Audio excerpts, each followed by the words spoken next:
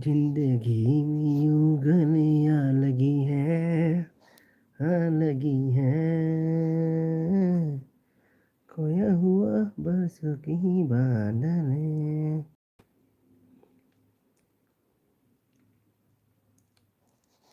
Hi guys, welcome to my YouTube channel Hemlata Ravi Lifestyle. तो आज मेरे LB में आप सबको इनवाइट है, तो मेरे फ्रेंड्स आ जाइए, एलबी में ज्वाइन हो जाइए. हम बातें करते हैं और हंसी मजाक करते हैं. आ जाओ दोस्तों.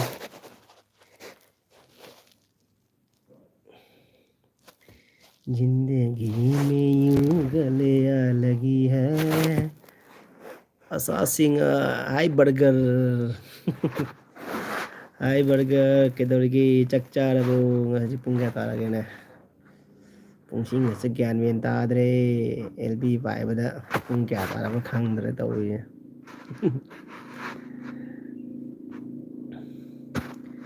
Dimple nakajaida. Thank you Assassin. Dimple nakajaida. Okay, thank you. Nangsu mutak na rasi leida. Nangsu mutak na rasi leibini. Assassin like done. Thank you sister. Like done tawi bidamagta. Ado ay LB de lakwi bidamagta. Nayamana nabong na welcome taujari. Assassin mutak na hara kapay bako mutak na. अरे किसी ने कुछ और दू नहीं ने किसी ने कुछ जाम फजा वाला दू नहीं ने ना वो मुझे फजा दबा नहीं है कोई मूरा राशि ले बता दू नहीं नहीं नहीं बा कोई कुछ चीज़ जमना कोई जो मूरा का फजा वाला सी ने राशि ले नोटिंग दरो जिंदगी में गले लगी है.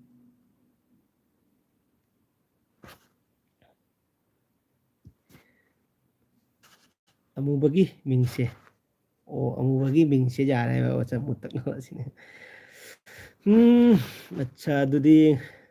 करिए तेरे ngau pik na fajaba haitare ko ngau pik na fajaba adi ngau ba haitare ngau ba jinge ko ngau pik na adi ngau budi pik tharak podo ngau budi le thak hui le thak podo adu ngau pik haitare ko aduna ngau pik na fajaba asa singa si asa sister nang ding ngau pik na fajaba hai bodo oire.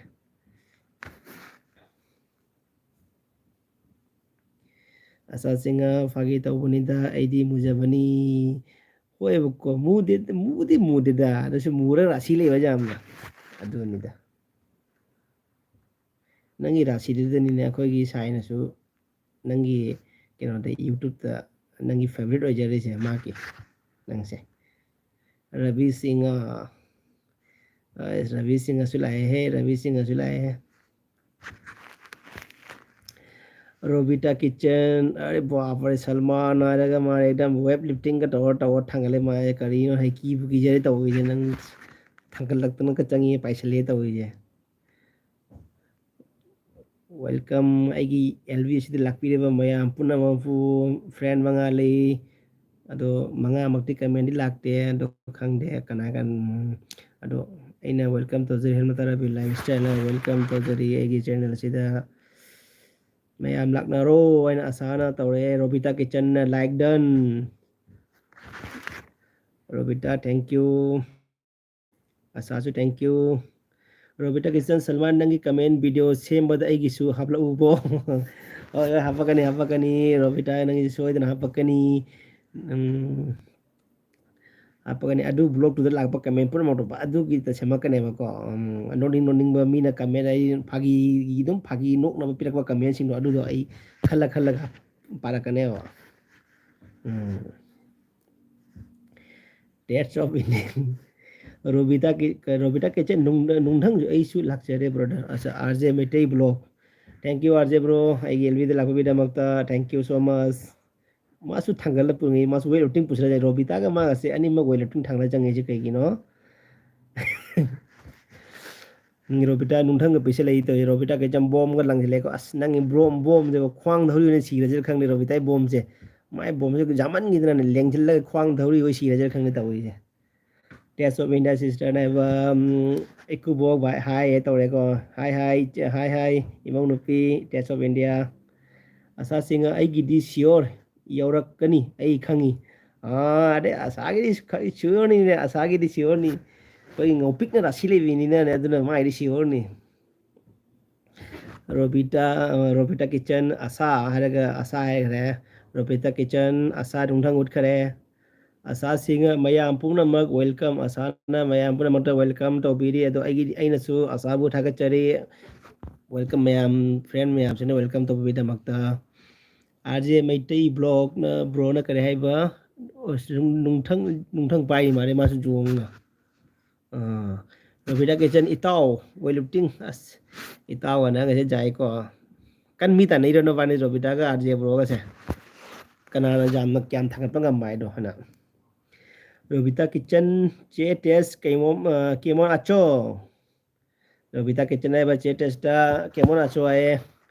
RJ Meitei blog ito bi haraga thang pai re ko ko gi thang haina bai do asa singa ai khumoi ko asa Robita da hai mare ko khumoi hai gare ro asana test India Meitei Robita mai fire gorom oise gorom lage gorom aja hajik pu jam gorom moi ro che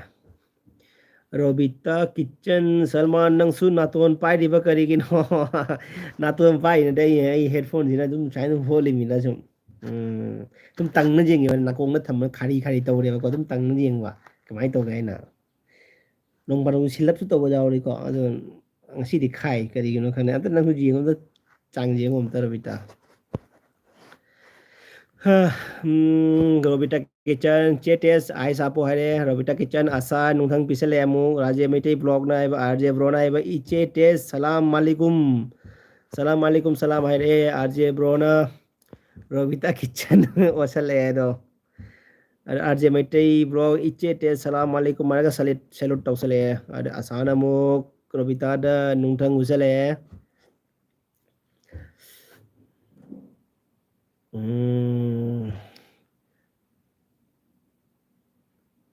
ꯑꯩꯁꯦ ꯈꯪꯕ꯭ꯔꯥ ꯑꯦꯜꯕꯤꯁꯦ ꯑꯩꯅ ꯃꯄꯥꯟꯗ ꯆꯠꯂꯒ ꯇꯧꯒꯦ ꯇꯧꯔꯨꯕꯅꯦꯕꯀꯣ ꯆꯠꯄ ꯇꯜꯂꯕ ꯑꯦꯛꯗꯝ ꯑꯩꯈꯣꯏꯒꯤ ꯃꯄꯥꯟꯒꯤ ꯕꯤꯆꯇ ꯆꯠꯂꯒ ꯑꯗꯨꯝ ꯈꯔ ꯇꯧꯔꯒ ꯆꯠꯂꯒ ꯃꯄꯥꯟꯒꯤ ꯁꯤꯅꯥꯔꯤꯗꯣ ꯚ꯭ꯌꯨꯗꯣ ꯌꯦꯡꯍꯜꯂꯒ ꯀꯩꯅꯣ ꯑꯦꯜꯕꯤꯁꯦ ꯇꯧꯒꯦ ꯇꯧꯕ ꯆꯠꯄ ꯇꯜꯂꯦ ꯑꯗꯨꯅ ꯍꯌꯦꯡ ꯈꯪꯗꯦ ꯍꯪꯆꯤꯠ ꯈꯪꯗꯦ ꯅꯣꯡꯃ ꯁꯣꯏꯗꯅ ꯆꯠꯀꯦ ꯃꯌꯥꯝꯗ ꯚ꯭ꯌꯨ ꯌꯦꯡꯍꯟꯒꯦ ꯑꯦꯜꯕꯤꯗ ꯚ꯭ꯌꯨ ꯇꯧꯒꯦ अर्जेमेटी ब्लॉग इंजेक्शन पिछले तो रोबिटाना की बॉम्ब लगवा अदुगागी अर्जेमेटी ब्लॉग ना इंजेक्शन पिछलकवा टेस्ट इंडिया मेटे नमो आरजे खुदा खुदा ऑफिस है को टेस्ट ऑफ इंडिया सिस्टर ना असा सिंगर रवि ब्रो से थाइनगी हीरो गुंगडो मानगुम तो रे तू पिछले थोड़ी गुंगमा लोए तू पिछले गुंगमा लिमेर असा सिंगर थका चरी को असा गुंगमा ले भी बेदा मगता Ravi singana noksale mo nang mabigat akale ngawre urubada nangbu thamoy susu chatkre nung sinakta khamjaba chunga modare nung simino genglingaida ngawre urubada nangbu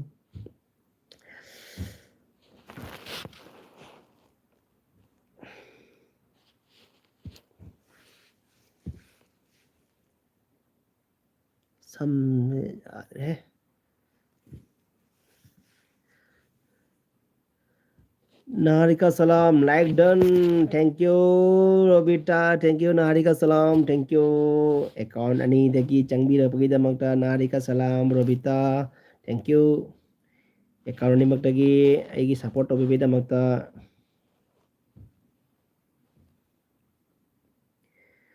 mayam wadi khaliro ne no wadi khat pisrau ne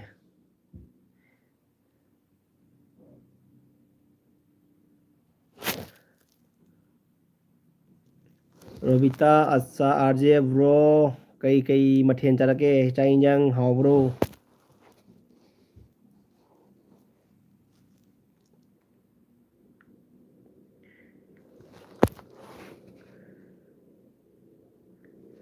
Naharika Salam Salman Ravisu Gatam Liro not Teda Gatam Linatum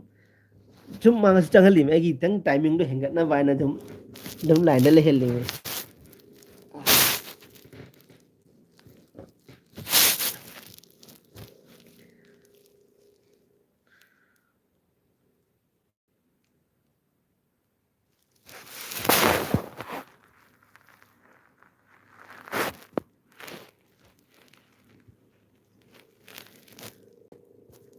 Nazarika Salam Salman Ravisu Gatam Ravi RJ Mete Brother Blue Piro Niharika Salam se Hatke. अच्छा अच्छा P गए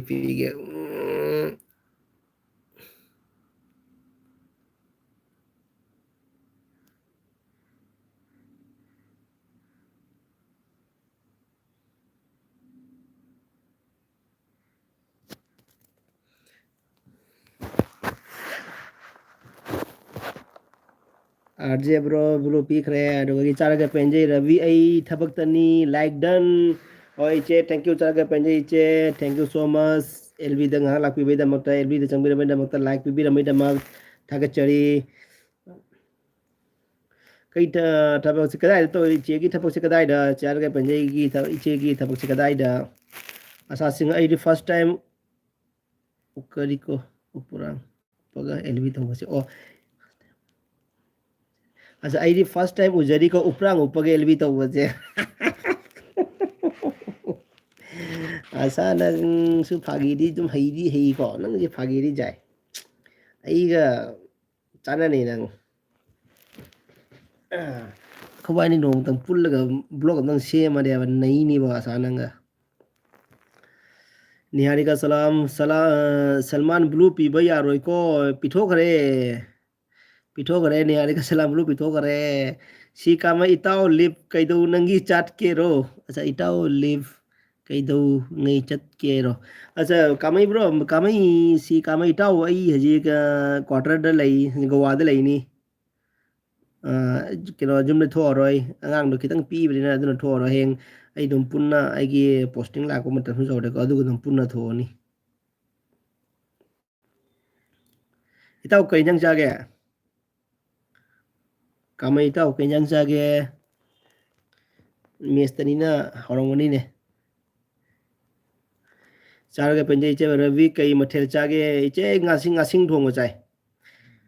nahan che kg manga khara gyano lerak pa du freeze te thamaga dum khara dum tau chaba adun loidri Niharika सलाम चे पंजे लब से पेशले RJ मटे blog पर निहारिका सलाम कोयरे कोयरी होइट कोयरे होइट आइबा को निहारिका सलाम कोयरी होइट अच्छा अच्छा मेटे आरजे मेटे ब्लॉग निहारिका सलाम कोयरी होइट हाइबा थांगु से लाइबा कोयरी हाइबगी कोयबगी निहारिका सलाम आरजे बॉम लंगे लाइबा को मा नमु चार के पेंजे इचे नंबर रोबिटा लाभ सिंबल असा सिंह वर्ल्ड रिकॉर्ड एलबी ने उपगा एलबी तो से हाँ थैंक यू वर्ल्ड रिकॉर्ड हम थमी दमक एलबी दा असाबु थगत चरी चार के पेंजे असा लाभ सिंबल पिसले निहारिका सलाम सलमान असागा ब्लॉग से मडी नंग फ्लॉप चारनी करेगी फ्लॉप चार निहारिका सलाम सलमान का फ्लॉप चार करेगी असागा का ब्लॉग से मडी करेगी फ्लॉप चार इमा माइबी करेगी हाइरो असा सिंगा चे पेंजे लाभ सिंबल आरजे मेटे ब्लॉग ब्रोना निहारिका हालुरो आएगा मियाँ चिक्सले चार के पेंजे आरजे कई मठेल चागे असा सिंगा रवि ब्रो से काइगिनो गोवागी असा आई काइनो खंग्रिबो आई गोवागी चार के पेंजे आरजे खुरमजरी आए चार के पेंजे ना निहारिका सलाम आरजे हेक हालु नंग बम खंगवाई निहारिका सलाम ने बम खंगवाई बम जेको आरजे नंग ने निहारिका सलाम नंग ख्वांग धरु तो बम दानजंगिनी को अद बम चांग ना चूर दे पोखाय दे बा bom pokai de bom ni free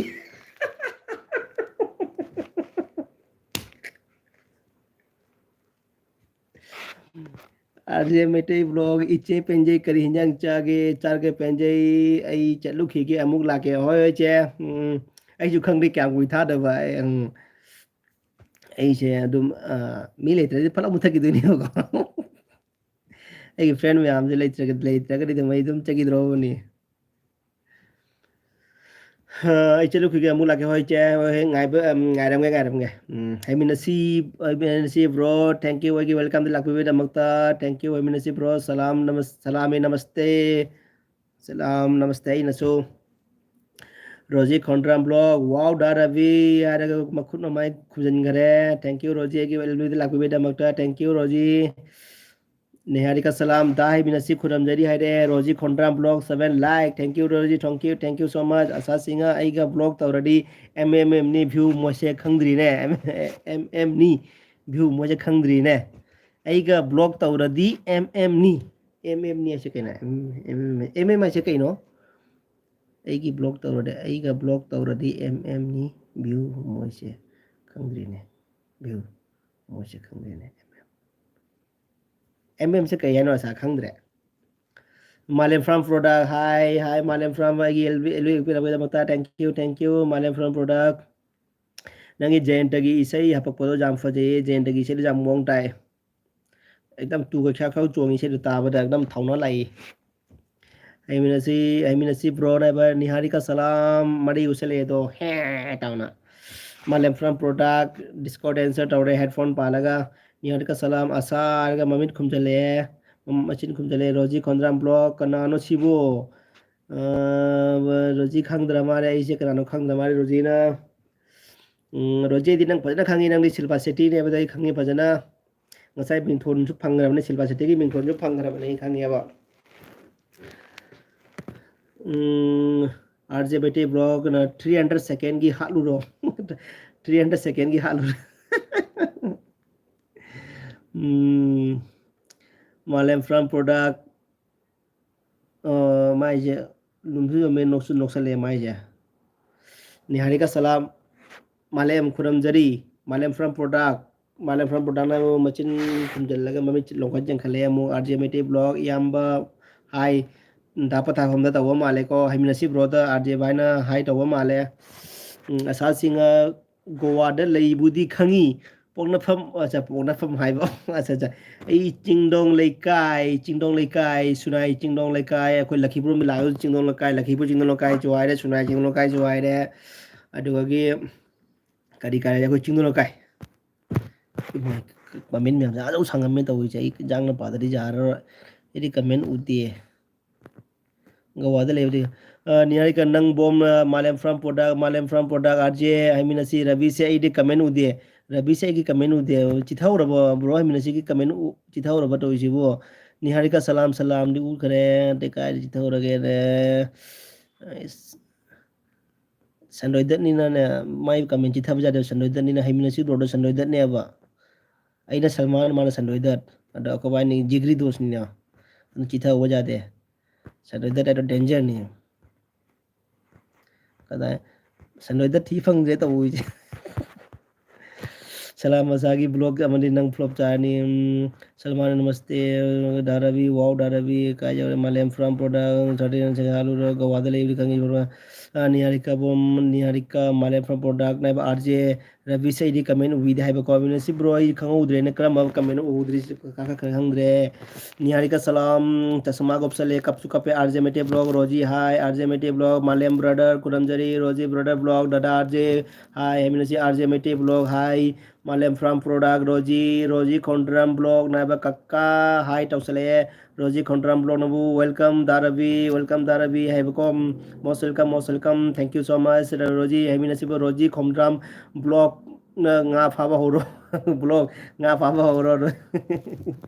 Roji Kondram blog da Malem hi Roji Kondram blog Kaka loi patangairi asa nga pharu loi patangai ma Haminasiba Malem from product hi Tausale रोजी खंडम ब्लॉग दादा RJ कई सब्जी खाइसे की सब्जी खाइसे असा सिंह हमिनसी bro hi तौसले हमिनसी ब्रो हाई तौसले असाना Singh life style hi life style bro hi सिंगा Haiminasi asa hai roji khondram blog noksale haiminasi na singa hai tore arjamete blog hawai thongba roji khondram blog naiba hauni dudi roji khondram blog da ravi gidi kai sabji ai gidi nga thongba chare roji ngasinga karon akhoi karon athum do adu alu ne mix tor tomato ne hapa thongba chare टमाटर टांग टमाटर कहोने तक हापचल लौखट पुथो थमे नूंग हापनी टमाटर तो हेंद्रेबको फट थादर थागले तो टमाटर टांगनी है रवि ब्लू शॉट ब्लू पिरो हाई तब रवि ब्लू शॉट है रवि ब्लू शॉट सिंगल लाइफ स्टाइल है गुड मॉर्निंग गुड इवनिंग से गुड इवनिंग रोजी खोनम ब्लॉग दादा आरजे इशू हवाई आशा सिंह ओ चिंगदोंग लेकाई गिदी इखोई ina khadani ne hoi hoi mani mani adugini nangi blog ta ina khangnaba myam uina haida sa haidi million haiba okay okay oh acha okay okay अच्छा thank you RJ Mette blog रोजी ओ रोजी कॉन्ट्राम blog चे आसा नोई इने खादा ओइरदी इखोई सुमांगदा ओइरे अच्छा रोजी ने मोइरे को सुमांग एना खादु ओइबसे को मैम एना खाइगु नाची जुंग हानजन जाम हानजन मनि को आना एना खाइगु जुंग जाम हानना मनि जों अखो एना खादा हानजन ले हम तो को ऐसा सिंगर रोजी तो चले तनु सिंह वाओ क्या बात है तनु सिंह तनु सिस्टर वेलकम आई यूट्यूब आई एलबी द लापी दमकता अदो आई कमेंट से उईने कनोगी तनुगी कमेंट आई उई अदो आई तनुगी एलबी द आई चपदे तनु आई कमेंट उदे अदो दि खंगदे करिगिनो आई तनु आई एलबी से लोय लागो उई आई रोजी खोंड्राम ब्लॉग चे आशा कई सब्जी रोजी खोंड्राम ब्लॉग हाउनी ने निहारी का सलाम आई लईको निहारी का सलाम आई लईको थैंक यू लई भी दमकता रोबिता थैंक यू आशा सिंह रोजी टोंगा कंजी है तनु सिंह रोजी लव सिंबल पिसले आरजे मेटे ब्लॉग तनु चे वेलकम तनु सिंह आशा नुंगाइरिबो तनु सिंह आरजे करम तौरी है तनु सिंह ने आरजे ब्रो हाई तौरे करम तौरी है आरजे मेटे ब्लॉग ना इचे नुंगाइरी रोजी खोंड्राम ब्लॉग ना इचे आशा पामदे आई चे आशा पामदे है तोंगा पामदे हमारे हमिनसीबो हाई रोजी खोंड्राम ब्लॉग चे तनु है को निहारे का सलाम तो सौंप सले आशा सिंह चे तनु नुंगाइरी ते लेकर हमारे कमेंट लो हमारे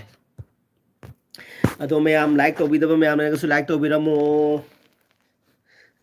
आई चैनल असिबु मैम नुसीबिदो लाइक तौबीरमो आई फ्रेंड मैम लापिरो फ्रेंड सिंगना तनु सिंह न तनु सिस्टर ने दा आरजे दा रवि से एंगोंदा दी देखिसे देखिसे देखिसे ना दी करिगिनो खंगदे देखिसे दी करिगिनो खंगदे अच्छा आरजे रवि से एंगोंदा दी देखिसे ना देखिसे से ना तनु ने आरजे दा रवि से एंगोंदा दी देखिसे दी करिगिनो खंगदे अच्छा उदी माना उदी कहीं खंगद्रीबा अदो नंग आई खंजा हाइट का तरोंगदा नत करिनो दि खंगदे नंग नंबर सोयरम बसु जाय को अदुगी रंगनी नंग एलबी लागो मतमदा नंबर को चंगम मने दुगे सोयरम बसु जाय दा रवि नम ऐसेनी रोजी खुंद्राम बोलो दा रवि नम ऐसेनी ऐसे रे बेटी सिल्वा सिटी ऐसे रो एकदम दूसरा डुम्मा जे घुमाया से रे नैना लोगे घुमाई से रोजी नैना लोगे घुमाई से आमी दूसरा डुम्मा से आशा सिंह रोजी पामू रोजी पामू खंगदबे तनु सिंह रोजी नुसीबी लव यू जेगुंगा मी तसु नुसी रोजी तसु लाकपगा लव यू फंगरे अखोई दिंगा आई ngसाई एलबी ले मी कनाम लव यू हाइरक तेगोंददी निहारी का सलाम मोय थुकचले कनादनो मा थुकचले जिबो मोयसे नंग रोबिता नंग निहारी का सलाम रोबिता नंग नथुन दुगने फेबिक्विक नप सोइद्रेगो नंग नंग मोय थुमनगी नंग नप सोइद्रमनी परमानेंट नप तो फेबिक्विक दे फेबिक्विक ले दिखरनी था मनी ले हंगदोक जानी फेबिक्विक ती परमानेंट ने डॉक्टर दतरी जा रहा है साउंड को फागिनी रोजी खोंड्राम चेसा रोजी चे आसा नक्सले अदो रोजी खोंड्राम चेतनु लव यू टू लव से पेशेंट यार का सलाम मैं चिक्सले रोजी खोंद्राम रो नोक्सले तनु सिंह अरे आपने तो मुझे देखा है मैंने तो आपको नहीं देखता हूँ। हाँ वही है ना सिस्टर। जब मैं आपके एलबी में आता हूँ तो आप मेरे को दिखाई नहीं दे रहा है, लेकिन मेरे एलबी में आप आ रहे तो मेरे को दिखाई दे रहा है। तो इसलिए मैं बोला हूँ आपने जब एलबी में आया था आपके अकाउंट में आपके एलबी में, तब आपने शायद कुछ हाइड किया हो, चाहे कुछ भी हो सकता है, इसलिए शायद नहीं दिख रहा है तनु सिस्टर। निहार का सलाम हसाउनी सलमान हसाउनी निहार का सलाम हाँ सलमान हसाउनी हाँ हाँ हसाउनी है तारे कहीं है तारे हसाउनी है तारे हाँ हसाउनी दे असेंग बर हंगी नेबको हाँ हसे हसे हाँ निहार का सलाम हसे हसे रोजी खोंड्राम दाराबी आई लव यू का हाइब की कोई दाराबी आई लव यू का हाइब की को आई लव यू का लान ngarang होखरे आई लव यू की लान ngarang होखरे अच्छा कनाडा आई लव यू हाइब लान होई नो ना एंगोंदा हाइरा जोई दी होबी रोइदा मयाम नुसीबिदो आई लव यू हाइब वई करिगे लान होदो नैदी लान का होजरो एमता मयाम नुसीबिदो आई लव यू चे तोय तोय हाइबिरसु काइदे आरजे ब्लॉग ब्रोनाय रोजी नोक्सले रोजी खोंड्राम ब्लॉग अम का कोइनरी कोइनरी चोर तनु चोर तनु है सी एच आर तनु है कह है ना सिस्टर तनु है नत्रगा अम कोइनरी सी एच आर तनु हाइमिनसी ब्रो लव एलवी द लव यू का पेंजर रेको आईडी हाइमिनसी ब्रो कई पेलिनो करिनो पेलिदो अमता हाइबिरो तनु सिंह मैं क्या करूँ है स्वामी नारायण खुरमजरी है मैं क्या करूँ है स्वामी नारायण। स्वामी नारायण आपको ना यहाँ पे जाना पड़ेगा, तिरुपति मंदिर बालाजी जाना पड़ेगा आपको, तब पूरा होगा मन तनु सिस्टर आपका। रोजी खोंड्राम ब्लॉग दार्जे सु खंगमनी दाटे सु खंगमनी नोक्सले आरजे ब्रो रोजी ने नंग खंगे मागी आई लव यू की लान दो असासिंगा रवि ब्रो आईगी वीडियो द असेंबा अखंगबा मी यावब्रो लेसाबिरो मौरो अंगांगरो पुनमंगनी पुनमंगनी हनुबीसु खंगी हनुबा खंगबसु यावरिको अइने खंगीसे पलाई सिसक बगांबु सिंदो रे माय तविसे असा वो मोदी कोइ चलिदो अदरो मो मारे खंगीसे पलाई सिसक बगांबु सिंदो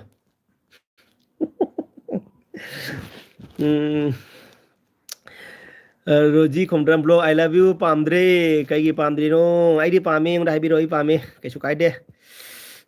तनु रोजी तनु सिंगनाइब रोजी एक नोक्सले केक मोट रवि ब्रो नमस्कार के आई नुसीजरब माधुरी दीक्षित इचल इचे लाक्चरे केक मोट से माधुरी दीक्षित कौजई मैम पुनमक जमा से माधुरी दीक्षित कौबतसु नते माधुरी दीक्षित मानमनी कुचुसु माधुरी दमाई तौबनी अदो मागी केक तुगा खुद कसुने खुद अमु ngौबो हेबनी केक तगी मु माना केक सा मतमदा आइदी केक तो उदे म खुद तो उयेबको अदोनी नहीं बनी माधुरी दीक्षित की खुद तो सो चेक एक बार साउनु फागी तो नहीं के रवि ब्रो नमस्कार खुरमजरी एलबी एलबी लाखोई चेक कोमल थागतचरी रोजी खोमद्राम ब्लॉग दीपागी ngarang एलबी येंगू दीपागी ngarang एलबी येंगू आइको नोक्सले अच्छा अच्छा ओके दीपागी एलबी दी खंगौद्रे ngarang दीपागी एलबी जे खंगौद्रे मोय ngarang से पजा तुम मरे दी ngarang से तनु सिंगर 10 लाइक भाई thank you sister thank you Tanu sister 10 like thank you Roji Khomdram blog welcome check Naharika salam na cek kek mod nungai nungsibi Naharika salam cek kek mod nungsibi asa singa cek kek lap simbo Naharika salam dan dingcak रोजी Khomdram blog होइने चे चक माधुरी मालिने होइने चे होइने रोजी होइने चिचे माधुरी माले बको चिचे चे अच्छा ngasai चे तनु हाइबो हमता ngasai रोजी ना चे तनु हाइबो हमता इदि मानची होइने चे माधुरी मालिने माधुरी बजा मानमने तनु सिंह रवि भाई मार्केट लाई होजिक मार्केट लाई होजिक भाई okay okay Tanu sister thank you एल मार्केट की सु नबुंग नुसीबिदनो एलबी चंबी रमै दमकता थाइरिंग आले नबुंग न सेलो तौजरी को अइने सेलो तौबे मरमदे मार्केट लाई लेना आइगी एली द जॉब बि दमकता सेलो तौजरी बको ꯑꯗꯣ ꯁꯤꯁꯇꯔꯕꯨ ꯆꯦꯛꯁꯤꯟꯅ ꯆꯠꯄꯤꯌꯨ ꯌꯦꯡꯉꯨ ꯃꯌꯥꯝꯅ ꯌꯦꯡꯉꯨ ꯑꯩꯒꯤ ꯑꯦꯜꯕꯤꯗ ꯖꯥꯎ ꯖꯥꯎꯅ ꯀꯃꯦꯟ ꯇꯧꯔꯤꯉꯩꯗ ꯃꯌꯥꯝ ꯃꯈꯣꯟꯇꯒꯤ ꯐꯠ ꯂꯥꯎꯅ ꯃꯨꯟꯅꯒ ꯆꯠꯈꯤꯅꯤꯀꯣ ꯃꯣꯕꯥꯏꯜꯗꯣ. ꯎꯝ. ꯊꯦꯡꯛ ꯌꯨ ꯂꯥꯛꯄꯤꯗꯃꯛꯇ ꯇꯅꯨ ꯁꯤꯁꯇꯔ ꯔꯣꯖꯤ ꯈꯣꯡꯗꯥꯝꯕ꯭ꯂꯣ ꯀꯀꯥ ꯁꯥꯎꯔꯛꯇꯔꯦꯀꯣ ꯗꯥ ꯔꯕꯤ. ꯔꯣꯖꯤ ꯈꯣꯡꯗꯥꯝꯕ꯭ꯂꯣ ꯀꯀꯥ ꯁꯥꯎꯔꯛꯇꯔꯦꯀꯣ ꯗꯥ ꯔꯕꯤ ꯁꯥꯎꯔꯣꯏꯗ. ꯂꯩꯃꯤꯟꯅꯁꯤꯕ꯭ꯔꯣ ꯑꯩꯗꯤ ꯈꯪꯗꯦꯅꯦ ꯁꯨꯛ ꯀꯨꯏꯅ ꯂꯩꯃꯤꯟꯅꯔꯤꯁꯦ ꯔꯕꯤ. ꯑꯗꯨꯅꯤ ꯘꯔꯀꯤ ꯃꯨꯔꯒꯤ ꯗꯥꯜ ꯕꯔꯥꯕꯔ ꯍꯥꯏꯗꯣ ꯈꯪꯕ ꯘꯔꯀꯤ ꯃꯨꯔꯒꯤ ꯗꯥꯜ ꯕꯔꯥꯕꯔ ꯍꯥꯏꯗꯣ ꯍꯥꯏꯗꯤ ꯌꯨꯝꯗ ꯐꯅ ꯍꯩꯖꯥꯡ ꯍꯥꯎꯔꯁꯨꯅꯦ ꯑꯗꯨꯝ ꯍꯥꯎꯇꯕꯅꯦꯕꯀꯣ ꯑꯗꯨꯝ ꯍꯥꯏꯗꯤ ꯌꯦꯟ ꯊꯣꯡꯕ ꯆꯥꯔꯁꯨ ꯑꯗꯨꯝ ꯘꯔꯒꯤ ꯃꯨꯔꯒꯤ ꯗꯥꯜ ꯕꯔꯥꯕꯔ ꯍꯥꯏꯗꯣ ꯌꯦꯟ ꯊꯣꯡꯕ ꯆꯥꯔꯁꯨ ꯑꯗꯨꯝ ꯍꯋꯥꯏꯒꯨꯝꯕꯗ ꯑꯗꯨꯝ ꯈꯟꯕꯅꯦ ꯏꯆꯝ ꯆꯝꯅ ꯍꯦꯛꯇ ꯈꯟꯗꯣꯛꯄꯅꯦ ꯑꯗꯨꯅꯦꯕꯀꯣ. ꯑꯗꯣ ꯃꯄꯥꯟꯒꯤ ꯃꯤꯅꯗꯤ ꯈꯪꯕ ꯑꯩꯈꯣꯏ ꯅꯣꯡ ꯐꯥꯗꯣꯛ ꯑꯩꯈꯣꯏꯗ ꯂꯥꯛꯑꯒ ꯆꯥꯕꯁꯦ ꯑꯩ ꯁꯥꯎꯔꯤꯍꯦ ꯃꯣꯏ ꯏꯃꯨꯡꯗꯣ ꯀꯥꯏꯅ ꯍꯥꯏꯕꯗꯣ ꯑꯗꯨꯅꯦꯕ. ꯑꯁꯥꯁꯤꯡꯉ ꯑꯣ ꯄꯥꯂꯥꯒꯤ ꯀꯥꯡꯕꯨꯗꯣꯏꯗꯤ ꯑꯩꯁꯨ ꯈꯪꯗꯦ ꯀꯩꯒꯤꯅꯣ ꯂꯩꯃꯔꯥꯝꯒꯤ ꯑꯣꯝ ꯑꯣꯏ ꯃꯥꯜꯂꯦ. ꯑꯠꯆꯥ ꯑꯣ ꯄꯥꯂꯥꯒꯤ ꯀꯥꯡꯕꯨꯗꯗꯤ ꯑꯩꯁꯨ ꯈꯪꯗꯦ ꯀꯥꯏꯒꯤꯅꯣ ꯂꯩꯃꯔꯥꯝꯒꯤ ꯑꯣꯏ ꯃꯥꯜꯂꯦ ꯍꯥꯏꯕ ꯑꯁꯥꯁꯤꯡꯉ. ꯑꯁꯥꯁꯤꯡꯉ ꯄꯨꯄꯨ ꯅꯣꯛꯁꯜꯂꯛꯑꯦ ꯀꯦꯛ ꯃꯣꯔꯁꯦ ꯔꯣꯖꯤ ꯅꯨꯡꯁꯤꯕꯤ ꯂꯞꯁꯤꯝꯕꯣꯜ ꯑꯃꯨꯛ ꯅꯣꯛꯁꯜꯂꯛꯑꯦ.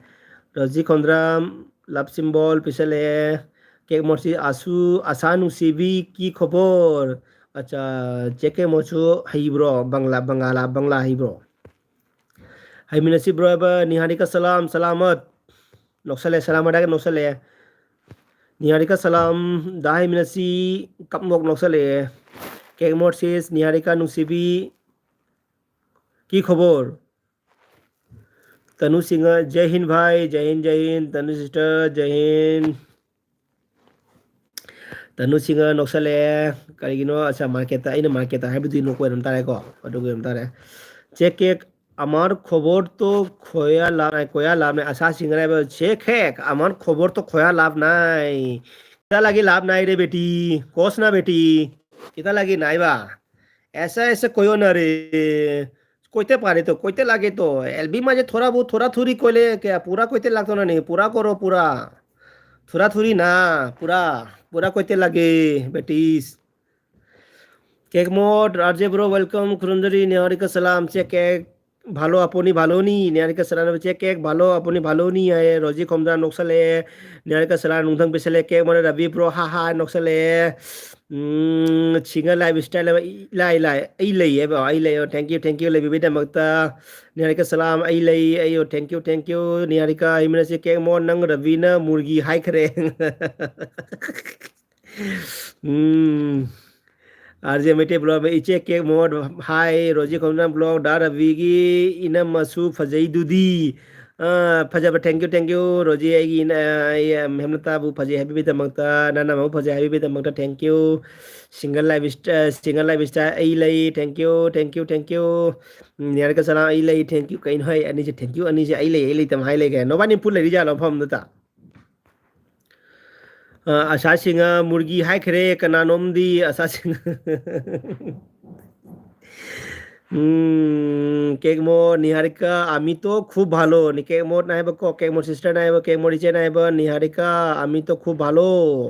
নিহারিকা সালাম চেক কেক লাভ সিম্বো রোজি খমনা ব্লক ভিক্ষাং রোজি খমনা নাইব কাইনো ইচে ভিক্ষাং गुयू तौरे रो आई लई लाइफ स्टाइल ने आई ले अच्छा आई ले लाइफ स्टाइल दिसंबर काउन को नवंबर दिसंबर असा सिंगर रवि ब्रोना बंगाली ngang बसरी मुस्लिम हनुबना मया याउदना मयादगी नुसित होस चलगा ngang बदो मानकरेदा asa nang jaye ngang odi Betis আছে রে আমি আমি খুব মানে রে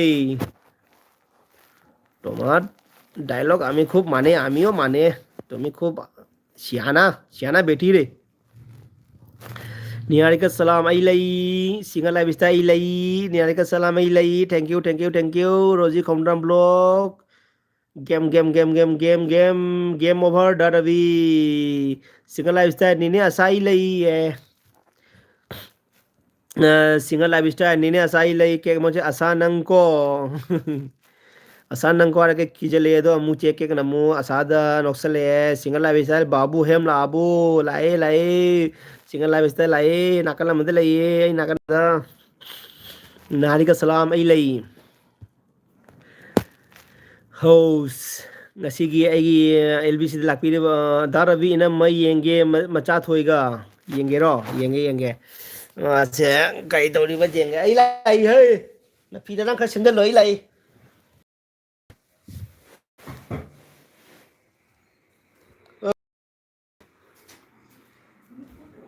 ờ che che u giờ giờ tâm mẹ tâm ta hai đồ tâm ta hai đồ rồi hả mà ta phi cầm xem nghe ghê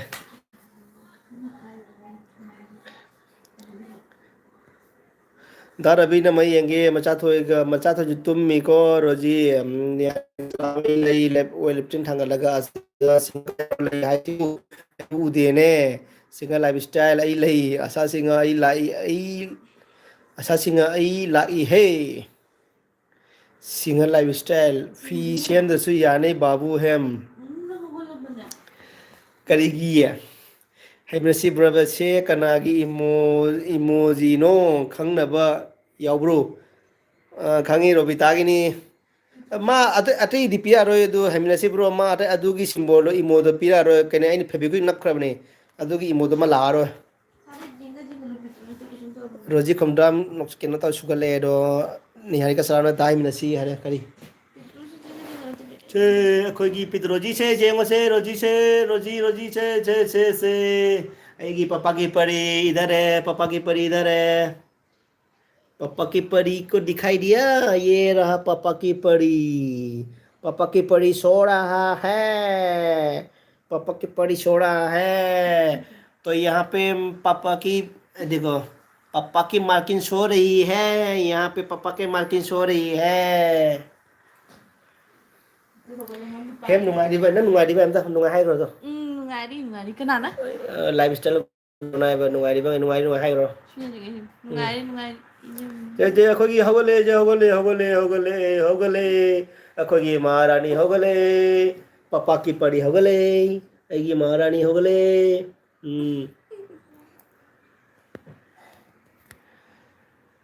हाँ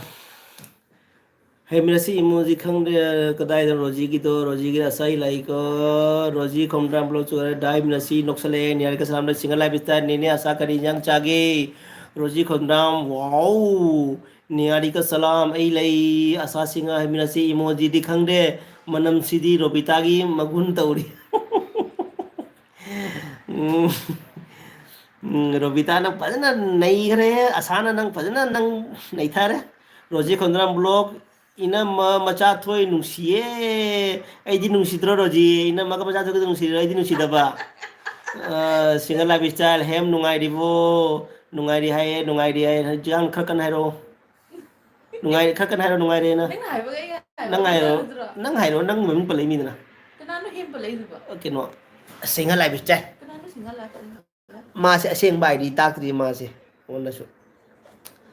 सिंगल हेम नुआरि बड खुनुंग सेम रोजी खंडाम blood खुनुंग same thank you रोजी थैंक यू सो मच नियारे का सलाम सलमान तुमिल लेयो हेम नसी love symbol पेसले निया thank you नियारे का very cute thank you असा सिंग नुंसिबना लोइरे थैंक यू असा केक मो पापा की परी नुंसिबना थैंक यू केक मो चेस Madhuri madam thank you rose cake मो सिस्टर अच्छा ऐतो इन माधुरी खोलिए माधुरी थोलिए मम्मी थोन बा है गरे अच्छा ढेर थोड़ा नंग कई थोन गाय नुरे नंग कई थोन गाय नुरे मते नंग मम्मी थोन बो है हाई वे वाली नी नंग कई थोन बी गाय थोन बी आई बदी केसुम थोलोय ने हां आई बदी केसुम थोलोय बा हाय हाय जोइनी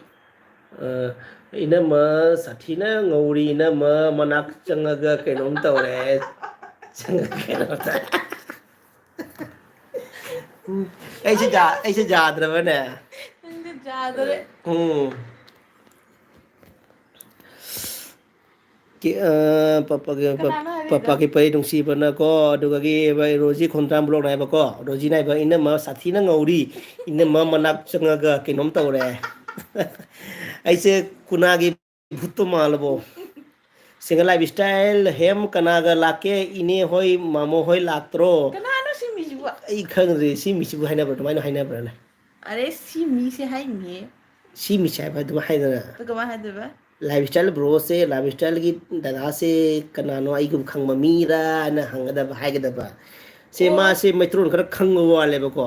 ꯃꯩꯇ꯭ꯔꯣꯟꯗꯤ ꯈꯪꯕ ꯑꯗꯣ ꯑꯩꯈꯣꯏ ꯃꯩꯇ꯭ꯔꯣꯟꯁꯦ ꯀꯃꯥꯏꯅ ꯉꯥꯡꯒꯅꯤ ꯍꯥꯏꯕꯗꯣ ꯃꯥꯁꯦ ꯈꯔ ꯈꯪꯕ ꯋꯥꯠꯂꯦꯕꯀꯣ ꯑꯗꯣ ꯃꯥꯗꯤ ꯏꯁꯤꯡ ꯆꯥꯎ ꯍꯥꯏꯔꯛꯀꯅꯤꯀꯣ ꯃꯣꯔꯖꯥ ꯑꯩꯈꯣꯏ ꯈꯣꯡꯎꯞ ꯃꯣꯔꯖꯥ ꯇꯣꯡꯕꯗꯣ ꯈꯣꯡꯎꯞ ꯃꯣꯔꯖꯥꯒꯁꯦ ꯂꯤꯠꯀꯗ꯭ꯔꯒ ꯍꯪꯉꯛꯀꯅꯦꯕ ꯈꯪꯕ꯭ꯔꯥ ꯈꯪꯒꯥꯎ ꯂꯤꯠꯀꯗ꯭ꯔꯥ ꯈꯪꯒꯥꯎ ꯃꯣꯔꯖꯥ ꯂꯤꯠꯀꯗ꯭ꯔꯥꯒ ꯍꯪꯉꯛꯀꯅꯦꯕ ꯆꯥ ꯆꯥꯎꯒ ꯍꯥꯏꯁꯤꯅꯤꯕꯣ ꯃꯥꯗꯤ ꯃꯣꯛ ꯃꯣꯛꯅꯤꯀꯣ ꯃꯥꯅ ꯇꯧꯁꯦ ꯆꯥ ꯆꯥꯎ ꯍꯥꯏꯔꯛꯀꯅꯦꯕ ꯑꯩꯉꯣꯟꯗ ꯌꯥꯝ ꯐꯖꯅ ꯈꯪꯕꯗꯨꯒ ꯍꯪꯕꯩ ꯋꯥꯅꯤꯗ ꯎꯝ ꯑꯩ ꯈꯟꯖꯕꯗ ꯈꯪꯗꯦ ꯅꯠꯇꯦꯗ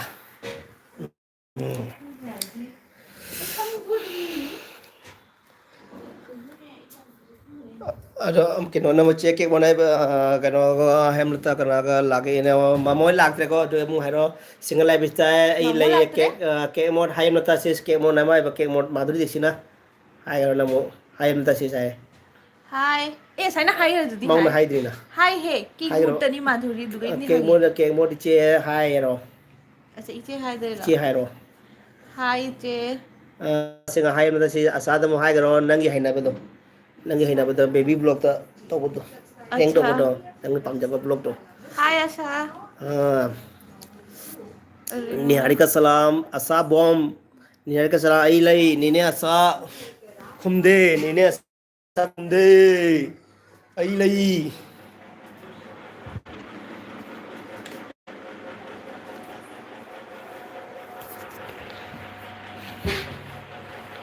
ꯑꯁ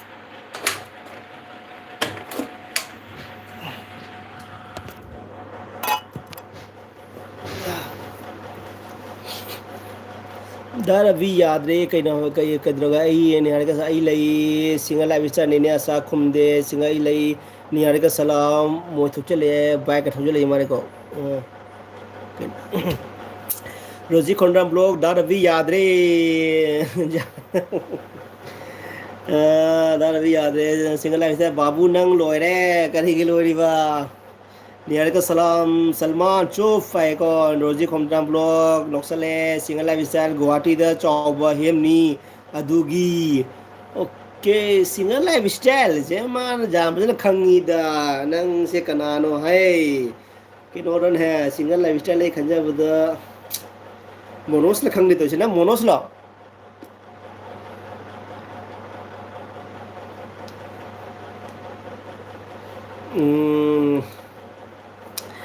ꯁꯤꯡꯒꯜ ꯂꯥꯏꯐꯇ ꯒꯨꯍꯥꯇꯤꯗ ꯆꯥꯎꯕ ꯍꯦꯝꯅꯤ ꯑꯗꯨꯒꯤꯅꯤ ꯆꯨꯝꯃꯤ ꯆꯨꯝꯃꯤ ꯃꯥꯗꯤ ꯒꯨꯍꯥꯇꯤꯗ ꯆꯥꯎꯔꯛꯄꯅꯤꯅ ꯃꯣꯏꯗꯤ ꯒꯨꯍꯥꯇꯤꯗ ꯑꯗꯨꯝ ꯂꯩꯕꯅꯤꯅ ꯑꯗꯨꯅ ꯃꯩꯇꯩꯂꯣꯟꯒ ꯈꯔ ꯈꯪꯕ ꯋꯥꯠꯂꯦꯕꯀꯣ ꯄꯤꯁꯛ ꯄꯤꯛꯉꯩꯗꯒꯤ ꯁꯨꯝ ꯂꯩꯔꯛꯑꯃꯤꯅ ꯔꯣꯖꯤ ꯈꯣꯡꯗ꯭ꯔꯝ ꯕ꯭ꯂꯣꯛ ꯏꯅꯝꯃ ꯍꯥꯏ ꯔꯣꯖꯤ ꯈꯣꯡꯗ꯭ꯔꯝ ꯏꯅꯝꯃ ꯍꯥꯏ ꯏꯅꯝꯃꯗꯤ ꯂꯩꯍꯧꯔꯦ ꯃꯥ ꯅꯥꯀꯟꯗ ꯂꯩꯍꯧꯔꯦ ꯑꯩ ꯊꯣꯔꯛꯑꯦ ꯔꯣꯖꯤ ꯎꯔꯕꯁꯤ ꯁꯣꯏꯕꯝ ꯍꯦꯜꯂꯣ ꯕ꯭ꯔꯣ ꯏꯅꯝꯃ ꯅꯨꯡꯁꯤ ꯅꯨꯡꯉꯥꯏꯔꯤꯕꯣ ꯅꯨꯡꯉꯥꯏꯔꯤ ꯅꯨꯡꯉꯥꯏꯔꯤ ꯏꯅꯝꯃꯁꯨ ꯅꯨꯡꯉꯥꯏꯔꯤ ꯎꯔꯕꯁꯤ ꯁꯣꯏꯕꯝ ꯑꯩꯒꯤ ꯑꯦꯜꯕꯤꯗ ꯂꯥꯛꯄꯤꯕꯒꯤꯗꯃꯛꯇ ꯊꯥꯒꯠꯆꯔꯤ ꯎꯔꯕꯁꯤꯁꯨ ꯅꯪꯒꯤ ꯉꯁꯤꯒꯤ ꯀꯣꯟꯇꯦꯟꯗꯣ ꯑꯩ ꯈꯥꯏꯕꯣꯛ ꯐꯥꯎ ꯌꯦꯡꯉꯝꯃꯦ ꯑꯗꯣ ꯌꯦꯡꯕꯗꯤ ꯂꯣꯏꯗ꯭ꯔꯤ ꯅꯪꯒꯤ ꯑꯩꯈꯣꯏꯒꯤ ꯕꯥꯏꯛꯀ ꯀꯩꯅꯣ ꯃꯟꯗꯤꯔ ꯄꯨꯖꯥ ꯇꯧꯕꯒꯤꯗꯣ ꯕꯣꯔꯝ ꯕꯕꯥꯗ ꯑꯗꯣ ꯎꯔꯕꯁꯤꯒꯤ ꯕ꯭ꯂꯣꯛꯇꯣ ꯑꯩ ꯌꯦꯡꯍꯜꯂꯝꯃꯒꯅꯦ ꯑꯗꯨꯝ ꯑꯉꯥꯡ ꯀꯞꯄꯛꯇꯨꯅ ꯁꯪꯒꯣꯝ ꯄꯤꯊꯛꯄꯩ ꯆꯦꯟꯕꯗ ꯑꯗꯨ ꯌꯦꯡꯍꯧꯕ ꯂꯣꯏꯍꯧꯗ꯭ꯔꯦ ꯑꯗꯣ ꯑꯃꯨꯛ ꯌꯦꯡꯒꯅꯤ ꯑꯃꯨꯛ ꯑꯗꯨꯒ ꯀꯃꯦꯟꯁꯨ ꯄꯤꯔꯛꯀꯅꯤ ꯑꯁꯥꯁꯤꯡ ꯔꯕꯤ ꯕ꯭ꯔꯣꯁꯦ ꯍꯦꯝ ꯁꯤꯁꯀꯤ ꯃꯅꯥꯛꯇ ꯆꯪꯕꯁꯤꯗꯤ ꯆꯥꯗ ꯍꯌꯤꯡ ꯇꯥꯕ ꯑꯁꯥ ꯅꯪꯒꯤ ꯀꯃꯦꯟꯁꯤꯗꯤ ꯑꯝꯇꯪ ꯕ꯭ꯂꯣꯛꯇ ꯄꯤꯔꯛꯎꯅꯦ ꯑꯩꯒꯤ ꯕ꯭ꯂꯣꯛꯇ ꯄꯤꯔꯛꯎꯗꯅ ꯑꯩ ꯑꯝꯇꯪ ꯈꯜꯂꯒ ꯄꯥꯔꯛꯀꯦꯅꯦ ꯑꯝꯇꯪ ꯅꯪꯒꯤ ꯀꯃꯦꯟꯁꯤꯡꯁꯦ ꯑꯩꯅ ꯈꯟꯒꯠꯂ ꯄꯥꯕ ꯌꯥꯕ ꯀꯃꯦꯟ ꯉꯥꯛꯇꯅꯤ ꯅꯪꯅ ꯏꯔꯛꯏꯁꯤꯡꯁꯦ ꯗꯥꯏꯂꯣꯛꯁꯤꯡꯁꯦ ꯅꯩꯔꯦ ꯑꯩꯁꯨ ꯐꯅꯗꯤ ꯑꯗꯨꯝ ꯗꯥꯏꯂꯣꯛꯁꯦ ꯇꯧꯖꯕꯅꯦ ꯍꯥꯏꯕꯨ ꯅꯪꯅ ꯑꯃꯨꯛ ꯍꯩꯕꯁꯤ ꯍꯦꯜꯂꯦ ꯗꯥꯏꯂꯣꯛꯁꯦ ꯔꯕꯤ ꯕ꯭ꯔꯣꯁꯦ ꯍꯦꯝ ꯁꯤꯁꯀꯤ ꯃꯅꯥꯛꯇ ꯆꯪꯕꯁꯤꯗꯤ ꯆꯥꯗ ꯍꯌꯤꯡ ꯇꯥꯕ ꯃꯥꯜꯂꯦ ꯅꯤꯍꯥꯔꯤꯀꯥ ꯁꯂꯥꯝ ꯏꯅꯝꯃ ꯍꯥꯏ ꯔꯣꯕꯤꯇꯥ ꯃꯥ ꯅꯥꯀꯂꯝꯗ ꯂꯩꯍꯧꯔꯦ ꯑꯃꯨꯛ ꯃꯊꯪꯗ ꯑꯃꯨꯛ ꯍꯥꯏ ꯇꯧꯅꯔꯁꯤ ꯍꯥꯏ ꯄ꯭ꯔꯤꯁꯤꯌꯁ ꯔꯅꯖꯤꯠ ꯏꯪꯉꯨꯗꯝ ꯍꯥꯏ ꯄ꯭ꯔꯤꯁꯤꯌꯁ ꯍꯥꯏꯀꯣ ꯄ꯭ꯔꯤꯁꯤꯌꯁ ꯇꯨꯝꯃꯤ ꯕ꯭ꯔꯣ ꯔꯅꯖꯤꯠ ꯑꯃꯨꯛ ꯍꯤꯞꯄꯧꯔꯦ ꯑꯩꯗ ꯅꯪ ꯎꯔꯝꯃꯅꯤꯗ ꯑꯗꯨꯒꯤ ꯔꯣꯖꯤ ꯈꯣꯡꯝꯗ꯭ꯔꯝ ꯕ꯭ꯂꯣꯛ ꯁꯕꯁꯀ꯭ꯔꯥꯏꯞ ꯇꯧꯔꯦꯀꯣ ꯏꯅꯝꯃ ꯔꯣꯖꯤ ꯈꯣꯡꯝꯕ꯭ꯔꯝ ꯕ꯭ꯂꯣꯛ ꯁꯕꯁꯀ꯭ꯔꯥꯏꯞ ꯇꯧꯔꯦ ꯇꯧꯔꯣꯀꯣ ꯏꯅꯝꯃ ꯁꯕꯁꯀ꯭ꯔꯥꯏꯞ ꯇꯧꯔꯣꯀꯣ ꯏꯅꯝꯃ ꯇꯧꯔꯦꯀꯣ ꯏꯅꯝꯃ ꯁꯕꯁꯀ꯭ꯔꯥꯏꯞ ꯇꯧꯔꯦꯀꯣ ꯀꯅꯥꯅ ꯁꯕꯁꯀ꯭ꯔꯥꯏꯞ ꯇꯧꯔꯤꯅꯣ ꯔꯣꯖꯤ ꯏꯅꯝꯃ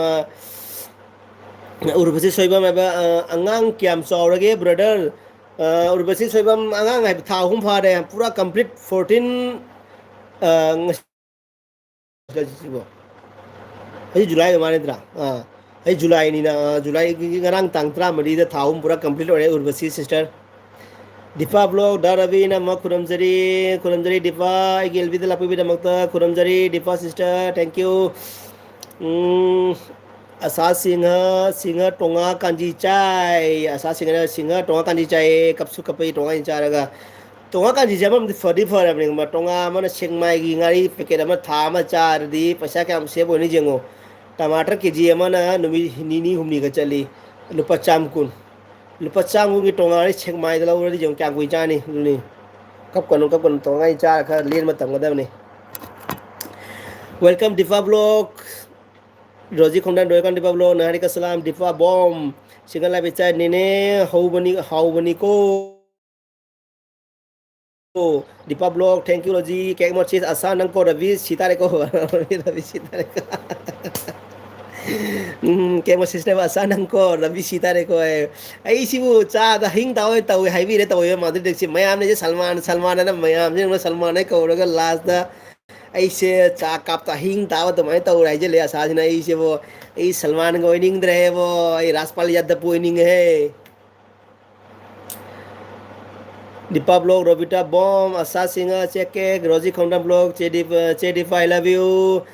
Roji Khomdam nang I love you chum toy men gare ko ako de dem direct de nang aman go da hai le ko host du kan hai ro na single lifestyle lai Dipa blog hello chiche kek mod niyari ka salam ai lai Dipa blog Roji love you too Roji Khomdam blog hi khigale nihari ka salam Salman ai चले भाई निहारी का सलाम कहीं काय चितो ना तुम चतोरो नत्रगा सुम मयाम अमा game में कोई चतोरा कहीं नो सुम नत्रगा सुम चला गया है रो सिंगल लाइफ स्टाइल आई लई थैंक यू उर्बसोइबम थैंक यू ब्रो येंग बी बगी कमेंट सु थाबिरक ओको होय कमेंट थागने आई जेंगो लर थारकनी रणजिंगो दम ब्लॉग ममिंग से एलिसिया हेम रवि लाइफ स्टाइल हेलो होय होय रणजिंगो दम अखोगी रणजिंगो दम हाइरे बको ब्रो सिने हाइबा ब्लॉग ममिंग से एलिसिया हेम रवि लाइफ स्टाइल हेलो होना होय होय ब्रो गे अपाम रो तौरागे रणजिंगो दम होय तौरागे Rosie Khomdram blog kayno hui kayno ai hui kayno khangdre Rosie single lifestyle urbasi aibu yengdre nangi video do aibu yengdri nangi video do ay urbasi aibu yengdri nangi video do ay khaliba ke mose difanu sibi lai dian thank you lai check mo dipasu lai Urbasi soibam naiba urbasi soibam naiba angang chawre he do di short video dabu di ure yam nungsi thank you so much agi short video se jeng bida makta urbasi agi short video jeng bida makta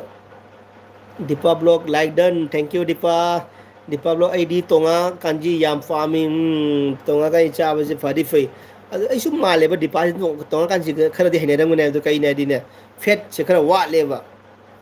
Rojiga nang ngaja ka tonga kanji hene nang da badi male ka fet wat pani na ne ai su to tonga in cha ge khali mi ko sek mai ngari se kara order to tham ge khara ai su nakan noi thore ba khumra ai puk se jam chon thare khare le de khangau se to ja ni puk sin du khum ma ja ni paisa ting roi khangau lai bagi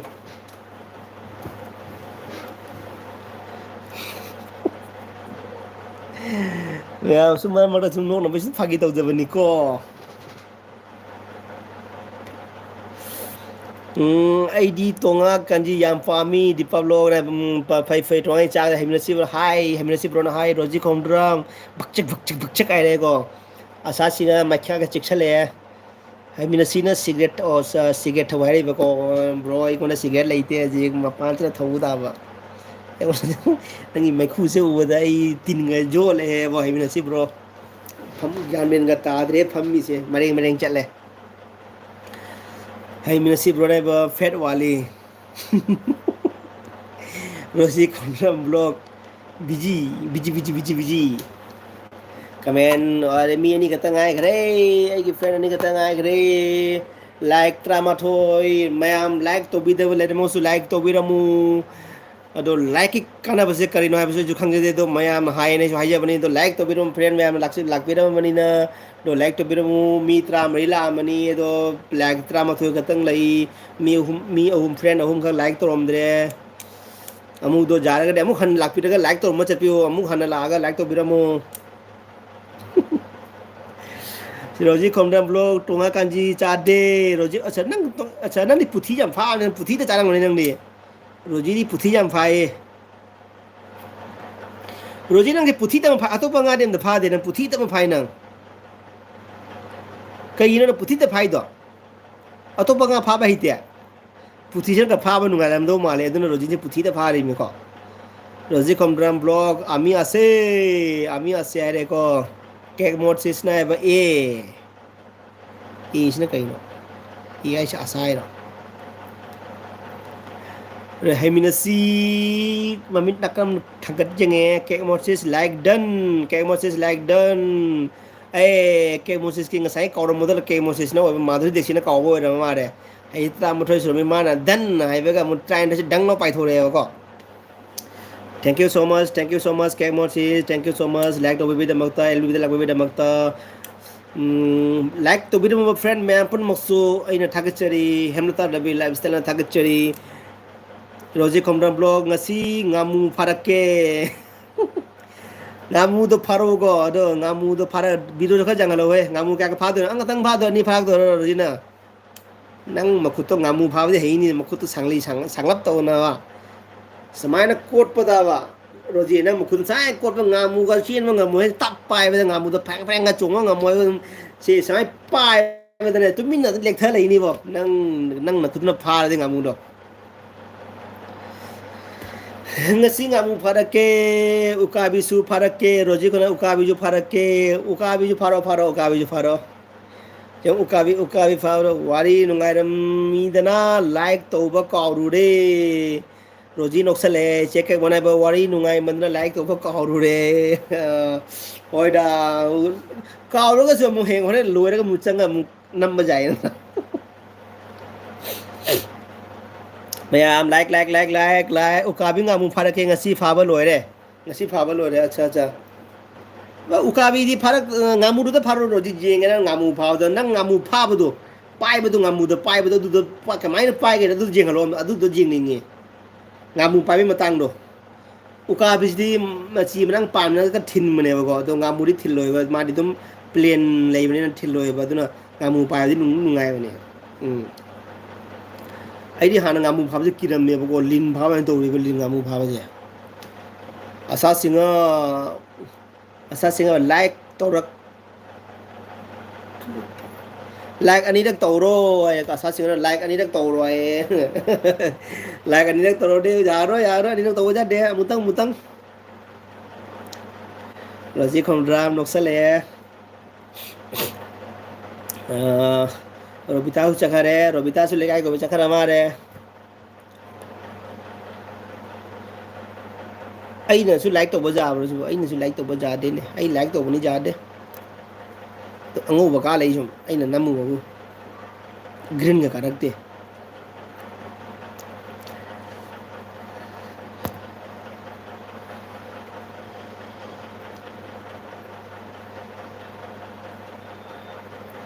ꯑꯁꯥ ꯁꯤꯡꯒꯅꯥꯏꯕ ꯑꯩꯁꯨ ꯑꯉꯥꯡ ꯑꯣꯏꯔꯤꯉꯩꯗ ꯉꯥ ꯐꯖꯅ ꯐꯥꯔꯛꯏꯕꯣ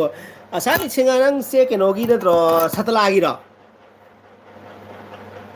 ꯑꯁꯥꯁꯤꯡꯉ ꯅꯪ ꯁꯇꯂꯥꯒꯤꯔ ꯁꯇꯂꯥ ꯍꯥꯏꯕ ꯀꯩꯅꯣ ꯈꯨꯟ ꯃꯃꯤꯡꯗꯣ ꯑꯩꯁꯨ ꯀꯩꯗꯤ ꯀꯥꯎꯊꯣꯛꯈ꯭ꯔꯦꯅꯦ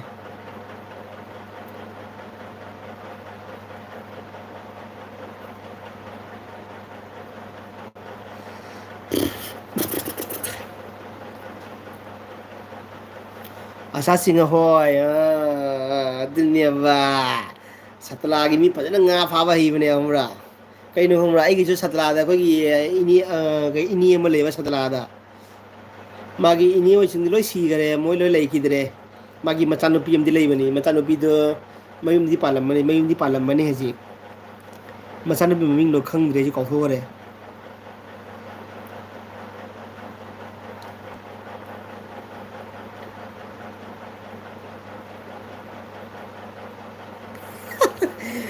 ꯑꯁꯥꯁꯤꯡ ꯍꯣꯏ ꯑꯁꯥꯁꯤꯡ ꯔꯕꯤ ꯕ꯭ꯔꯣꯅ ꯑꯩ ꯁꯠꯂꯥꯒꯤꯔ ꯍꯪꯉꯒ ꯏꯆꯥꯅꯨꯄꯤꯅ ꯍꯥꯏꯅ ꯈꯨꯝꯃꯦ ꯑꯩꯅ ꯑꯦꯜꯕꯤꯗꯤ ꯑꯃ ꯅꯆꯥꯅꯨꯄꯤꯅ ꯀꯨꯝꯍꯩ ꯑꯣꯟꯊꯣꯛ ꯅꯨꯡꯁꯤꯈ꯭ꯔꯦꯗ ꯃꯇꯧꯗꯣ ꯃꯥꯅ ꯇꯧꯔꯝꯗꯣꯏ ꯃꯑꯣꯡ ꯃꯇꯧꯗꯣ ꯃꯥꯏ ꯀ꯭ꯌꯨꯠꯇꯨꯒ ꯅꯣꯛꯇꯅ ꯁꯤꯅꯤ ꯍꯧꯖꯤꯛꯇꯤ ꯕꯣ ꯅꯣꯡꯁꯦ ꯆꯨꯕꯁꯤꯅ ꯅꯣꯡ ꯌꯥꯝ ꯆꯨꯏꯕꯀꯣ ꯑꯗꯨꯅꯅꯦ ꯐꯤꯒꯁꯦ ꯀꯪꯗ꯭ꯔꯦ ꯑꯗꯨꯅ ꯑꯩꯈꯣꯏꯒꯤ ꯖꯟꯗꯥ ꯃꯌꯥꯝꯁꯦ ꯑꯗꯨꯝ ꯁꯤꯗ ꯑꯗꯨꯝ ꯐꯧꯔꯦ ꯐꯦꯟ ꯃꯈꯥꯗ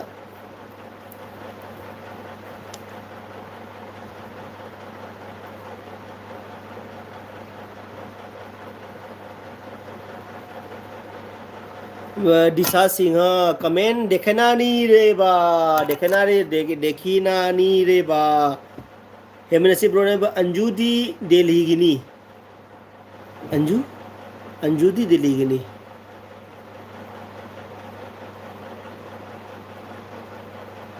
अंजू आई दी कनानो ब्रो हेमनसी ब्रो अंजू से कनानो अंजू दी दिल्ली गिनी ꯑꯁꯥꯁꯤꯡꯅ ꯑꯩꯅ ꯀꯨꯆꯨ ꯃꯨꯔꯤꯁꯦ ꯑꯗꯨꯗꯅꯤꯅꯦ ꯑꯩꯁꯨ ꯈꯪꯉꯦꯕ ꯑꯩꯈꯣꯏ ꯉꯥ ꯐꯥꯕꯒꯤ ꯀꯨꯆꯨꯁꯦ ꯃꯨꯔꯒ ꯔꯥꯁꯤ ꯂꯩꯕꯅꯦꯕ ꯈꯪꯕ꯭ꯔꯥ ꯑꯩꯈꯣꯏ ꯅꯨꯡꯁꯥ ꯑꯩꯈꯣꯏꯒꯤ ꯀꯣꯏꯔꯒ ꯃꯨꯕꯁꯤꯅꯅꯦ ꯑꯩꯈꯣꯏ ꯃꯨꯀꯥꯅꯕꯅꯦꯕꯀꯣ ꯑꯗꯨꯒ ꯉꯥ ꯐꯥꯔꯒ ꯃꯨꯕꯁꯤꯅꯅꯦ ꯃꯨꯔꯒ ꯔꯥꯁꯤ ꯂꯩꯕꯅꯦꯕ ꯑꯁꯥꯁꯤꯡꯅ ꯄꯨꯄꯨ ꯍꯥꯏ ꯅꯣꯛꯁꯜꯂꯛꯑꯦ ꯑꯩꯒꯤ ꯐ꯭ꯔꯦꯟ ꯑꯅꯤꯈꯛꯇ ꯉꯥꯏꯔꯦ ꯍꯩꯃꯤꯟꯅꯁꯤꯕ꯭ꯔꯣ ꯑꯁꯥꯒꯤ ꯃꯆꯥꯅꯨꯄꯤꯗꯣ ꯑꯟꯖꯨ ꯀꯧꯕꯅꯤ ꯑꯠꯆꯥ ꯑꯠꯆꯥ ꯑꯣ ꯑꯁꯥꯒꯤ ꯃꯆꯥꯅꯨꯄꯤꯗꯣ ꯑꯟꯖꯨ ꯀꯧꯕꯅꯦꯕ ꯑꯠꯆꯥ ꯑꯠꯆꯥ ꯑꯣꯀꯦ ꯑꯣꯀꯦ ꯑꯆꯥ ꯉꯁꯥꯏ ꯅꯣꯏ ꯀꯩꯅꯣ ꯆꯦꯛ ꯀꯦ ꯃꯣꯔꯗꯒ ꯍꯩꯃꯤꯟꯅꯁꯤꯕ꯭ꯔꯣꯒꯁꯨ ꯎꯅꯗ꯭ꯔꯣꯅꯦ ꯎꯅꯗ꯭ꯔꯣ ꯑꯃ ꯅꯣꯏꯗꯤ ꯀꯥꯏꯗ ꯅꯣꯏ ꯀꯩꯅꯣꯗꯅꯦ ꯍꯥꯏꯕꯗ ꯅꯣꯏꯗꯣ ꯀꯩꯅꯣ ꯍꯥꯏꯕꯗꯣ ꯀꯅꯥꯗꯥ ꯍꯥꯏꯕ꯭ꯔꯥ ꯀꯅꯥꯗꯥ ꯀꯅꯥꯗꯥꯗ ꯑꯁꯥꯅ ꯀꯅꯥꯗꯥꯗ ꯑꯗꯨꯗꯒꯤ ꯍꯩꯃꯤꯟꯅꯁꯤꯕ꯭ꯔꯣꯅ ꯗꯦꯜꯂꯤꯗ ꯀꯦꯅꯥꯗꯥ ꯀꯦꯅꯥꯗꯥ ꯍꯥꯏꯃꯤꯅꯤꯁꯤꯕꯨ ꯑꯁꯥꯒꯤ ꯃꯆꯥꯅꯨꯄꯤꯗꯣ ꯑꯟꯖꯨ ꯀꯧꯕꯅꯦꯕꯀꯣ ꯑꯆꯥ ꯑꯆꯥ ꯑꯟꯖꯨ ꯀꯧꯕ ꯑꯩ ꯈꯪꯗ꯭ꯔꯕꯀꯣ ꯑꯗꯨꯒꯤꯅꯤ एस के 7888 हाय एस के ट्रिपल आई हिंदी बोलो हिंदी बोल हाँ भाई कैसे हो ठीक ठाक ना बढ़िया चंगा एस के भाई थैंक यू मेरे एलबी में आने के लिए थैंक यू एलबी में आके मेरे एलबी में आके आपने हाई किया तो इसलिए मैं भी आपको salute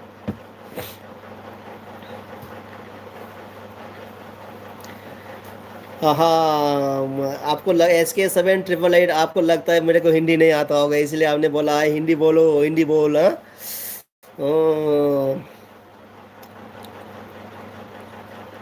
super bro SK bro super bro thank you so much bro thank you so much SK 7888 thank you so much check असा सिंगनाइबा चेक टी नुंगतीगी उनई अच्छा ओके ओके मैं ची दुगा उनई सुवाई चेक मोरसिस नाइबा ओ आई खंगे असा राशि लेरिसे नोंसादा nga parakbagi phabagini parakbagini aibadong chumi chumi check moursis mai nga phabini SK 7888 super bro thank you so much S के Y triple as नहीं भाई कोई नहीं ऐसे ही मजाक कर रहा हूँ भाई ऐसे मतलब बुरा नहीं मानना ऐसे ही मजाक कर रहा हूँ एस के भाई आप में एस के भाई आप भी ठीक ठाक है ना बढ़िया है ना कहाँ से हो आप सिंगल लाइफस्टाइल अई हंडक्ती नेने असागी एलबी यावबा ngamdrebo सिंगल लाइफस्टाइल है अईदी हंडक्ती नेने असागी एलबी यावबा ngamdrebo ay kapsu kappe S K 7888 bro आप कहाँ से हो मैं असम से ब्रो एस के ब्रो मैं असम से हूँ अभी तो मैं गोवा से लाइव मैं असम गुवाहाटी से हूँ और अभी लाइव गुवाहाटी से गोवा से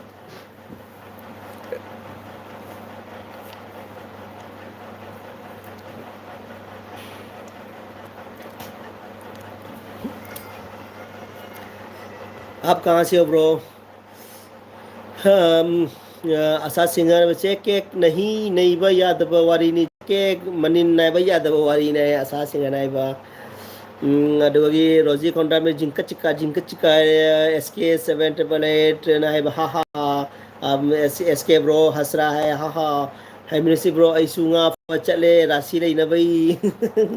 ꯍꯩꯃꯤꯟꯅꯁꯤ ꯕ꯭ꯔꯣꯅ ꯍꯧꯖꯤꯛ ꯉꯥ ꯐꯥꯕ ꯆꯠꯂꯗꯤꯀꯣ ꯂꯋꯥꯏꯗ ꯔꯥꯁꯤ ꯂꯩꯔꯅꯤꯀꯣ ꯃꯨꯀꯥ ꯃꯨꯊꯛꯅ ꯔꯥꯁꯤ ꯂꯩꯔꯅꯤꯀꯣ लवाइडा एस के ट्रिपल ए बिहार से हूँ अच्छा ओके ओके बिहार से ओके ओके चलो बिहार तो बहुत बढ़िया जगह है बिहार तो मेरे को भोजपुरी लैंग्वेज मुझे बहुत पसंद है मुझे भोजपुरी बहुत अच्छा लगता है और सिंगल लाइफ ऐ सुंगा फारूगे आई बाई बाबू कैसा नंग का फाड़ो देनो लाइफ स्टाइल ब्रो अभी कहाँ पकड़ने जाओगे मछली सिंगल लाइफ स्टाइल ब्रो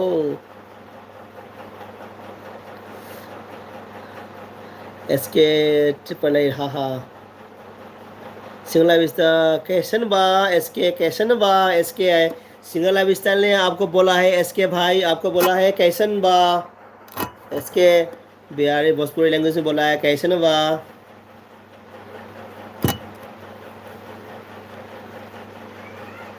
जो भी मेरे एलबी में आया है जितना भी मेरा फ्रेंड आया है तो प्लीज़ मेरे एलबी को लाइक करके लाइक कीजिए एस के ब्रो ने ठीक बा सिंगल अविस्ता है ठीक बा बोल रहा है एस के ट्रिपल आई ने सिंगल अविस्ता है ठीक बानू हेलो मेमी लाइस्ट्रम हाय चल हाय मेमी लाइस्ट्रम चल सिस्टर बू एलगी एलबी लापी भी नमक वेलकम वेलकम टागचरी hello Ravi hi thank you sis hi hi hi असासिंगा हैमिनसी nga ta faraga rasi do leidoi natte khuju khulai yam changi ko rasi leina ba khuju khulai da khara dai हैमिनसी khara haibi khro asa मिला इस्लाम like done thank you मिला इस्लाम Mitchell thank you like तो भी तमकता और LB से लाख भी तमकता thank you और नुसीरबा comment भी तमकता नबुंग न थाके चरी थैंक यू असासिंगा अइना चही कयानो चंद्रिबा राशि लेनबा होनाबदा अइना चही कयानो चंग्रिबा अइना राशि लेनबा होनाबदा दा नोक्सले अदुनियबको केगमो सिसनेबा रवि हाइजलिनी असागा उनदे लाभ नहीं माना ग्रेटर ग्रेटर नोएडा अच्छा मा नोएडा नोएडा कनाडा नोएडा नोएडा अने दिल्ली लाओ हाइबू लापीदे ओ अच्छा ओके अदुने असा कई चतरीनो मीना इनवाइट रो कई चतरीनो माधुरी ना दुख फजरे नुसीना इनवाइट रो ना कई चतपीद्रीनो मुतकना राशि लेबे कई चतपीद्रीनो मेमी लाइसराम आशा हाई टोरे को एस के ट्रिपल आई ना है हमें नहीं समझने आती है हमें नहीं समझ समझ में आती है हमें नहीं समझ आती है अच्छा आपको समझ में नहीं आया ना क्योंकि हम अपना मेरा मणिपुरी लैंग्वेज में बात कर रहे हैं ना एस के भाई एस के ब्रो इसीलिए आपको समझ में नहीं आ रहा है इसलिए वो लोग भी क्या मेरा जितना फ्रेंड है ना वो मणिपुरी में मेरे को कमेंट दे रहा है तो इसलिए मेरे को मणिपुरी में ही पढ़ना पड़ रहा है तो आप बुरा मत मानिए जब आप हिंदी में लिखोगे जो भी लिखोगे मैं आपका लैंग्वेज में पढ़ूंगा हम मणिपुरी लैंग्वेज में बात करें इसलिए आपको समझ में नहीं आ रहा है इसलिए आप माफ़ कीजिएगा ब्रो एस के ब्रो मेमिला श्रम चेक के हाय हैमिनसे असा नंगी राशि लेबा लोइरबनिना खुजु खुलाइदो एंगोंदा अमुक सिनरओ है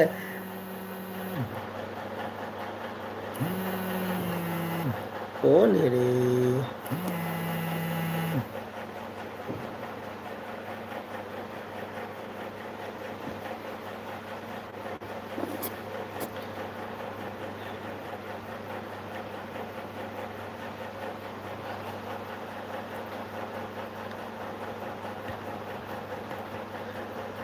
असा हैमिनसी ब्रो पीबी खरो असा नंगी खुलाई म्याम दो असा सिंगा मेमी हाय हैमिनसी ब्रो मेमी लाइसरम हाय मेमी लाइसरम दा हैमिनसी हाय केमोसी हाय मेमी हाय नुसी तौसले लापसिमोल पिसले हाय तौरे असा सिंगा हैमिनसी यादेको मेमी लाइसरम राशि लेबै खुदसु खुलाइसु लेनब्रो मेमी लाइसरम राशि लेनबै खुदसु खुलाइसु लेनब्रो ऐसु पामजैदा हाहा नौसले को मेमी नमो मेमी सिस्टर लेबनी राशि लेबगीने खुदसु खुलाई लेबनी असादा हैमिनसी नमु सवले तो मयाग खुचले आशा फतबी हैना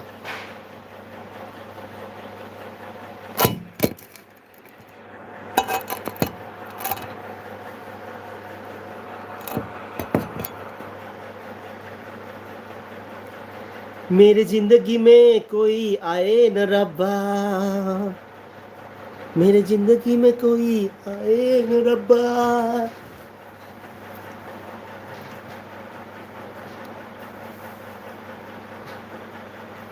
मेरा बाल सफेद हो गया ना, इसलिए मैंने वो टोपी लगाना पड़ रहा है, क्या करें.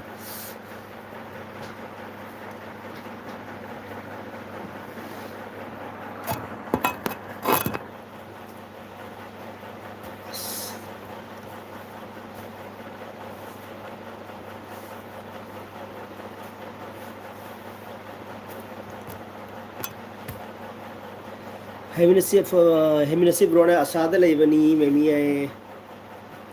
ꯑꯩꯒꯤꯁꯦ ꯄꯨꯡ ꯑꯃ ꯐꯥꯔꯦꯀꯣ. ꯄꯨꯡ ꯀꯌꯥꯐꯧ ꯇꯧꯁꯤꯒꯦ ꯈꯪꯗ꯭ꯔꯦ ꯇꯧꯔꯤꯁꯦ. ꯑꯦꯜꯕꯤꯁꯦ ꯍꯦꯃꯤꯅꯁꯤꯞ ꯑꯁꯥꯗ ꯂꯩꯕꯅꯤ ꯃꯦꯃꯤ ꯑꯩ ꯃꯦꯃꯤ ꯂꯥꯏꯁ꯭ꯔꯝ ꯏꯆꯜ ꯍꯥꯏꯕ ꯑꯗꯨꯅꯅꯤ ꯑꯩꯁꯨ ꯈꯜꯂꯝꯃꯤꯅꯤ ꯑꯁꯥꯁꯦ ꯁꯨꯛꯌꯥꯝ ꯔꯥꯁꯤ ꯃꯇꯨꯝ ꯃꯇꯨꯝ ꯂꯩꯔꯤꯁꯦ ꯀꯃꯥꯏꯅ ꯇꯧꯔꯤꯖꯥꯠꯅꯣꯅꯦꯅ. ꯑꯗꯨꯅꯦꯕ, ꯑꯗꯨꯅꯤ ꯃꯦꯃꯤꯅ ꯂꯥꯏꯁ꯭ꯔꯝꯅ ꯍꯥꯏꯕꯀꯣ. ꯑꯗꯨꯅꯅꯤ ꯑꯩꯁꯨ ꯈꯜꯂꯝꯃꯤꯅꯤ ꯑꯁꯥꯁꯦ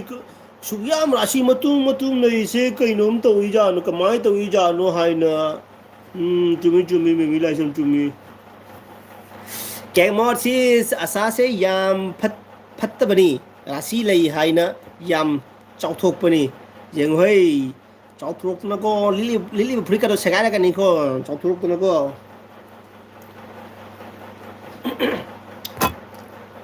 मेरे जिंदगी में कोई आए न रब्बा, ꯑꯁꯥꯁꯦ ꯌꯥꯝꯅ ꯐꯖꯕꯅꯤ. ओ मेरे दिल दीवाना दिल सजना दिल माने ना है पगलाए समझाने से समझे ना. ओ दिल दीवाना दिल सजना की माने ना. ꯀꯦꯛ ꯃꯣꯠꯁꯤ ꯑꯁꯥꯁꯤ ꯑꯃ ꯑꯁꯥꯁꯤꯡ ꯑꯩꯒꯤ ꯅꯦꯠ ꯑꯣꯏꯔꯨꯔꯦ. ꯑꯆꯥ ꯅꯦꯠ ꯁ꯭ꯂꯣ ꯑꯣꯏꯔꯨꯔꯦ.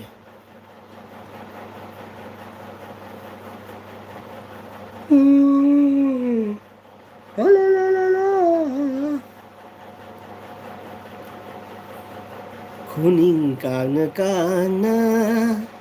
ꯈꯨꯕꯥꯛ ꯈꯟꯅ ꯈꯟꯅ ꯉꯥꯏꯔꯝꯈꯤꯅꯤ ꯃꯥꯅꯗꯤ ꯑꯩꯕꯨ ꯉꯝꯂꯒ ꯆꯤꯡꯒꯤ ꯆꯤꯡꯌꯥꯏꯗ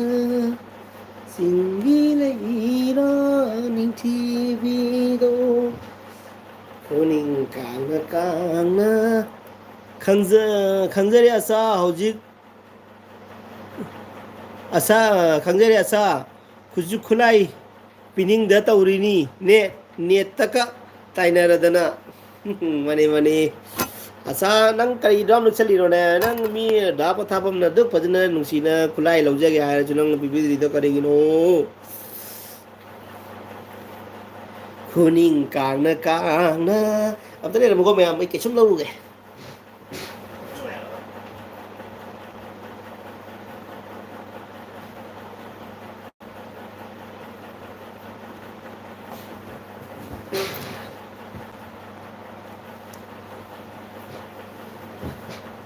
ꯁꯦ ꯀꯩꯅꯣꯒꯤ ꯑꯩꯅ ꯅꯍꯥꯟ ꯀꯩꯅꯣꯗ ꯆꯠꯂꯨꯕꯅꯦꯕꯀꯣ. गोवा चलूबी बरसा लामेको बरसा ने फिर मेरे गूगल से नहीं कीजिए. ये जो मैंने जो गूगल से लगाया है ना, ये बरसा ने मेरे को दिया है. ऐसे स्टेज से ऐसे फेंक के दिया ना, तो मैंने लिया था. चलो इसलिए मैंने एक ग्लास टूट गया, उधर ही टूट गया भीड़ भाड़ में. उधर को बहुत क्राउड था इसलिए वो टूट गया. एक ग्लास टूट गया इसलिए ला नहीं पाया, तो इसलिए एक ग्लास बचा है. तो इसलिए मैं यूज़ करता हूँ क्योंकि बरसा ने क्योंकि फेंक के मिल दिया ना, तो इसलिए मैंने ये रखा हूँ, संभाल के रखा हूँ. ये गूगल से, बरसा के गूगल से.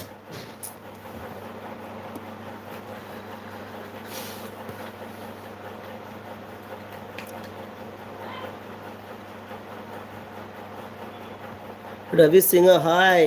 असा सिंह चेक केक ऐसु खली मी हंडक से ऐगी फिरोल सिंह से अमत चाद्रे हाइना हौजिक तक खंगे ऐना राशि लेबै चाउथोकपसिना ओइ हाइ यानी चाउथोकपसिना ओइ यानी. मनी मनी असा अदुनी असा मदनी नंग चाउथोकपन तौबे अदुनी मेमी लाइसरम ग्लास तो थैंक यू आई नोक्सले को मेमी लाइसरम नहीं बिन राज मेमी से ऐसी बादशाह ने पिया से बादशाह ने पिया अभी तो पार्टी शुरू हुई है, अभी तो पार्टी शुरू हुई है.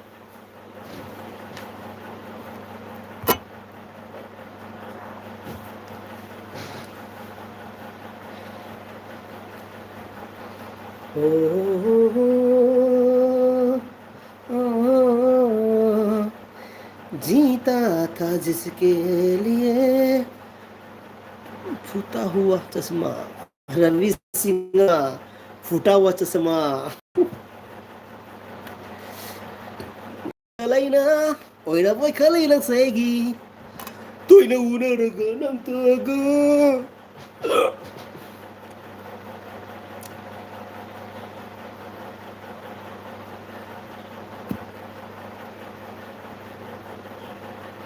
nah jodana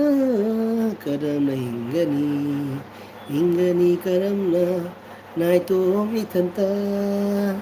sanglaba pun sigi mamlaba lambi sida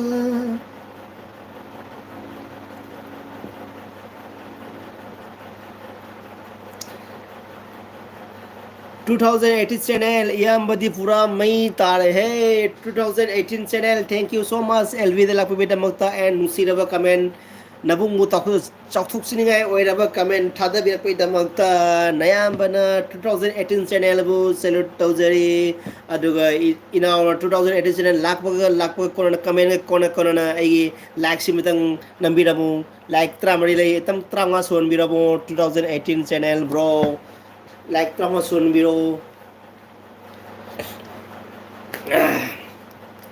Hemlata Hemlata sai thế lo cha cam thế kìa khả nào thế nào này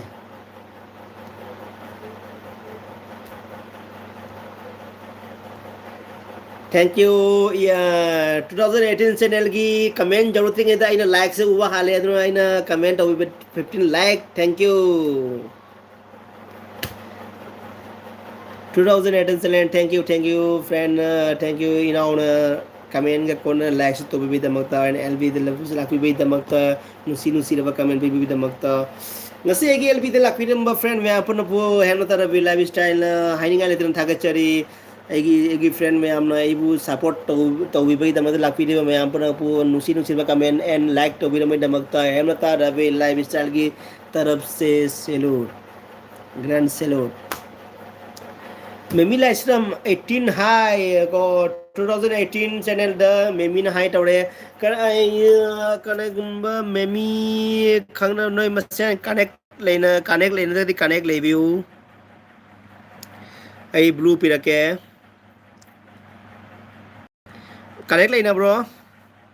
connect lena the di ai blue pirake no connect no 2018 channel nan kayumba igi elbis aham magal lapo so ere ko aduna kayumba nan igi friend me am singda ano bo ena bagadi connect let me know hello memi 2018 namu haire ko hello memi hai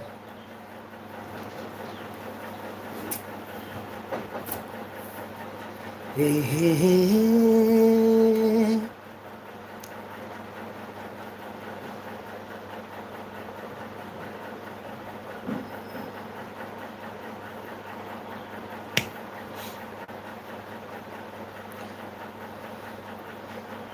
दूर से देखा तो दूर से देखा तो एक दूर से देखा तो एक औरत नदी में नहा रही थी दूर से देखा तो एक औरत नदी में नहा रही थी हाँ कहिए अच्छा पास जाके देखा तो एक सरदार निकला एक सरदार था Heminasi Bronam hai tawre ko hai aigi chanupi hogale mama na signal pirame I chanupi manakta lei waina to nang chalon mi changi do sangom jaruda sarang to sangom jaruda I chanupi jago tare na taw ise elbis dangang masida Iyambadi 2018 Iyambadi dialogue ka jam hai na thank you bro thank you 2018 bro thank you हम्म। एक बंदा petrol pump में गया था petrol डालने के लिए। एक बंदा गया था पेट्रोल पंप में पेट्रोल डालने के लिए। तो वो हमेशा 100 रुपये 100 रुपीज़ का पेट्रोल डालते थे वो। हमेशा वो 100 रुपीज़ का पेट्रोल डालता था। लेकिन जब पेट्रोल महंगा होने के बाद फिर गया पेट्रोल डालने के लिए, तो पेट्रोल पेट्रोल पंप वाले ने पूछा भाई को, भाई आपको कैसे लगा पेट्रोल महंगा हो गया? तो उस भाई ने बोला, यार मेरे को क्या पता, मैं तो पहले भी 100 रुपये का डालता था, अभी भी 100 रुपये का डालता हूँ पेट्रोल। मेरे लिए कोई फ़र्क नहीं है। पहले भी 100 रुपये का डालता हूँ, अभी भी 100 रुपये का डालता हूँ। यही जवाब दिया बंदे ने पेट्रोल पंप वाले को। तो कैसे लगा मेरा स्टाइल, मेरा जो क्या बोलता है मज़ा, कैसा मेरा जो कैसा लगा? अच्छा लगे तो मेरे कमेंट कीजिए, कमेंट कीजिए, कमेंट कीजिए।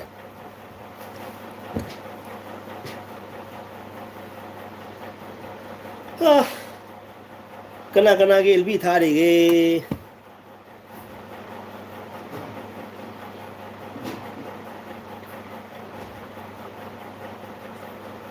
अब तुम बात पे है कितना वाला इधर चंगे लो चंगे। मेरे को धमकी दे रहा है, पूरा बिस्तर ख़राब कर रहा है, तो बिस्तर को ठीक करके निकलना करके एलबी ख़त्म होने के बाद ऐसे धमकी दे के गया मेरा मालकिन। पूछो मत। हाँ, क्या कुछ नहीं, क्या बोला? कुछ नहीं बोला। अभी पता चल जाएगा, इसे खुद ही बोलो क्या बोला। मैंने बोला है, आपने अच्छा से बोला है, क्योंकि बिस्तर ठीक करके आने के लिए बोला करके।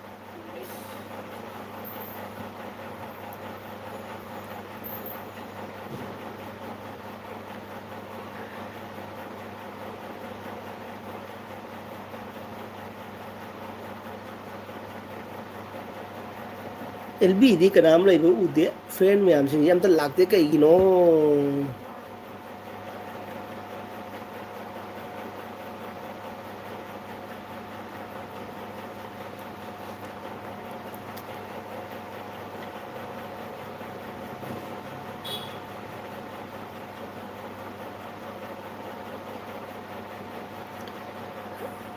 2000 से iyamba से वीडियो खरा जेंबी iyamba आईगी वीडियो आईगी सु वीडियो खरा जेंबियो जेंबियो। ओए 2018 चैनल आईगा दी रंग जे फ्रेंड दी लई गुम तो बुनी को 2018 चैनल से के फ्रेंड दी लई बनी। ता जेंगे ना 2018 चैनल ना जेंगे को। दूर से देखा तो कुछ नहीं था, दूर से देखा तो कुछ नहीं था। पास जाके देखा तो वाकई कुछ नहीं था। तुमने पास जाके देखा तो वाकई कुछ नहीं था। फिर मुझे ख्याल आया मेरे पास तो चश्मा ही नहीं था। गुड, वाह वाह, अच्छा, बहुत अच्छा लगा। इमरसी ब्रो का मजाक मेरे को बहुत अच्छा लगा। 2018 2018 2018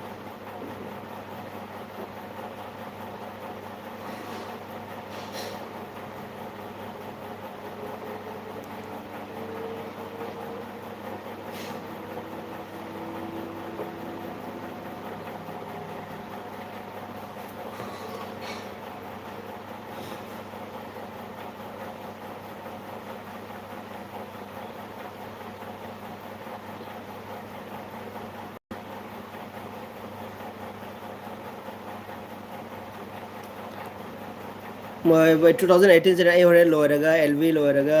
नंगी चैनल सिंग कई नो थोरक्त्रिसे 2018 चैनल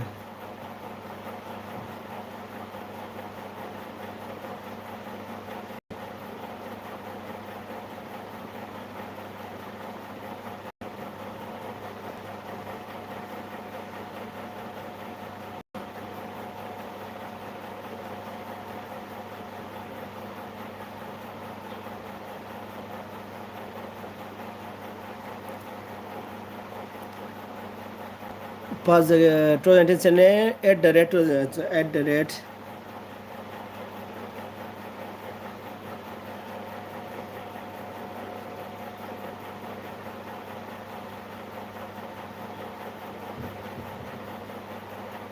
2018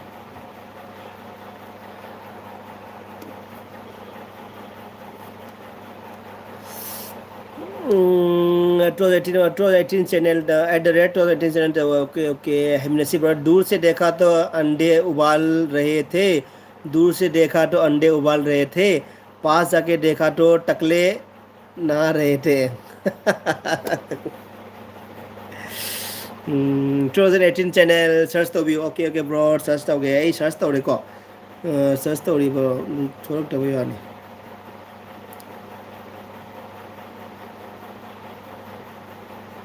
एट द रेट सो हापे थोरक्ते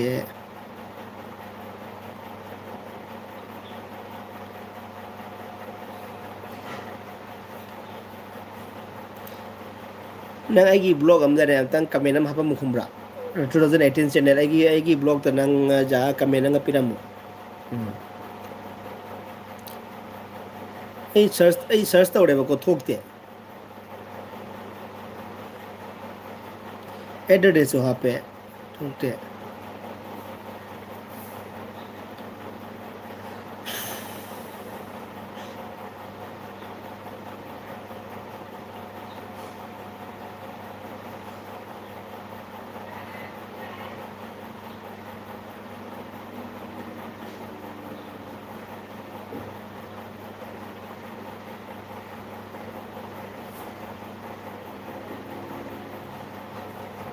mayam comment please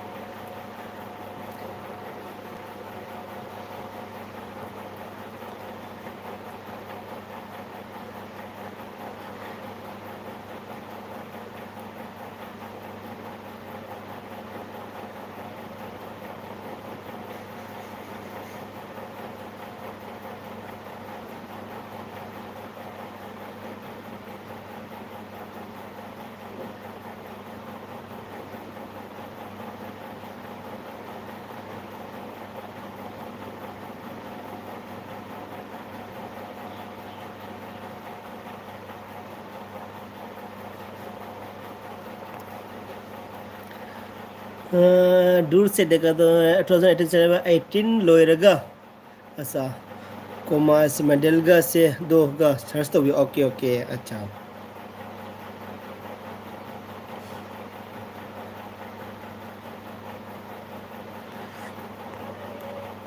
18 लोयरगा at the rate 2018 channel channel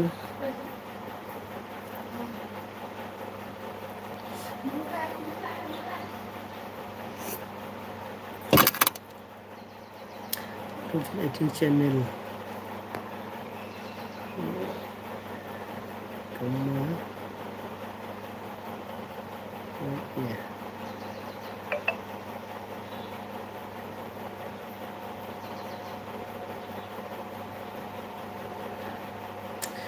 थोकते bro कहीं सुबह थोकते थोकते नंगे एड्रेस लो हापे तू थोकते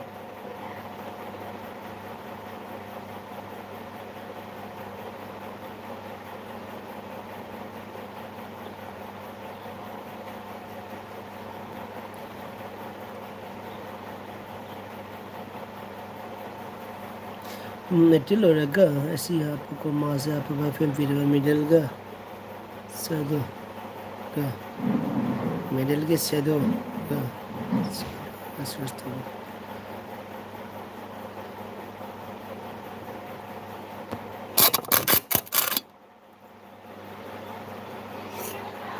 मैं वारे कोई चाहते ही इनको सौ दे वाला उधर दे पूरा मुझे पेड़ूंगा अमन को पेड़ एलबी था बस वाई ने वो चागा जूस का मरक तो ब्रेक तो उधर दे अब तुम खानाओ कंग भी वाली नहीं वो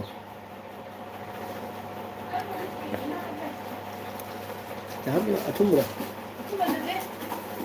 ये पिलो ना दबा लो पिलो इन सब में दबा लो pillow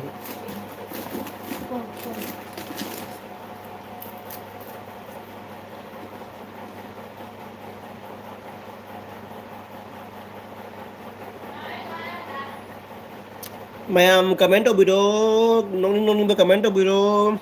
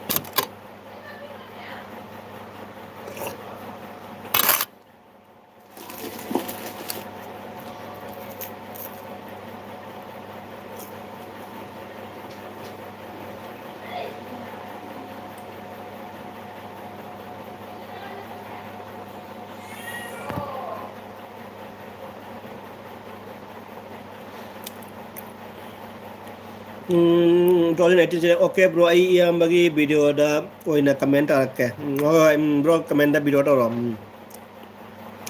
Ai kan jab trolley 18 se ai na subscribe to ni ko. Ai na di to gim to ri. Keno da nan keno gi LB da lag pura. Ke mosis ke LB da ga lag pura. Robita gi LB de asagi LB da ga lag pura.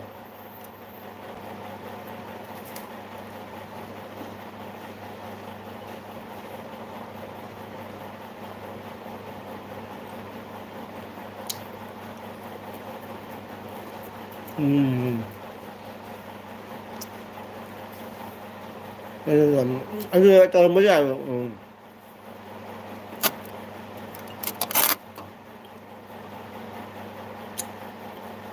ai đi bộ mấy tí vui rồi đều à giá LV để cho là giá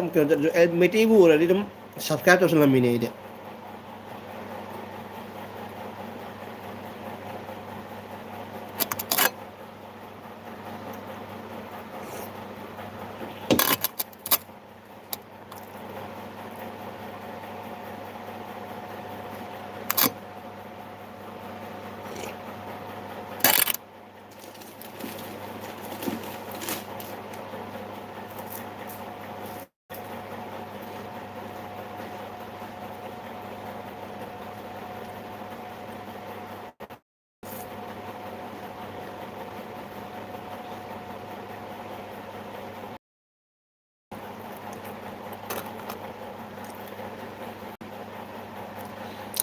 कौन कहता है मोहब्बत बर्बाद कर देती है कौन कहता है मोहब्बत बर्बाद कर देती है निभाने वाले मिल जाए तो दुनिया याद करती है कौन कहता है मोहब्बत बर्बाद कर देती है निभाने वाले मिल जाए तो दुनिया याद करती है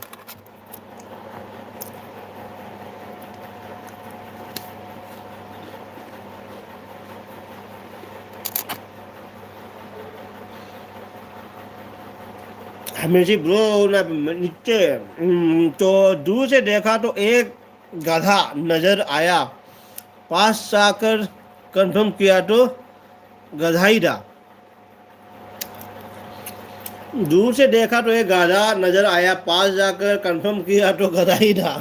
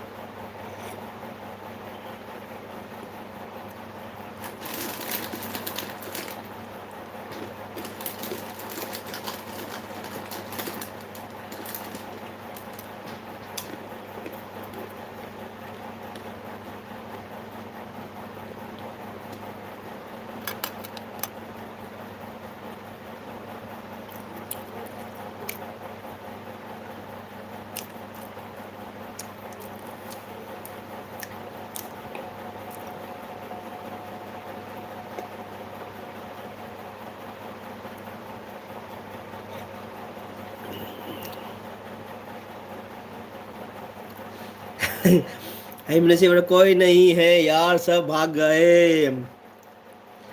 Ropita Kitchen, Aigi Kadai, Asa Singa.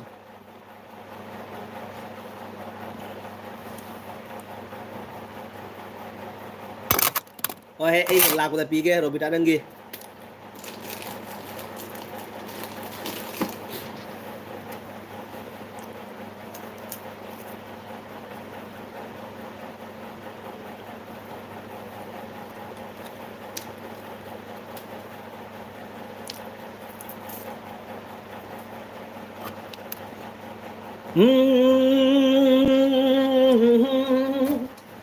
Oh, ho, ho, ho. Thamoy sing na. Ôi mai biscuit cứ chay nên tàu rồi.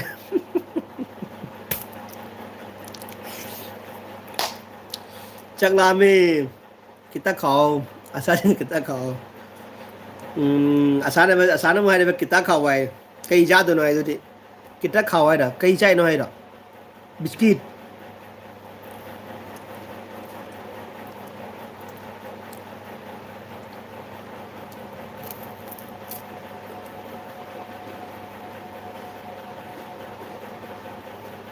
Hemlata, cha này không đi vào. Cha sẽ ốc từ đấy vào. Cha sẽ ốc từ đấy vào.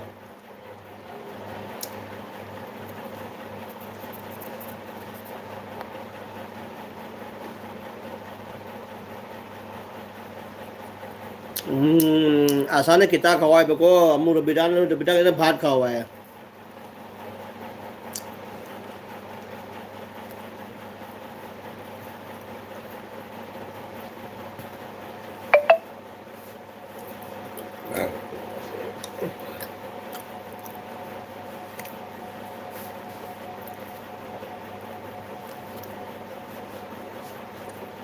Phải bây giờ.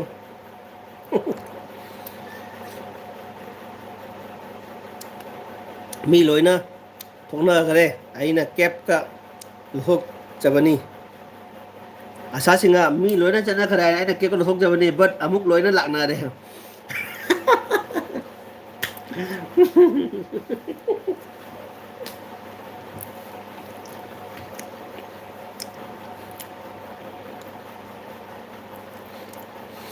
Rồi kita kitchen cho semua cái nọc sắt lẹng, cho semua saya nọc sắt lẹng này bao. Rồi hay mình nasi bro na, kudung musa lẹng.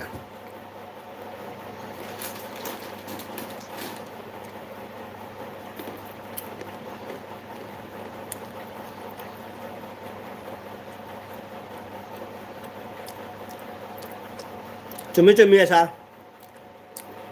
mutak na nasi lagi biasa cumi.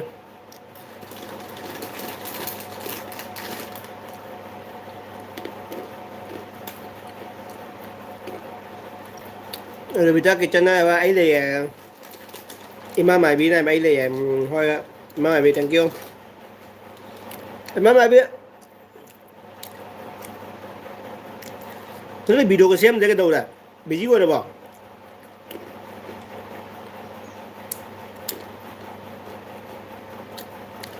Saking nó mai khai chơi mai khai cái chữ lại cái đó.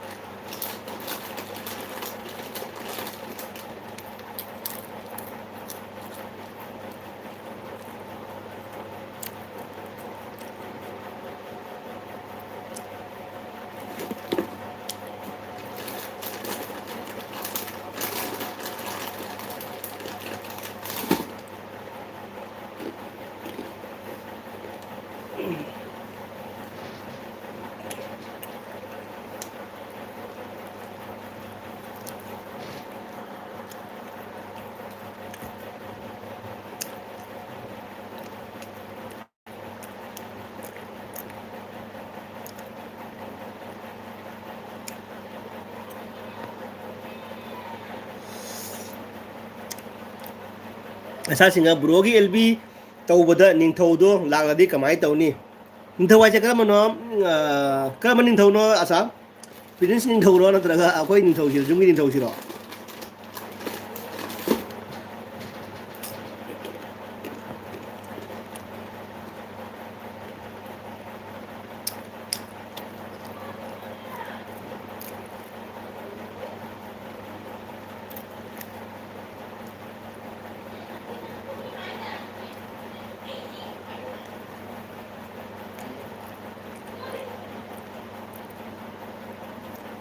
ꯑꯣ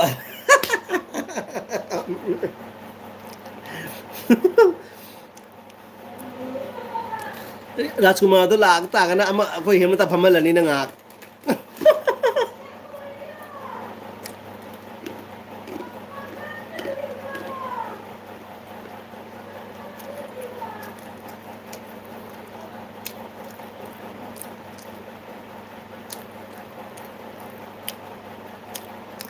ꯅꯠꯇ꯭ꯔꯒ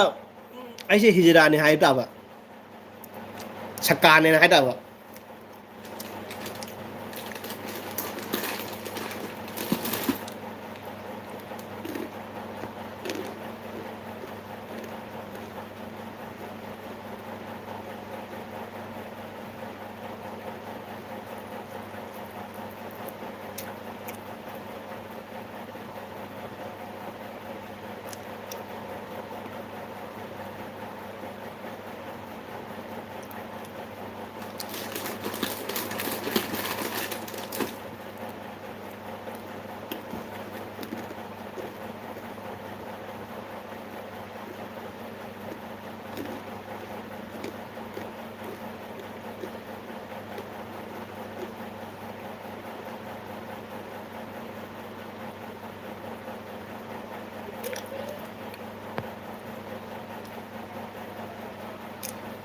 ꯑꯁꯥꯁꯤꯡ ꯑꯗꯨꯅ ꯐꯅꯤ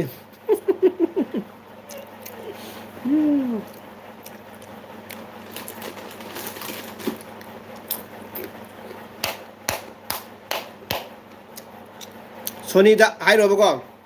Sony bro ꯑꯣ ꯍꯦꯃꯂꯇꯥ ꯖꯅ ꯌꯦ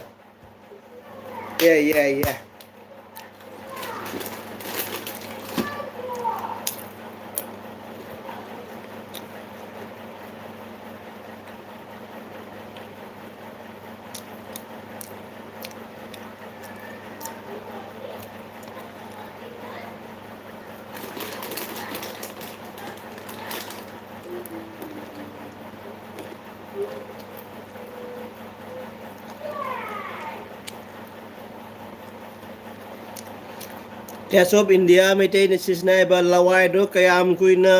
ꯀꯨꯞꯀꯦ ꯍꯥꯏꯔꯒꯦ ꯍꯥꯏꯔꯤꯒꯦ ꯍꯥꯡꯗꯣꯛꯅ ꯌꯦꯡꯍꯜꯂꯣ ꯗ ꯍꯥꯡꯗꯣꯛꯅ ꯌꯦꯡꯍꯜꯂꯛꯎꯗ ꯍꯥꯡꯗꯣꯛꯅ ꯌꯦꯡꯍꯜꯂꯧꯗꯅ ꯃꯤ ꯂꯤꯛꯂꯤꯉꯩꯗ ꯅꯣꯛꯁꯜꯂꯛꯑꯦ ꯍꯣꯏ ꯍꯣꯏ ꯑꯦ ꯆꯨꯁꯃꯥ ꯀꯥꯏꯔꯝꯒꯅꯤꯗꯣ ꯈꯤꯇꯪ ꯉꯥꯏ ꯍꯧꯖꯤꯛ ꯂꯋꯥꯏꯁꯦ ꯅꯣꯡꯃ ꯀꯦꯔꯒ ꯂꯥꯏꯚ ꯇꯧꯗꯣꯏ ꯅꯣꯡꯃꯗꯤ ꯀꯦꯁꯜꯂꯒ ꯉꯁꯤꯒꯤ ꯂꯨꯖꯗ꯭ꯔꯤꯑꯕꯀꯣ ꯑꯗꯨꯅ ꯁꯛꯁꯦ ꯏꯐ ꯐꯖꯗ꯭ꯔꯦ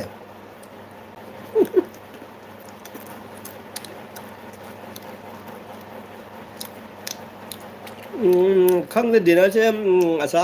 ꯉꯁꯥꯏ ꯅꯨꯡꯊꯤꯟꯒꯤ ꯉꯥ ꯊꯣꯡꯕꯗꯣ ꯑꯗꯨ ꯑꯗꯨꯝ ꯇꯧꯈ꯭ꯔꯅꯤ ꯅꯨꯡꯗꯥꯡꯗꯁꯨ ꯑꯗꯨꯝ ꯃꯆꯤꯗ ꯖꯍꯥ ꯑꯃ ꯑꯣꯝꯂꯦꯠꯂ ꯀꯩꯅꯣ ꯑꯃ ꯍꯧꯔꯒ ꯑꯗꯨꯝ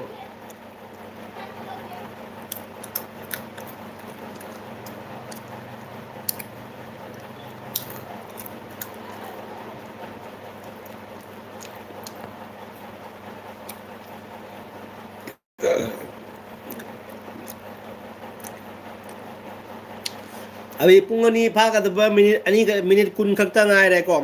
ꯃꯤꯅꯤꯠ ꯀꯨꯟꯁꯦ ꯐꯥꯕꯒ ꯑꯩꯁꯨ ꯑꯦꯜꯕꯤ ꯂꯣꯏꯁꯤꯟꯖꯔꯒꯦ ꯑꯗꯨꯅ ꯃꯌꯥꯝ 15 ꯃꯤꯅꯤꯠꯁꯤꯐꯥꯎ 20 ꯃꯤꯅꯤꯠꯇꯪꯗꯤ ꯃꯌꯥꯝꯅ ꯅꯨꯡꯁꯤ ꯅꯨꯡꯁꯤꯕ ꯀꯃꯦꯟ ꯏꯕꯤꯔꯛꯇꯨꯅ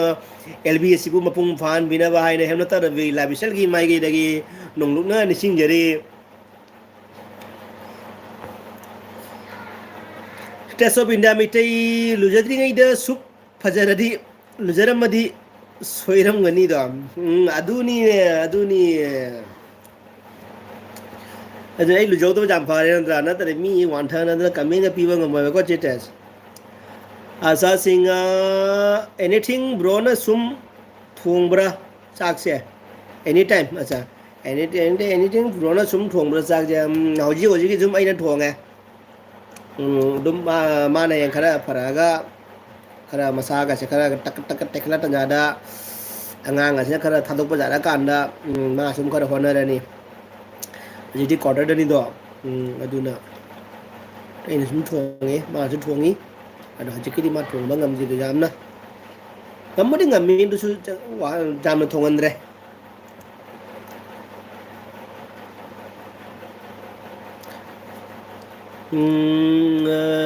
ꯑꯁꯥꯁꯤꯡ ꯑꯩꯅ ꯇꯦꯁ ꯑꯣꯐ ꯏꯟꯗꯤꯌꯥ ꯃꯤꯗꯤꯌꯥ ꯑꯩꯒꯤ ꯏꯅꯥꯎꯅꯨꯄꯥꯁꯤ ꯅꯣꯏ ꯅꯣꯖꯣ ꯂꯥꯒꯤꯅꯨꯀꯣ ꯑꯁꯥꯁꯤꯡ ꯑꯦꯅꯤ ꯇꯥꯏꯝ ꯑꯦꯅꯤ ꯇꯥꯏꯝ ꯍꯥꯏꯒ ꯃꯌꯥꯝꯁꯤ ꯆꯠꯂꯛꯑꯦ ꯑꯩꯗꯤ ꯍꯥꯟꯅꯗꯤꯁꯨ ꯌꯥꯝꯅ ꯆꯥꯛ ꯊꯣꯡꯕꯁꯦ ꯌꯥꯝ ꯄꯥꯝꯃꯦꯀꯣ ꯍꯥꯟꯅ ꯑꯉꯥꯡ ꯑꯣꯏꯔꯤꯉꯩꯗꯁꯨ ꯍꯥꯟꯅ ꯁ꯭ꯀꯨꯜꯒ ꯇꯝꯃꯤꯉꯩꯗ ꯃꯃꯥ ꯍꯣꯏ ꯀꯩꯀꯔꯥꯡ ꯍꯣꯏꯒ ꯐꯤꯒꯥꯁꯦ ꯑꯩꯅ ꯁꯨꯕꯤꯃꯤꯅꯦꯗꯤ ꯑꯗꯨꯝ ꯐꯤꯒ ꯁꯨꯕ ꯏꯃꯨꯡ ꯃꯅꯨꯡ ꯂꯣꯏꯁꯟꯕ ꯏꯃꯨꯡ ꯃꯅꯨꯡ ꯂꯣꯏꯁꯟꯕ ꯑꯗꯨꯒꯤ ꯏꯆꯟꯅꯨꯄꯤꯒꯤ ꯐꯤꯒꯥꯁꯦ ꯂꯣꯏ ꯁꯨꯕꯤꯅꯦ ꯑꯩꯅ ꯁꯨꯃꯥꯡꯗ ꯏꯆꯟꯅꯨꯄꯤꯁꯤꯅ ꯐꯤꯒ ꯇꯤꯡꯁꯤꯟ ꯊꯝꯃꯝꯒꯅꯦ ꯑꯩꯈꯣꯏ ꯁꯨꯗꯤ ꯁꯨꯔꯝꯗꯕ ꯇꯤꯡꯁꯤꯟ ꯊꯝꯃꯝꯕ ꯑꯗꯣ ꯑꯩꯅ ꯎꯔꯅꯤꯅ ꯑꯗꯣ ꯑꯩꯅ ꯁꯨꯗꯣꯛꯄꯤꯔꯝꯒꯅꯦꯕ ꯑꯗꯩ ꯌꯨꯝꯒꯥꯁꯦ ꯑꯗꯨꯝ ꯃꯃꯥ ꯍꯣꯏ ꯂꯩꯔꯤꯉꯩꯗꯒꯗꯤ ꯑꯌꯨꯛ ꯉꯟꯇꯥꯒꯗꯤ ꯑꯩꯅ ꯍꯧꯒꯠꯂ ꯄꯔꯥꯊꯥ ꯁꯣꯌꯥꯕꯤꯟꯒꯤ ꯑꯥꯂꯨ ꯁꯕꯖꯤ ꯊꯣꯡꯕ ꯑꯩꯅ ꯊꯣꯡꯉꯤꯃꯤ ꯊꯦꯡꯀ꯭ꯌꯨ ꯆꯦꯇꯦꯁ ꯍꯥꯏꯕꯤꯕꯒꯤꯗꯃꯛꯇ ꯑꯁꯥꯁꯤꯡ ꯑꯦꯅꯤ ꯇꯥꯏꯝ ꯑꯁꯥꯁꯤꯡ ꯑꯉꯥꯡ ꯌꯥꯎꯗ꯭ꯔꯤꯉꯩꯗꯗꯤ ꯑꯉꯥꯡ ꯌꯥꯎꯗ꯭ꯔꯦ ꯑꯩꯅ ꯏꯁꯄꯤꯁꯦꯜ ꯑꯣꯏꯔꯒꯗꯤ ꯑꯩꯅ ꯊꯣꯡꯉꯦ ꯀꯔꯤꯒꯨꯝꯕ ꯏꯁꯄꯦꯁꯦꯜ ꯑꯩꯅ ꯆꯥꯅꯤꯡꯕ ꯏꯁꯇꯥꯏꯜ ꯑꯣꯏꯔꯒꯗꯤ ꯑꯩꯅ ꯊꯣꯡꯉꯦ ꯑꯁꯥꯁꯤꯁ burger taste of India Meitei ꯆꯥꯛ ꯊꯣꯡꯕꯗꯤ ꯈꯔ ꯂꯥꯏ ꯆꯥꯛ ꯊꯣꯡꯕꯗꯤ ꯈꯔ ꯂꯥꯏ ꯂꯣꯏꯁꯤꯟꯕ ꯀꯣꯟ ꯐꯦꯡꯕꯁꯤꯅꯤ ꯀꯣꯛ ꯁꯥꯔꯤꯁꯦ ꯑꯗꯨꯅꯤꯅꯦ ꯑꯩꯅ ꯆꯥꯛ ꯊꯣꯡꯕ ꯆꯪꯉꯒ ꯑꯩꯈꯣꯏ ꯅꯨꯄꯤꯅ ꯁꯥꯎꯋꯦꯕ ꯅꯪ ꯆꯥꯛ ꯊꯣꯡꯉ ꯑꯩ ꯋꯥꯏꯑꯅ ꯃꯥ ꯀꯣꯟ ꯐꯦꯡꯕꯗ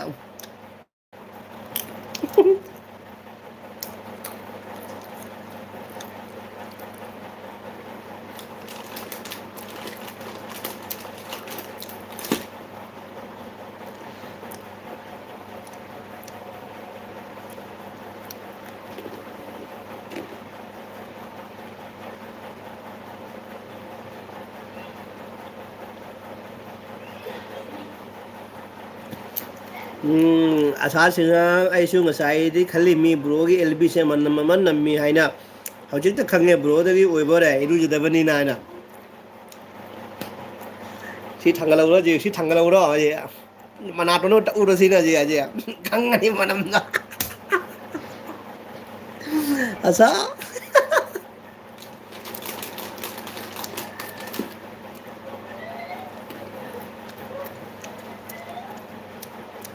ꯑꯩ ꯂꯨꯖꯩ ꯂꯨꯖꯗꯁꯦ ꯁꯦꯒ꯭ꯔꯥꯛꯅ ꯁꯥꯈꯤꯅꯤ ꯁꯦꯒ꯭ꯔꯥꯛꯇ ꯃꯅꯝ ꯅꯝꯃꯅꯤ ꯈꯪꯉꯅꯤ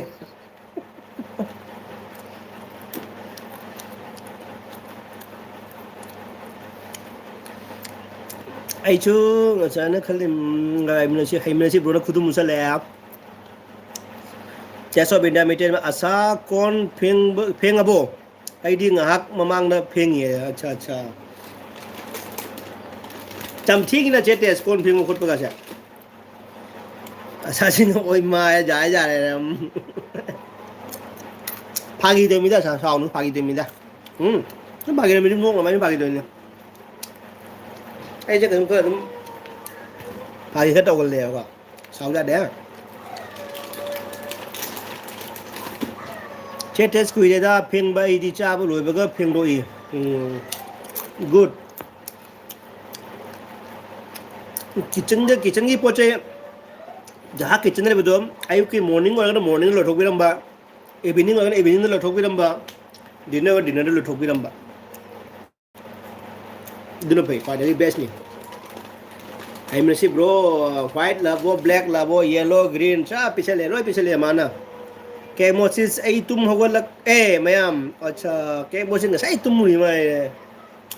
ꯑꯗꯨꯅ ꯑꯩ ꯈꯜꯂꯦ ꯃꯥꯟꯗꯦ ꯁꯤ ꯀꯃꯦꯟ ꯄꯤꯔꯛꯇꯦ ꯀꯃꯦꯟ ꯄꯤꯔꯛꯇꯦ ꯀꯩꯒꯤꯅꯣꯅ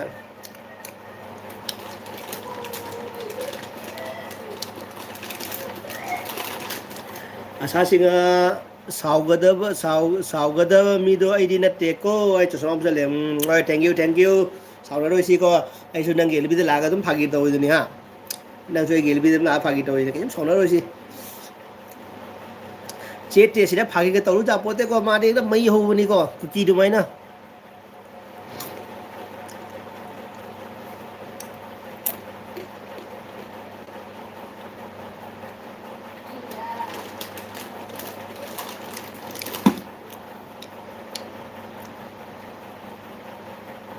Taste of India metai mi angang sumba loraga ping ba mi acha angang che ki so angang pi wai sa Taste of India sister ki so angang pi ba kam chaw ya nga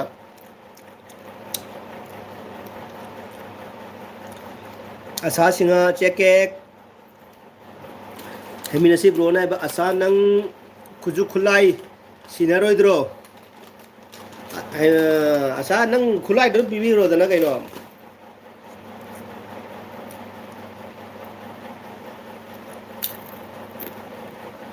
ai ba mi chi lok thu ko sunga ja de amla fanne ka no hono ne ma mi chi lok thu ma mi lok thu ko ja de ba mai khagala chu ja de se shige hin lok thu ko ja de ba si khagala chu akhoi nu bi de fen lok thu se lok thu thum lo ai ki de ba ma khut ani pak tu se se de samai dum de chứ bao nhiêu người vậy phát tôi giờ đi cây nông nè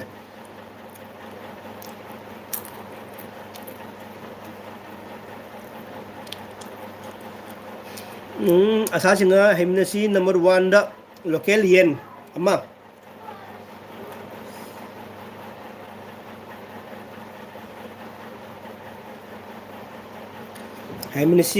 hemnasi no amma da local yen amma asazar kau tak ada mana? Itu tuh si plastik kamu, si plastik. Jadi, Itu nggak bisa nulis sih. itu motor gini, motor Itu ini. apa aja? Plastik. Film tabii ya. Hah? Film tabii ya. Itu lagi nonton deh. Oh, Itu tabii ya.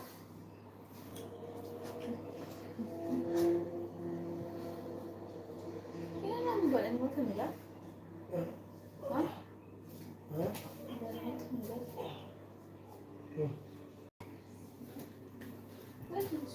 Ada. Ini perlu main mata yang mana tu nak? Memede puro. Papan ang kalin mo siya.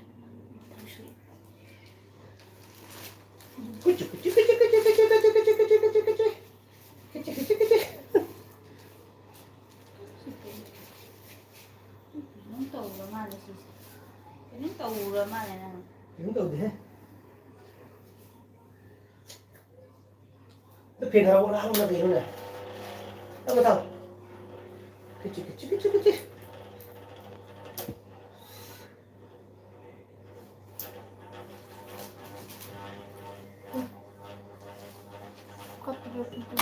Cara ni piro na tato. Enggak, ini ada betul. Itu piro besar kan piro tato. Kalau dekat ni.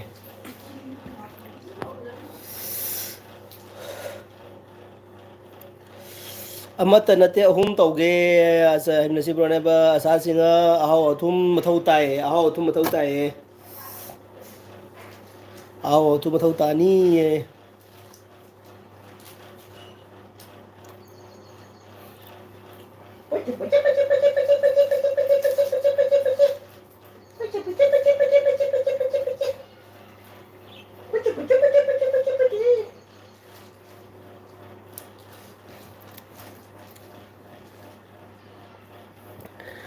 Ravi angang sumbagi sem saklo ay ko okay sakla ke jodi chat sakla ke kara message lage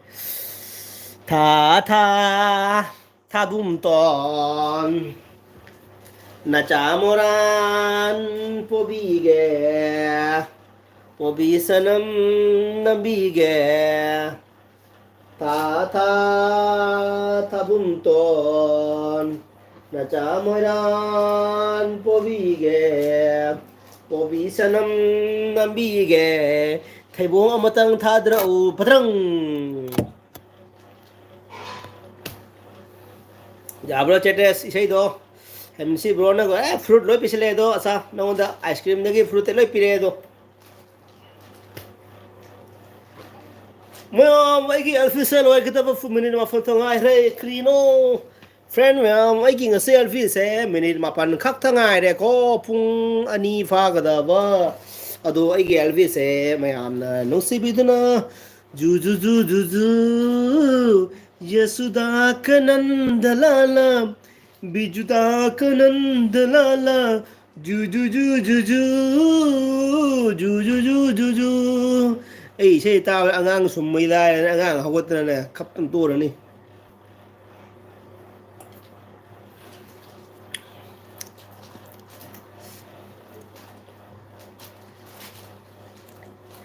ꯂꯩꯔꯥꯡꯅ ꯂꯩꯈꯣꯛꯇꯩ ꯀꯦꯟꯗ꯭ꯔꯤꯉꯩ ꯂꯩꯔꯥꯡꯅ ꯐꯨꯜꯂꯛꯇꯧ ꯀꯦꯟꯗ꯭ꯔꯤꯉꯩ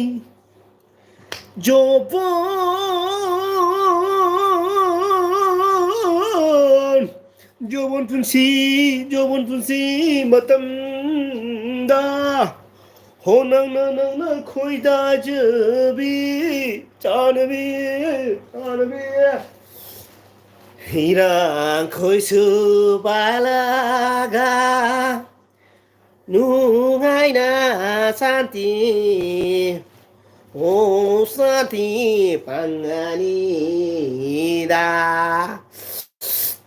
test of India ꯁꯤꯁꯅꯦꯕ ꯅꯣꯛꯁꯜꯂꯛꯑꯦꯀꯣ ꯑꯁꯥꯁꯤꯡꯅ ꯍꯁꯕꯦꯟꯁꯨ ꯌꯦꯡꯉꯤꯕ꯭ꯔꯣ ꯍꯁꯕꯦꯟꯁꯨ ꯌꯦꯡꯉꯤꯕ꯭ꯔꯣ ꯍꯁꯕꯦꯟꯁꯨ ꯌꯦꯡꯉꯤꯕ꯭ꯔꯣ ꯑꯁ ꯅꯪꯒꯤ ꯑꯁꯥꯒꯤ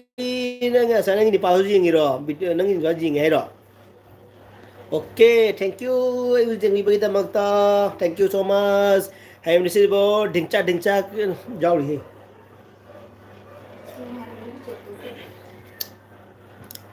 test of India ꯄꯥꯕꯣ taste of India ꯃꯇꯦꯡ ꯄꯥꯡꯉꯣ ꯍꯥꯏ ꯇꯧꯔꯣ ꯍꯥꯏ ꯇꯧꯔꯣ ꯑꯁꯥꯁꯤꯡꯅ ꯍꯥꯏ ꯇꯧꯔꯣ ꯀꯅꯥꯗꯅꯣ ꯍꯥꯏ ꯇꯧꯗꯣꯏꯁꯤꯕꯣ ꯍꯥꯏ ꯇꯧꯔꯣ ꯍꯥꯏ ꯑꯆꯥ ꯍꯥꯏ ꯍꯥꯏ ꯕ꯭ꯔꯣ ꯍꯥꯏ ꯍꯥꯏ ꯍꯥꯏ ꯑꯁꯥꯒꯤ ꯕ꯭ꯔꯣ ꯍꯥꯏ ꯍꯥꯏ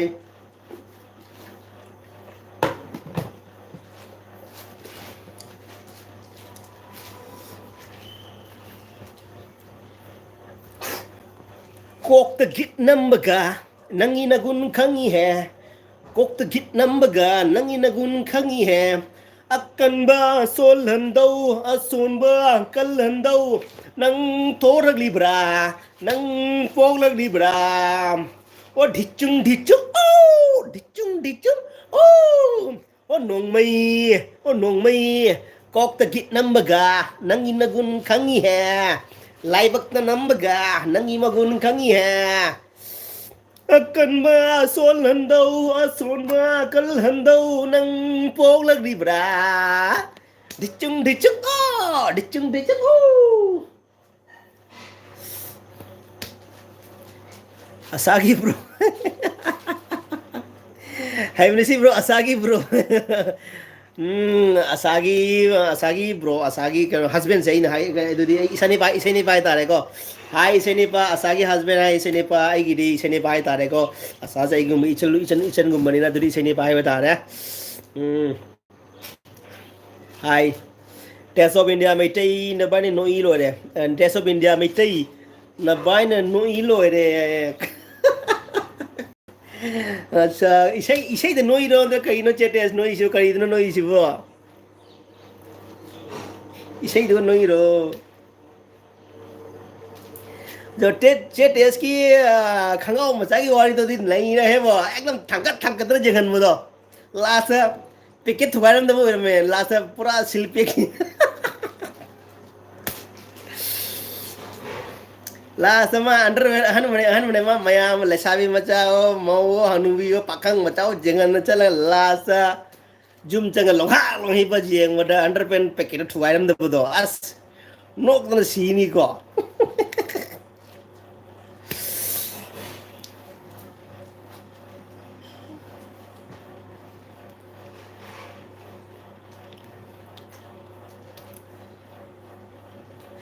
दिल दीवाना दिल सजना दिल माने ना हे पगलाए समझाने से समझे ना मी mamangda haidokanu dugi video do che kaino da video viral chalami kaino adu video do viral chalabani asasi ga kaino sei ta asasi ga nang thi pai ninga bo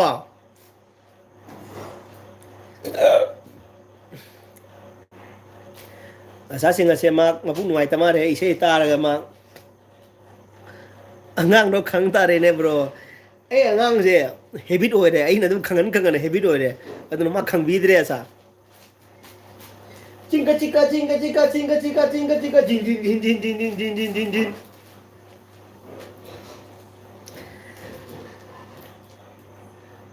kenogi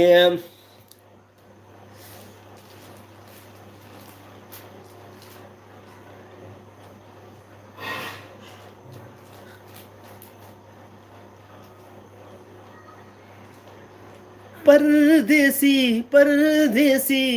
जाना नहीं जाना नहीं मुझे छोड़ के परदेसी मेरे यारा वादा निभाना अगांसिना खलंगनी ऐगी पापा से दी बेरानी है Ebi nasi bro, aduh ni wah ikan ni nak kena saya wah papa si berani ya.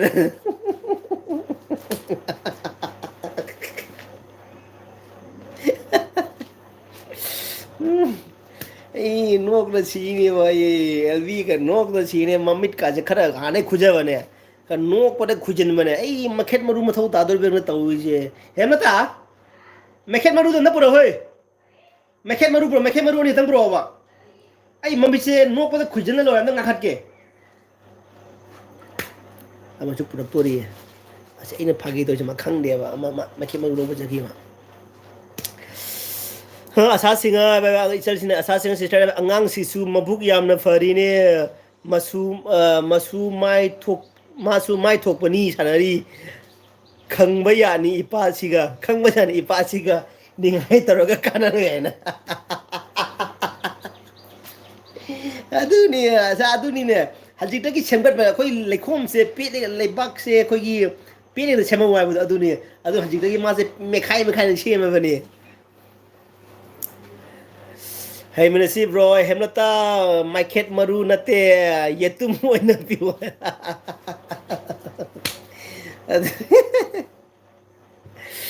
Test of India mai te hemlata se lai bag yam phai karigi Test of India karigi lai bari ba amtang review please si che samtai biro lai bag maram do khangningi kai ai chu khak chak thuk chai da ko body ga ka chak thuk wan do ni ko che test nga lai bag pai ka rak ba si dia adu ni maram ju khangningi ko maram khang di sunu sunu chak thurei na magi ni makta adu gi haji che test na hemta lai bag pai hai ba ga nakal magi body chak thore Madam nu khang dia je ani mo chak thuro ni ba adu ni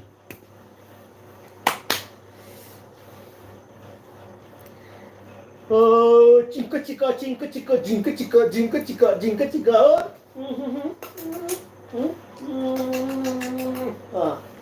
papale ko jaga papale kapon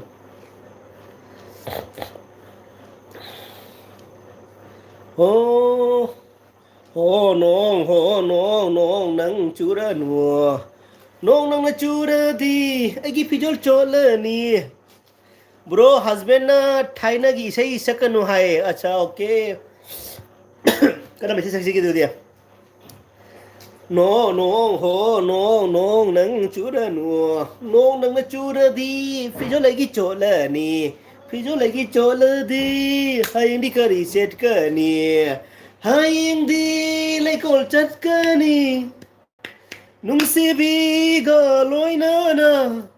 nung si wadi saru ni nung si wadi liru ni ho no nang chura no teso binda mete ba wairam sen biba chak hinjang hauna ba thong biba harau Laigana ba husband pangbagi hemlata laibak pai bo ore bap re moisture test ek ubra se phandurok ta ekdam एकदम चंद्रे की LB गए चांदी की LB display से चंद्रे चंद्रोकना फंदोकने जा रहे पर फंदोकना ये वो बॉडी का जे फंदोकना जा रहे चेटेस भजन हराव रहे वो हाँ ब्रो हस्बैंड ना थाइना की सही सकला उ हाई अच्छा थाइना की सकला उ हाई बो ओके ओके सकला उ हाई बो ओके ओके थैंक यू असा जिंगा सकपी उ हाई बा ओके हस्बैंड हाई से उपाधि बरो असा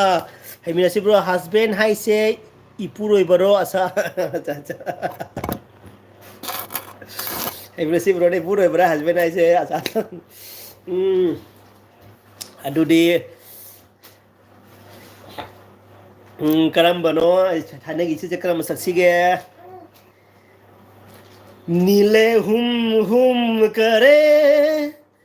जियरा कावरे नीले घुम घुम करे जी घबराए कावरे तौजे असासे ने पुपु आएगा रोबिता के नक्सले काथोरे ने सेदो जीता था जिसके लिए मरता था ऐसे जैसे कोई लड़की थी मैंने उसे प्यार करता था जीता था जिसके लिए मरता था ऐसे जैसे कोई लड़की थी मैंने उसे प्यार करता था काय असा सिंगा पुप्पू इपुरोय बनते मोय पाबुंग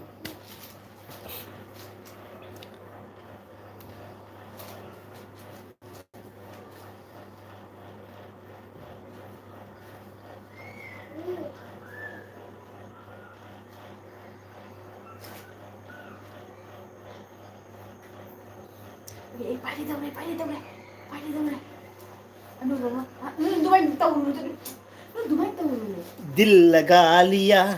मन तुमसे प्यार करके बासो किसे सऊ हाय असा बासो किसे होया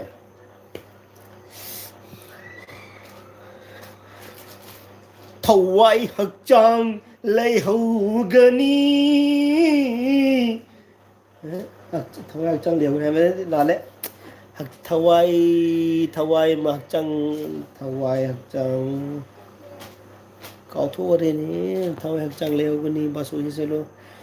थमना थमना लगता था दो पासामु गुमानिंग तमना कोई चेन चेली कोई तांताली कोई चेन चेली कोई तांताली का पिपीर ए हाने जाम सकलम्मिको अदो हजिक लोइ कावरे बे सिजे को अदुननी साव जादे थवाई हक्चांग लेहुगनी मानी थवाई हक्चांग मारी लेहुगनी थवाई मानी चटखिनी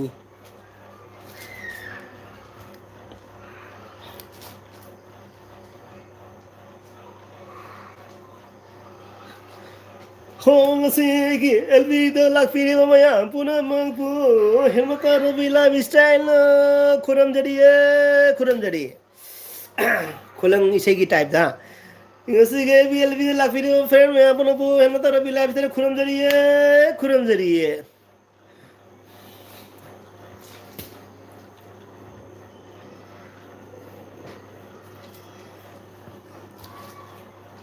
ay pung ani ka minute mari fare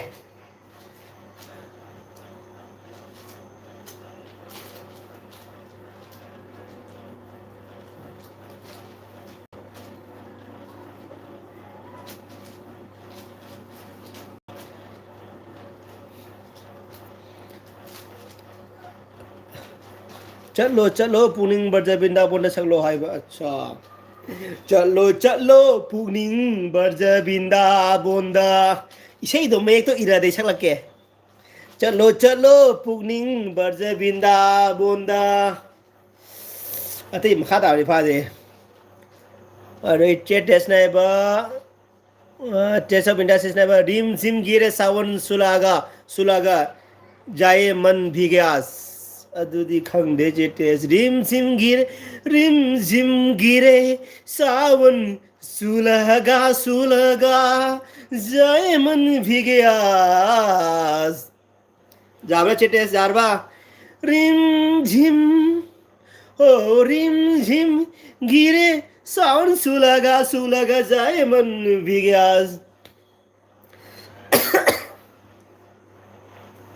ओ लो ओ लो Hey Minasi bro noksale chalo chalo khoimu barjai binda bonda atai makha ta je pha da sinu pai litre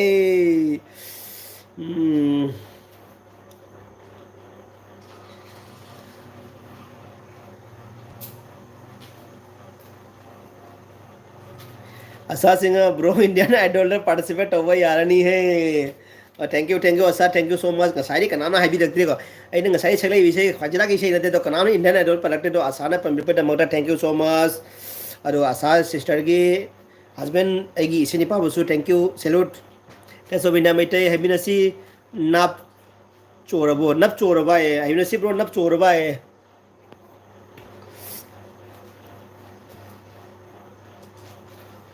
oh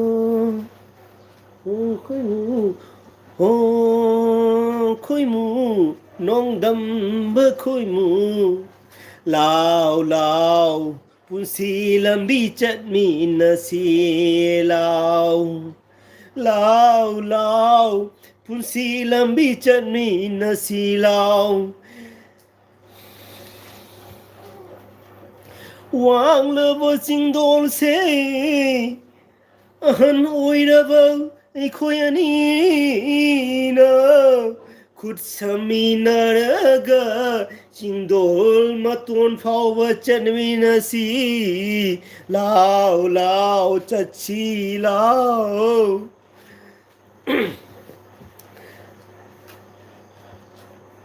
वांग्लबसु वांगनौ चिंदोलसीना अहन ओइरबौ ꯑꯩꯒꯤ ꯄꯨꯟꯁꯤꯁꯤꯗ ꯑꯍꯟ ꯑꯣꯏꯔꯤꯕꯤ ꯇꯥꯂꯣꯏꯔꯕꯤ ꯅꯪꯅ ꯈꯨꯠ ꯁꯝꯕꯤꯗꯨꯅ ꯄꯨꯕꯤꯔꯕꯗꯤ ꯋꯥꯡꯂꯕ ꯆꯤꯡꯗꯣꯜꯁꯤꯁꯨ ꯀꯥꯕ ꯉꯝꯖꯒꯅꯤ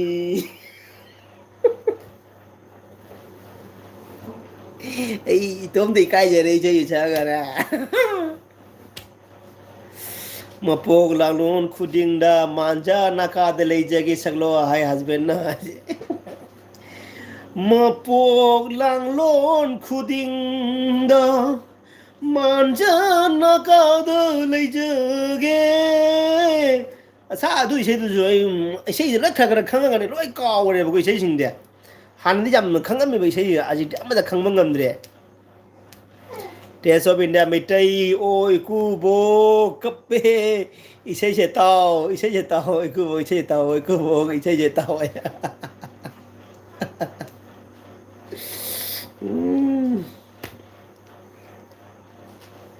ꯂꯥꯎ ꯂꯥꯎ ꯄꯨꯟꯁꯤ ꯂꯝꯕꯤ ꯆꯠꯃꯤꯟꯅꯁꯤ ꯂꯥꯎ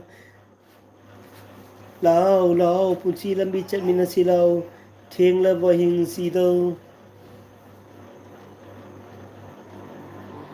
ꯂꯥꯎ ꯂꯥꯎ ꯄꯨꯟꯁꯤ ꯂꯝꯕꯤ ꯆꯠꯃꯤꯟꯅꯁꯤ ꯂꯥꯎ ꯊꯦꯡꯁꯤꯗ ꯇꯦꯁꯣꯕꯤꯅ ꯃꯩꯇꯩ ꯅꯪꯒꯤ ꯏꯁꯩꯗꯣ ꯑꯁꯤꯕꯅ ꯃꯤ ꯑꯁꯤꯕ ꯃꯤꯒ ꯂꯣꯏꯅ ꯍꯤꯡꯒꯠꯂꯛꯄ꯭ꯔꯥ ꯀꯩꯅꯣ Gurdeep Singh Ravi bro hi Gurdeep Singh bro hi Gurdeep bro hi एलगेबी लाक्पीदमक्ता ꯍꯩꯃꯤꯟꯅꯁꯤ bro ꯑꯁꯥꯒꯤ ꯍꯁꯕꯦꯟ ꯑꯩꯁꯨ ꯑꯩ ꯏꯁꯩꯗꯤ ꯌꯥꯝꯅ ꯈꯪꯉꯤꯅꯦ ꯑꯗ ꯑꯁꯥꯒꯤ ꯍꯁꯕꯦꯟ ꯁꯤꯁꯨ ꯏꯁꯩꯗꯤ ꯌꯥꯝꯅ ꯈꯪꯉꯤꯅꯦ Romila Singer 17 like done Romila sister thank you so much ado aina asage channel da chatpa khuding nang na chair pibibani ado ai su ngasi ai gelbi da Romila nang Romila sister bu lakpi da makta chair mak thaba ngamjadar ka su nabungna ikok selut ka korna kuram jari lakpi sabi majal bada angang bai majal ma khang de elbi da tawi sei pa pu ni tawi sei chanu pi taste of India Meitei ꯉꯥꯏꯔꯝꯒꯤ ꯑꯣꯏꯅ ꯅꯪꯕꯨ ꯃꯄꯣꯛ ꯂꯥꯡꯂꯣꯟ ꯈꯨꯗꯝꯇ ꯆꯠꯂꯣ ꯉꯥꯏꯔꯝꯒꯦ ꯑꯩꯅ ꯅꯪꯕꯨ ꯃꯄꯣꯛ ꯂꯥꯡꯂꯣꯟ ꯑꯃꯗ ꯁꯛꯂꯣ ꯃꯄꯣꯛ ꯂꯥꯡꯂꯣꯟ ꯈꯨꯗꯤꯡꯗ ꯃꯄꯣꯛ ꯂꯥꯡꯂꯣꯟ ꯈꯨꯗꯤꯡꯗ ꯌꯥꯝꯍꯥ ꯃꯅꯤꯡꯗ ꯅꯞꯆꯒꯦ ꯑꯋꯥꯏꯕ ꯑꯣꯏꯔꯕꯁꯨ ꯁꯦꯀꯦꯟ ꯍꯦꯟ ꯑꯣꯏꯔꯕꯁꯨ ꯌꯥꯝꯍꯥ ꯃꯅꯤꯡꯗ ꯅꯞꯆꯒꯦ ꯃꯄꯣꯛ ꯂꯥꯡꯂꯣꯟ ꯈꯨꯗꯤꯡꯗ ꯌꯥꯝꯍꯥ ꯃꯅꯤꯡꯗ ꯅꯞꯆꯒꯦ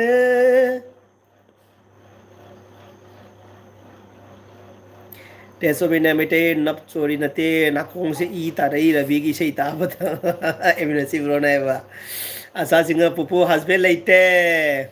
ꯒꯨꯔꯗꯤꯞ ꯁꯤꯡ ꯑꯁꯥ ꯍꯥꯏ ꯔꯣꯃꯤꯂꯥ ꯁꯤꯡꯍ ꯔꯕꯤ ꯕ꯭ꯔꯣ ꯅꯪꯒꯤ ꯅꯛꯁꯝꯗ ꯂꯤꯛ ꯄꯔꯦꯡ ꯄꯔꯦꯡꯗꯨꯗꯤ ꯀꯩꯅꯣꯍꯦ ꯂꯤꯛ ꯅꯠꯇꯦꯅꯦꯍꯦ ꯂꯤꯛꯇꯤ ꯁꯤꯠꯇꯅꯤ ꯑꯁꯤ ꯍꯦꯠꯐꯣꯟꯅꯤ ꯎꯝ thank you Romila Ravi bro ꯅꯪꯒꯤ ꯅꯛꯁꯝꯗ ꯂꯤꯛ ꯄꯔꯦꯡ ꯄꯔꯦꯡꯗꯨꯗꯤ ꯀꯩꯅꯣꯗ ꯑꯆꯥ ꯔꯣꯃꯤꯂꯥ ꯁꯤꯡꯍ ꯀꯗꯔ ꯃꯄꯤ ꯀꯅꯥꯗꯅꯣ ꯀꯗꯔ ꯃꯄꯤ ꯍꯥꯏꯔꯛꯏꯁꯦ ꯀꯅꯥꯗꯅꯣ ꯍꯥꯏꯅ ꯈꯪꯗ꯭ꯔꯦ ꯑꯁꯥꯅ ꯔꯣꯃꯤꯂꯥꯅ ꯀꯗꯔ ꯃꯄꯤ ꯍꯥꯏꯔꯛꯏꯁꯦ ꯑꯁꯥ ꯁꯤꯡꯍ ꯁꯩꯇ ꯕ꯭ꯔꯣ ꯍꯥꯏ ꯍꯩꯃꯤꯅꯁꯤ ꯕ꯭ꯔꯣ ꯅꯥꯏꯕ ꯔꯕꯤ ꯑꯩ ꯇꯨꯝꯃꯒꯦ ꯅꯪꯒꯤ ꯅꯥꯎꯁꯨꯝ ꯏꯁꯩ ꯇꯥꯕꯗ ꯑꯩ ꯌꯥꯗ꯭ꯔꯦ ꯊꯦꯡꯛ ꯌꯨ ꯑꯩꯒꯤ ꯏꯁꯩ ꯇꯥꯕꯗ ꯇꯨꯝꯅꯤꯡꯕ ꯐꯦꯟ ꯊꯣꯛꯂꯛꯏꯁꯦ ꯇꯥꯃꯣ ꯕ꯭ꯔꯣꯅꯁꯨ ꯇꯨꯝꯅꯤꯡꯉꯩꯁꯦ ꯑꯩ ꯊꯦꯡꯛ ꯌꯨ ꯍꯔꯥꯎꯖꯔꯤ ꯊꯦꯡꯛ ꯌꯨ ꯊꯥꯒꯠꯆꯔꯤ ꯔꯣꯃꯤꯂꯥ ꯁꯤꯡꯍ ꯔꯕꯤ ꯕ꯭ꯔꯣ ꯀꯥꯡꯈ ꯂꯣꯏꯅ ꯀꯤꯖꯅ ꯄꯥꯏꯔꯝꯃꯅꯤ ꯀꯥꯡꯀ ꯂꯣꯏꯅ ꯀꯤꯖꯅ ꯄꯥꯏꯔꯝꯃꯅꯤ ꯑꯗꯨꯅꯤ ꯁꯤꯁꯇꯔ ꯀꯥꯡꯒ ꯂꯣꯏ ꯄꯥꯏꯔꯃꯤ ꯇꯧꯔꯤꯁꯦ ꯑꯗꯨꯅ ꯑꯩꯈꯣꯏ ꯏꯃꯨꯡꯗ ꯀꯥꯡ ꯂꯩꯇꯦꯕ ꯑꯩꯅ ꯑꯃꯨꯛ ꯏꯁꯩ ꯁꯛꯄꯗ ꯑꯗꯣ ꯑꯩꯈꯣꯏ ꯏꯃꯨꯡꯗ ꯑꯣꯂꯥꯎꯠ ꯊꯥꯗꯦ ꯑꯩꯅ ꯏꯁꯩ ꯑꯣꯏꯁꯦ ꯃꯌꯥ ꯀꯥꯊꯣꯛꯑꯒ ꯁꯛꯁꯤ ꯑꯗꯨꯝ ꯑꯣꯂꯥꯎꯠ ꯃꯥꯟꯕꯅꯦꯕ ꯑꯩ ꯁꯛꯁꯤ ꯑꯗꯨꯝ ꯑꯣꯂꯥꯎꯠ ꯃꯥꯟꯕꯅꯦꯕꯀꯣ ꯎꯝ ꯔꯕꯤ ꯁꯤꯡꯍ ꯋꯥ ꯋꯥ ꯔꯣꯃꯤꯂꯥ ꯁꯤꯡꯍ ꯋꯥ ꯋꯥ ꯑꯁꯥ ꯁꯤꯡꯍ ꯔꯕꯤ ꯕ꯭ꯔꯣ ꯄꯥꯞ ꯄꯨꯕꯗꯤ ꯂꯥꯏꯔꯤꯅꯦ ꯍꯣꯔꯦꯟ ꯍꯦꯝ ꯁꯤꯁꯅ ꯁꯣꯏꯗ꯭ꯔꯦ ꯑꯗꯨꯅꯤ ꯁꯤꯃꯥꯏ ꯆꯞꯈꯤꯕꯗꯕ ꯍꯣꯔꯦꯟ ꯉꯁꯥꯏ ꯆꯠꯄꯅꯤꯅ ꯑꯩꯉꯣꯟꯗ ꯍꯦꯛ ꯉꯛꯁꯝꯗ ꯊꯥꯡꯒꯠꯂꯒ ꯍꯣꯏ ꯁꯣꯔꯤ ꯁꯣꯔꯤ ꯁꯣꯔꯤ ꯁꯣꯔꯤ ꯁꯣꯔꯤ ꯍꯥꯏꯅ ꯑꯩꯅ ꯇꯧꯗꯣꯏꯅꯣ ꯃꯥꯅ ꯆꯠꯄꯁꯤꯒ ꯁꯣꯜꯂꯤ ꯁꯣꯜꯂꯤ ꯁꯣꯜꯂꯤ ꯁꯣꯜꯂꯤ ꯁꯣꯜꯂꯤ ꯉꯁꯥꯏ ꯊꯥꯡꯒꯠꯇꯅ ꯂꯩꯗꯣꯏꯅꯤ ꯀꯩꯅꯣ ꯍꯣꯔꯦꯟ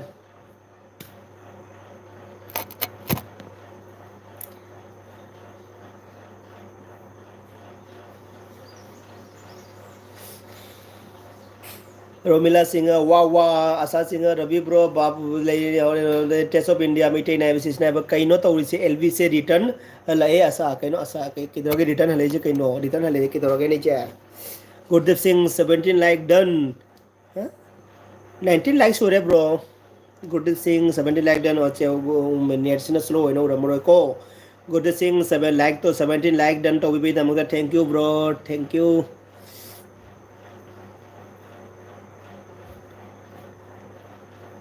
ꯅꯍꯥꯛ ꯌꯥꯎꯗꯅ ꯀꯔꯝꯅ ꯍꯤꯡꯒꯅꯤ ꯍꯤꯡꯒꯅꯤ ꯀꯔꯝꯅ ꯅꯥꯏꯇꯣꯝ ꯏꯊꯟꯇ ꯁꯥꯡꯂꯕ ꯄꯨꯟꯁꯤꯒꯤ ꯃꯝꯂꯕ ꯂꯝꯕꯤ ꯑꯁꯤꯗ ꯂꯩꯔꯥꯡꯅ ꯂꯩꯈꯣꯛꯇꯩ ꯀꯦꯟꯗ꯭ꯔꯤꯉꯩ ꯂꯩꯔꯥꯡꯅ ꯐꯨꯜꯂꯛꯇꯧ ꯀꯦꯟꯗ꯭ꯔꯤꯉꯩ ꯖꯣꯕꯣꯠ ꯖꯧꯕꯣꯟ ꯄꯨꯟꯁꯤ ꯃꯇꯝꯗ ꯍꯣ ꯅꯪꯅ ꯅꯪꯅ ꯈꯣꯏꯗꯥꯖꯕꯤ ꯆꯥꯅꯕꯤ ꯒꯨꯔꯗꯤꯞ ꯁꯤꯡ ꯔꯣꯃꯤꯂꯥ ꯁꯤꯡꯍ ꯀꯗꯔ ꯃꯄꯤ 17ꯗꯣ ꯑꯩꯒꯤꯅꯤ ꯍꯧꯅꯨꯀꯣ ꯑꯣꯀꯦ ꯑꯣꯀꯦ ꯑꯗꯨꯗ ꯔꯣꯃꯤꯂꯥꯅ ꯀꯗꯔ ꯃꯄꯤ ꯍꯥꯏꯁꯦ ꯀꯩꯅꯣꯗ ꯒꯨꯔꯗꯤꯞ ꯕ꯭ꯔꯣꯗ ꯑꯣꯏꯔ ꯃꯥꯜꯂꯦꯀꯣ ꯑꯗꯣ ꯔꯣꯃꯤꯂꯥꯅ ꯍꯥꯏꯕ ꯀꯗꯔ ꯃꯄꯤ 17ꯗꯣ ꯑꯩꯒꯤꯅꯤ ꯍꯧꯅꯨꯀꯣ ꯍꯥꯏꯌꯦ ꯒꯨꯔꯗꯤꯞ ꯁꯤꯡ 19 ꯏꯕꯥꯏꯅꯤ ꯁꯣꯏꯕꯅꯤ ꯕ꯭ꯔꯣ ꯑꯠꯆꯥ 19 ꯏꯕꯅꯤ ꯁꯣꯏꯕꯅꯤ ꯕ꯭ꯔꯣ ꯑꯠꯆꯥ ꯑꯣꯀꯦ ꯑꯣꯀꯦ ꯍꯣꯏꯗ ꯊꯦꯡꯛ ꯌꯨ 19 ꯂꯥꯏꯛ ꯇꯧꯕꯤꯕꯒꯤꯗꯃꯛꯇ ꯑꯗꯣ ꯑꯩꯒꯤ ꯂꯥꯏꯛꯁꯤꯀꯣ ꯑꯩꯁꯨ ꯅꯝꯒꯦ ꯇꯧꯕꯅꯦꯕꯀꯣ ꯌꯥꯗꯕꯩ ꯋꯥꯅꯤ ꯑꯁꯪꯕꯒ ꯕ꯭ꯂꯨꯒ ꯀꯥꯗꯦ ꯑꯗꯨꯝ ꯑꯉꯧꯕ ꯑꯣꯏ ꯑꯗꯨꯝ ꯂꯩ ꯑꯁꯥꯁꯤꯡ ꯑꯍꯦꯝ ꯁꯤꯁꯅ ꯕ꯭ꯔꯣ ꯆꯠꯄꯗꯤ ꯁꯥꯃꯨꯗꯤ ꯆꯠꯄꯗꯧꯅ ꯇꯧꯔꯅꯤ ꯅꯪ ꯆꯥꯟꯅ ꯆꯥꯟꯅꯕ ꯗꯥꯏꯂꯣꯛꯁꯦ ꯑꯣꯟꯊꯣꯛꯅ ꯄꯨꯔꯛꯏꯗ ꯑꯁꯥ ꯅꯪ ꯇꯧꯔꯤꯁꯦ ꯍꯦꯝꯒ ꯁꯥꯃꯨꯅ ꯆꯠꯄꯗꯧꯅ ꯁꯥꯃꯨ ꯇꯤꯟ ꯆꯠꯄꯗꯧꯅ ꯇꯧꯅꯦ ꯍꯥꯏꯁꯤꯅꯤ ꯁꯥꯃꯨꯅ ꯁꯥꯃꯨ ꯇꯤꯟ ꯒꯨꯗ ꯖꯥꯏ ꯗꯥꯏꯂꯣꯛ ꯐꯥꯎꯗꯤ ꯌꯥꯏꯀꯣ ꯅꯣꯡꯃꯗꯤ ꯁꯣꯏꯗꯅ ꯅꯉꯣꯟꯗ ꯄ꯭ꯔꯦꯡ ꯀꯣꯜꯕꯨ ꯇꯧꯅꯤꯡꯉꯤꯅꯦꯕꯣ ꯑꯁꯥ ꯅꯉꯣꯟꯗ ꯅꯣꯡꯃꯗꯤ ꯄ꯭ꯔꯦꯡ ꯀꯣꯜ ꯇꯧꯅꯤꯡꯉꯤꯍꯦꯕꯣ ꯑꯩꯈꯣꯏꯕꯥꯅꯤ ꯐꯖꯅ ꯋꯥꯍꯩ ꯋꯥꯇꯥ ꯈꯨꯝꯅꯅꯕ ꯈꯟꯅꯅꯕ ꯑꯩꯈꯣꯏꯕꯥꯅꯤ ꯅꯣꯡꯃ ꯈꯟꯅꯁꯤ ꯒꯨꯔꯗꯦꯕ ꯁꯤꯡ ꯔꯣꯃꯤꯂꯥ ꯑꯩ ꯈꯪꯉꯤ ꯈꯪꯉꯤ ꯑꯩ ꯔꯣꯃꯤꯂꯥ ꯈꯪꯉꯤꯍꯦ ꯔꯣꯃꯤꯂꯥ ꯈꯪꯉꯤꯍꯦ ꯀꯩꯅꯣ E C V I E C I V ꯑꯥꯏꯁꯦ ꯀꯩꯅꯣ ꯑꯩ C V E C V ꯑꯩꯁꯨ ꯈꯪꯉꯤ ꯍꯥꯏꯔ ꯔꯣꯃꯤꯂꯥ ꯑꯩꯁꯨ ꯈꯪꯉꯤ ꯍꯥꯏꯔ ꯔꯣꯃꯤꯂꯥ ꯑꯩꯁꯨ ꯈꯪꯉꯤ ꯍꯥꯏꯔ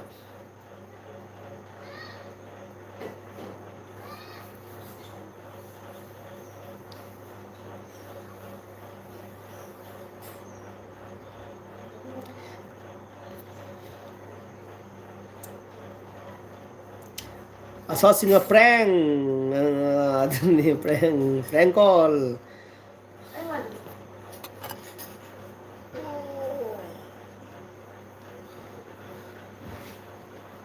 ꯒꯨꯔꯗꯦꯕ ꯁꯤꯡ ꯕ꯭ꯔꯣꯅꯥꯏꯕ ꯅꯨꯡꯁꯤꯕꯤ ꯍꯥꯏꯕꯗꯣ ꯅꯨꯡꯁꯤꯕꯤ ꯍꯥꯏꯗꯣ ꯁꯨꯃꯥꯏꯅ ꯌꯥꯝ ꯏꯅꯕꯅꯤ ꯏꯁꯤꯕꯤ ꯍꯥꯏ ꯁꯣꯔꯠꯇ okay okay okay okay okay okay Gurdev Singh bro ꯑꯩꯈꯣꯏꯗꯤ ꯈꯔ ꯂꯤꯔꯦ ꯑꯗꯨꯅ ꯈꯪꯗ꯭ꯔꯦ ꯑꯗꯨꯅ ꯑꯩꯈꯣꯏ ꯃꯇꯝꯗꯗꯤ ꯑꯩꯈꯣꯏ ꯑꯗꯨꯝ ꯗꯥꯏꯔꯦꯛ ꯗꯥꯏꯔꯦꯛ ꯏꯕꯅꯤꯀꯣ ꯁꯨꯃꯥꯏꯅ ꯁꯣꯔꯠ ꯏꯔꯛꯇꯦꯕꯀꯣ ꯑꯗꯣ ꯍꯧꯖꯤꯛꯇꯤ ꯁꯣꯔꯠꯁꯤ ꯆꯠꯅꯔꯕꯅꯤꯅ ꯑꯗꯨꯅ ꯑꯩꯈꯣꯏꯗꯤ ꯍꯧꯖꯤꯛ ꯁꯣꯔꯠꯀꯤ ꯆꯍꯤ ꯃꯇꯥꯡꯗ ꯂꯣꯏꯈ꯭ꯔꯦ ꯑꯗꯨꯅ ꯈꯪꯗ꯭ꯔꯦ ꯁꯣꯔꯠꯁꯦ ꯅꯨꯡꯁꯤꯕꯤ ꯍꯥꯏꯗꯣ ꯁꯨꯃꯥꯏꯅ ꯌꯥꯝ ꯏꯅꯕꯅꯤ ꯏꯁꯤꯕꯤ ꯍꯥꯏꯅ ꯁꯣꯔꯠꯇ ꯑꯣꯀꯦ ꯕ꯭ꯔꯣ ꯈꯪꯉꯦ ꯈꯪꯉꯦ ꯊꯦꯡꯀ꯭ꯌꯨ ꯈꯪꯗꯕ ꯑꯩꯅ ꯈꯪꯍꯧꯔꯦ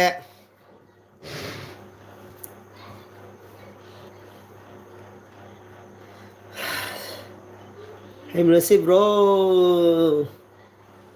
ꯒꯨꯔꯖꯤꯠ ꯁꯤꯡ ꯔꯕꯤ ꯕ꯭ꯔꯣ ꯑꯩꯁꯨ 37 ꯁꯨꯔꯦꯀꯣ ꯑꯆꯥ ꯑꯣꯀꯦ ꯑꯁ ꯅꯪ 37 ꯁꯨꯔꯁꯨ ꯅꯪꯗꯤ ꯌꯥꯝꯕꯅ ꯈꯪꯉꯤꯌꯦ ꯍꯩꯅꯦ ꯎꯝ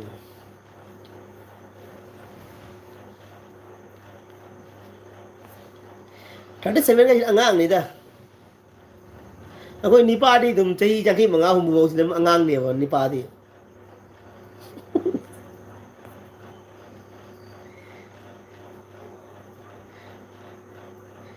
Parimom Mubang, welcome, welcome. Thank you so much, Parimom, sister and bro. I will be the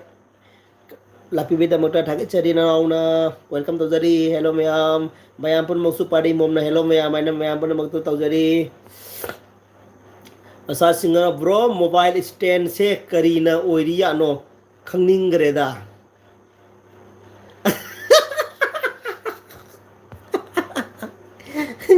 ꯑꯩꯒꯤ ꯃꯣꯕꯥꯏꯜ ꯏꯁꯇꯦꯟꯁꯦ ꯃꯑꯣꯡ ꯇꯥꯕꯅꯦꯕ ꯑꯩ ꯅꯍꯥꯟ ꯆꯥꯛ ꯊꯣꯡꯕꯒꯤ ꯏꯁꯇꯦꯟꯗ ꯎꯔꯦꯗꯅ ꯑꯗꯨꯃꯥꯏꯅ ꯖꯨꯒꯥꯔ ꯇꯧꯔꯦ ꯃꯤꯁꯤꯁꯨ ꯀꯥꯏꯗ ꯊꯝꯃꯤꯅꯣ ꯍꯥꯏꯗꯣ ꯑꯗꯨꯅꯤ ꯁꯤꯁꯨ ꯁꯦꯀ꯭ꯔꯦꯠ ꯂꯥꯛꯀꯅꯤ ꯁꯣꯔꯠ ꯚꯤꯗꯤꯑꯣꯗ ꯁꯦꯀ꯭ꯔꯦꯠ ꯂꯥꯛꯀꯅꯤ ꯚꯤꯗꯤꯑꯣ ꯀꯃꯥꯏꯅ ꯊꯝꯃ ꯋꯥꯔꯤ ꯁꯥꯟꯅꯒꯦ ꯑꯗꯣ ꯁꯦꯀ꯭ꯔꯦꯠ ꯂꯥꯛꯀꯅꯤ ꯁꯤꯁꯨ ꯑꯁꯥ ꯒꯨꯔꯗꯤꯞ ꯁꯤꯡ ꯅꯣꯛꯁꯜꯂꯛꯑꯦ ꯔꯣꯃꯤꯂꯥ ꯁꯤꯡ ꯋꯥ ꯋꯥ ꯇꯥꯂꯤꯌꯥ ꯇꯥꯂꯤꯌꯥꯁꯦ ꯀꯅꯥꯗꯅꯣ Romila sister ꯇꯥꯂꯤꯌꯥ ꯇꯧꯁꯤꯜꯂꯛꯏꯁꯦ 20 like that. Thank you so much, Pari mom, sister, and bro. 20 like to be with the mata. Nana ona hiding a little thagachari. Hemrisi bro. Takto unu asado yamna patabani. Hemrisi bro and takto unu asada patabane. Hoi hemrisi bro takto roi takto roi. Pari mom mubang sister asa love love. Kenogi Bani mo mukbang sister na asada pire love symbol se ko love symbol pira gane ako idum love symbol pira ga sum macha am paithro pidu ne ba ko macha am paithro cha pidu ako gi hai ya hai ne iko cha pata idan sina iko love symbol ma ne pe iko love symbol ne pire se ko pari mo ne pire se asada iko love symbol adu ge mu pari mo mukbang sister na ko pire romila du iko love symbol pisale asa singa pupu pari mo mubang haiminasi bro su ekdam iko lap symbol pisale haiminasi bro na mu pari mo mubang na hai tausale hai dogi dil de dia dil lap symbol asa singa tengot khuzai gumbada thamba man kraba ꯑꯗꯨꯅꯦ ꯑꯩꯅ ꯗब्ꯕꯥꯒ ꯆꯪꯕꯅꯤ ꯁꯦꯛꯃꯥꯏ ꯉꯥꯔꯤꯌꯣ ꯇꯦꯡꯒꯣꯗꯣ ꯈꯨꯖꯥꯏ ꯆꯪꯕꯅꯦ ꯑꯩꯒꯤ ꯏꯁꯇꯦꯟꯁꯦ ꯑꯗꯨꯅꯤ ꯄꯔꯤ ꯃꯃꯨꯛꯕꯥꯡ ꯗꯟ ꯍꯥꯏꯔꯒ ꯃꯔꯩ ꯎꯁꯜꯂꯛꯑꯦ ꯈꯤꯆꯜꯂꯛꯑꯦ ꯅꯣꯛꯁꯜꯂꯛꯑꯦ Romila Singa, Padi Mom, Kudamjari, Singa lifestyle. Ay, lay, Babu. Thank you. Nasai Kai Jaluge, Kanagil Vitarige, Nathagadum, Tapak Chaluirona. I mean, a si bro, equal love symbol, ha ha. Aduna equal love symbol, Aquina, hi, Gara, hi, guys, Aduma love symbol among Takatonga Macha, Python, never love symbol, equal love symbol level. Taste of India Metai Romido Latte Romido Latte Taste of India Metai Naiba Tabra Taramoy Taste of India Naiba Parimo Mubang si single lifestyle single life love symbol pesale eco love symbol lifestyle brother su Parimo sister na Taste of India Metai Tabra ai nai rai do Mana ka tum mani ka tum phamne tum ngane du gini lak do Taste of India Metai Oh Romina One Oh Romeo là one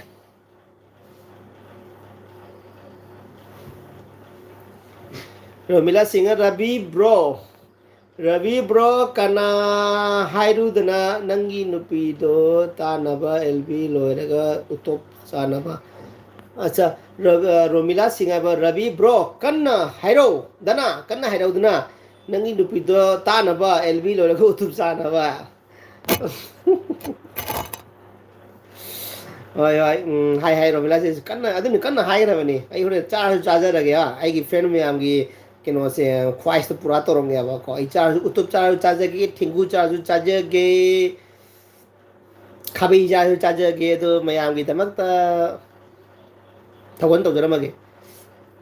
pari ma mubang sister and brona inauna thong ba chicken biryani do saningi ko okay 이나로 동부 치킨 비리아니도 짜닝이고 짜미너로 에나 파리 뭐 무방치 소이 노 시선 브로 농어 뿐는 짜미나치 짜미너로 로레 방나 농어 마땅 잡아 마tamda 방나니 아두가 짜미나치 아이 통게 아코이 뿐는 짜미나치 담 그나 파티 타입다 तौर 짜미나치 असा सिंगा double heart emoji हायो असा double heart emoji हायो double heart ओइबा जादे बा खमरा असा Kine double heart ओइदि मासि प्लेन मानांगा दने बको डबल हार्ट ओइदि हां अदि मासे अखोई इको तौबदा हेलो अरगा हेलो हेलो ने पिक्तंग ना थोखिद्रना अदुमाना जिगी लाभ सिंबल सुने अमतंग माना टक थोर मदु मतंग चखिबा दुनिया बा अदु इको लाभ सिंबल आइने बको Ravi bro kan hairo dana nang double hard emoji hayo pare mo mubang sis na ha ha noksale pare mo mubang test kari no test iro indagi kadai irage message thado majalo asa singa Ravi bro se upam badagi chep khat lage tawuri che aduni ware kamra aduni pai le tre isa je koi phet jam bajne pham mu su ngamde pham me wai uppe wai aduna koi se jawn pun masu na ma on tai ba koi phet se ekdam mong ta phet ni aduna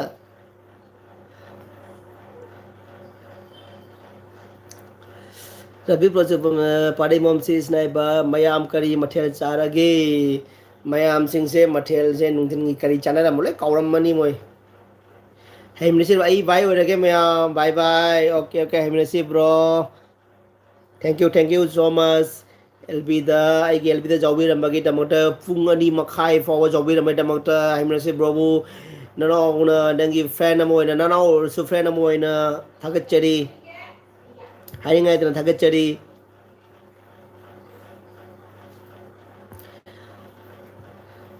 asabu chu thagachari egi elbida hobadagi jobi bagi tamakta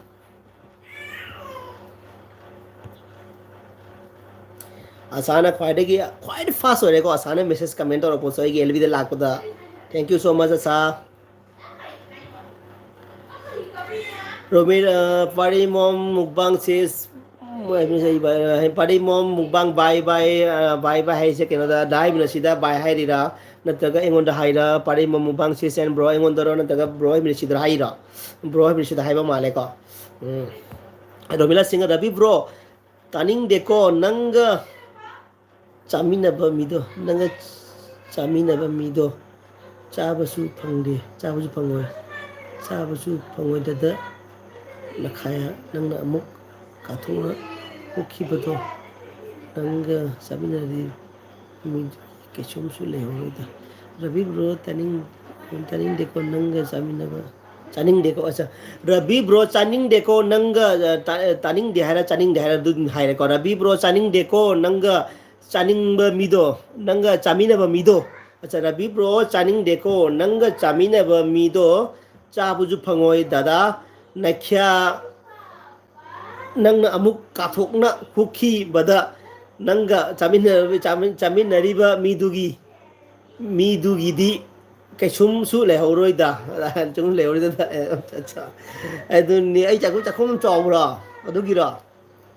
Test of India says never party mom speaker the kaude ko speaker dra kaude party mom mubang says never ID matam sangdabana matang chana lakpa maude ko mayam sobi ganu oye party mom says and bro saude da saude hak lakpiri su sister na sangbaga lakpiri su akhoi gidi jamna layak fabani do saude na au kesum saude de friend mayam su sauroma na khali Pari Mumbang Himnasi vai hai ga Himnasi brother Test of India mitai ai lai mom Test of India na vai lai ai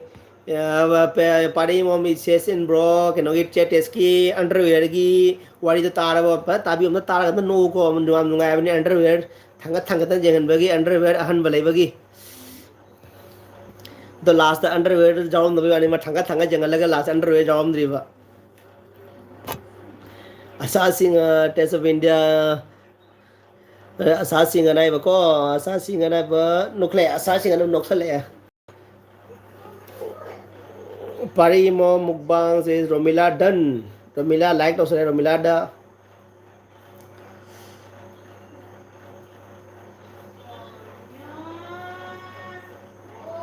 maya mai sibu sak phajai na thi ram da haibiro ba ayu sak phajaba haidora thi haidora andaga musana haidora andaga kisina ko jo haidora andaga kaina ta haibiro maya am tan comment obiro ta comment obiro comment please thi ga jo thi haibiro phajai biro khanje dana hangi mi ko Anita di lakte ko Anita acha wai khu ai lei mo asa sing no sele pare mo Romila singa Ravi bro henmandro nang na taurise mi pumna makta na thank you haraga engon di harekta ba ai na sa thank you hai dre loi ma hai dai di elvis di lakire ba friend me ampuna ma ina thank you hai na haije di bani do Romila so loi jaw bani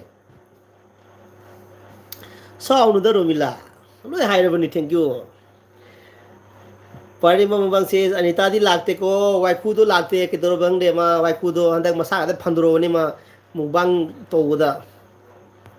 matom de mubang to bang de ma video de hapak tre do ma matom de mubang to ma masa ka pandro bani masam lu ko waiku do an to ne khuri to ta waiku ni te so media mai tei dara sing mali thank you thank you Dara Singh अभी बेटा मोटा Dara Singh जो अफवाह mummy है मने के अकन mummy नहीं के नमा से Dara Singh का इधर गुरदेव सिंह ब्रो ना चेपारी मॉम खुरम जरी है मैं 20 लाइक सूरे मी 20 लाइक सूरे की आई पार्टी तो नहीं 20 लाइक सूरे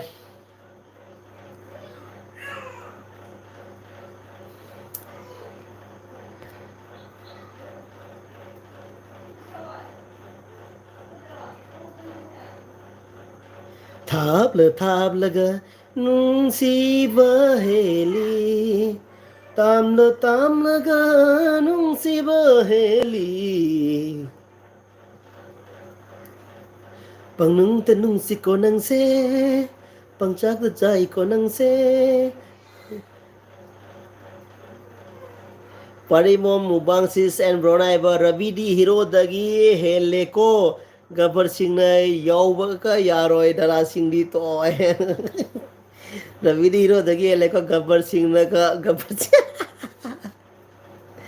ꯒꯕꯔꯁꯤꯡꯅ ꯌꯧꯕꯒ ꯌꯥꯔꯣꯏ ꯗꯔꯥꯁꯤꯡꯗꯤ ꯇꯣꯛꯑꯣꯏ ꯑꯣꯀꯦ ꯋꯥꯔꯤꯁꯦ ꯁꯤꯒꯤ ꯔꯕꯤꯗꯤ ꯍꯤꯔꯣꯗꯒꯤ ꯍꯦꯜꯂꯦꯀꯣ ꯒꯕꯔꯁꯤꯡꯅ ꯌꯧꯕꯀ ꯌꯥꯔꯣꯏ ꯗꯔꯥꯁꯤꯡꯗꯤ ꯇꯣꯛꯑꯣ ꯑꯁꯤꯒꯤ ꯀꯃꯦꯟꯁꯤ ꯃꯅꯨꯡꯗ ꯑꯩꯈꯣꯏꯒꯤ ꯐꯨꯝꯃꯤꯀꯣ ꯑꯩꯈꯣꯏ ꯁꯤꯁꯦ ꯁꯟꯗꯣꯛꯅ ꯇꯥꯛꯑꯗꯤ ꯍꯥꯏꯐꯦꯠ ꯌꯥꯝꯕ ꯀꯩꯅꯣꯅꯦꯕꯀꯣ ꯁꯟꯗꯣꯛꯅ ꯇꯥꯛꯄꯅꯦꯕ ꯑꯩꯈꯣꯏ ꯁꯤ ꯀꯃꯦꯟꯁꯤꯗ ꯐꯨꯝꯃꯤꯕ ꯋꯥꯍꯩ ꯃꯌꯥꯝ ꯐꯨꯝꯃꯦꯕꯀꯣ ꯁꯤ ꯀꯃꯦꯟꯁꯤꯗ ꯐꯨꯝꯃꯤꯁꯦ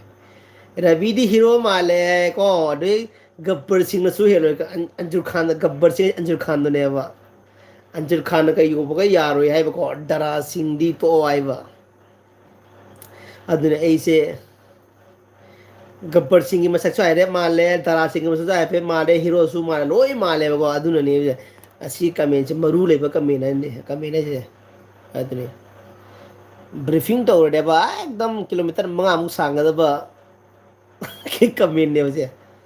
ꯔꯥꯏꯠ ꯆꯨꯝꯃꯦ ꯃꯁꯦ ꯄꯥꯔꯤ ꯔꯥꯏꯠ ꯍꯥꯏꯔꯦ ꯔꯥꯏꯠ ꯍꯥꯏꯔꯗꯤ ꯁꯤ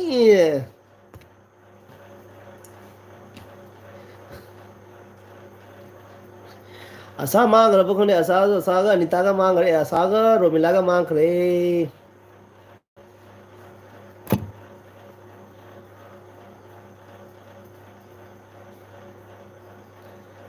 ꯗꯕꯜ ꯍꯤꯔꯣꯅꯤ ꯔꯣꯃꯤꯂꯥ ꯁꯤꯡꯍ ꯗꯕꯜ ꯍꯤꯔꯣꯅꯦ ꯑꯦ ꯔꯣꯃꯤꯂꯥ ꯁꯤꯡꯍ ꯂꯩ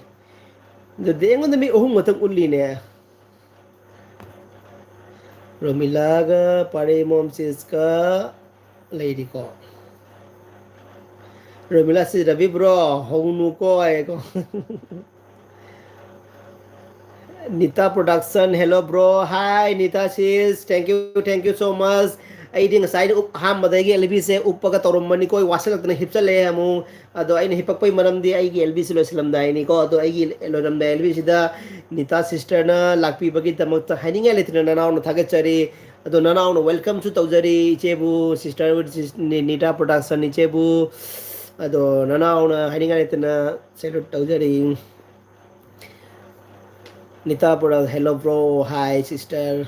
ꯑꯗꯣ ꯉꯁꯤꯒꯤ ꯑꯩꯒꯤ ꯑꯦꯜꯕꯤꯗ ꯂꯥꯛꯄꯤꯔꯤꯕ ꯐ꯭ꯔꯦꯟ ꯃꯌꯥꯝ ꯄꯨꯝꯅꯃꯛ ꯍꯦꯝꯂꯇꯥ ꯔꯕꯤ ꯂꯥꯏꯐ ꯏꯁꯇꯥꯏꯜꯅ ꯍꯔꯥꯎ ꯇꯌꯥꯝꯅ ꯑꯣꯛꯆꯔꯤ ꯂꯣꯏꯅ ꯂꯣꯏꯅꯅ ꯃꯌꯥꯝ ꯄꯨꯝꯅꯃꯛ ꯐ꯭ꯔꯦꯟ ꯃꯌꯥꯝ ꯄꯨꯝꯅꯃꯛꯕꯨꯁꯨ ꯅꯅꯥꯎꯅ ꯅꯌꯥꯝꯕꯅ ꯈꯨꯔꯨꯝꯖꯔꯤ ꯑꯁꯨꯝꯅ ꯃꯌꯥꯝꯅ ꯅꯨꯡꯁꯤꯕꯤꯗꯨꯅ ꯑꯩꯒꯤ ꯆꯦꯅꯦꯜ ꯑꯁꯤꯕꯨ ꯒ꯭ꯔꯣ ꯑꯣꯏꯍꯟꯕꯤꯌꯨ ꯍꯥꯏꯗꯨꯅ ꯃꯌꯥꯝ ꯄꯨꯝꯅꯃꯛ ꯃꯐꯝꯗ ꯍꯦꯝꯇꯥ ꯔꯕꯤ ꯂꯥꯏꯐ ꯏꯁꯇꯥꯏꯜꯅ ꯏꯀꯣꯛ ꯅꯣꯟꯖꯗꯨꯅ ꯍꯥꯏꯖꯔꯤ ꯈꯨꯔꯨꯝꯖꯔꯤ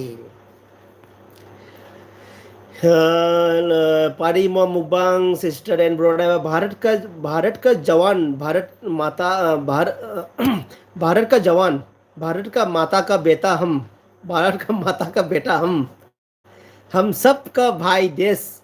का रखवाला हो सबसे सुंदर है वो ही असली हीरो है भारत का जवान भारत का माता का बेटा हम सब जब भारत का जवान भारत माता का बेटा हम सब को भाई देश का रखवाला वो सबसे सुंदर है वही असली हीरो है थैंक यू सो मच पारिमो मुबांग चीज थैंक यू सो मच एकदम एकदम एकदम राउंडे खड़ा हो जाता है ऐसा कमेंट पढ़ने से ना मेरा राउंडे खड़ा हो जाता है एकदम ऐसा कमेंट के लिए मैं भी सैल्यूट ठोकूंगा सैल्यूट ठोकना चाहूंगा सैल्यूट पारिमो mukbang sister and bro salute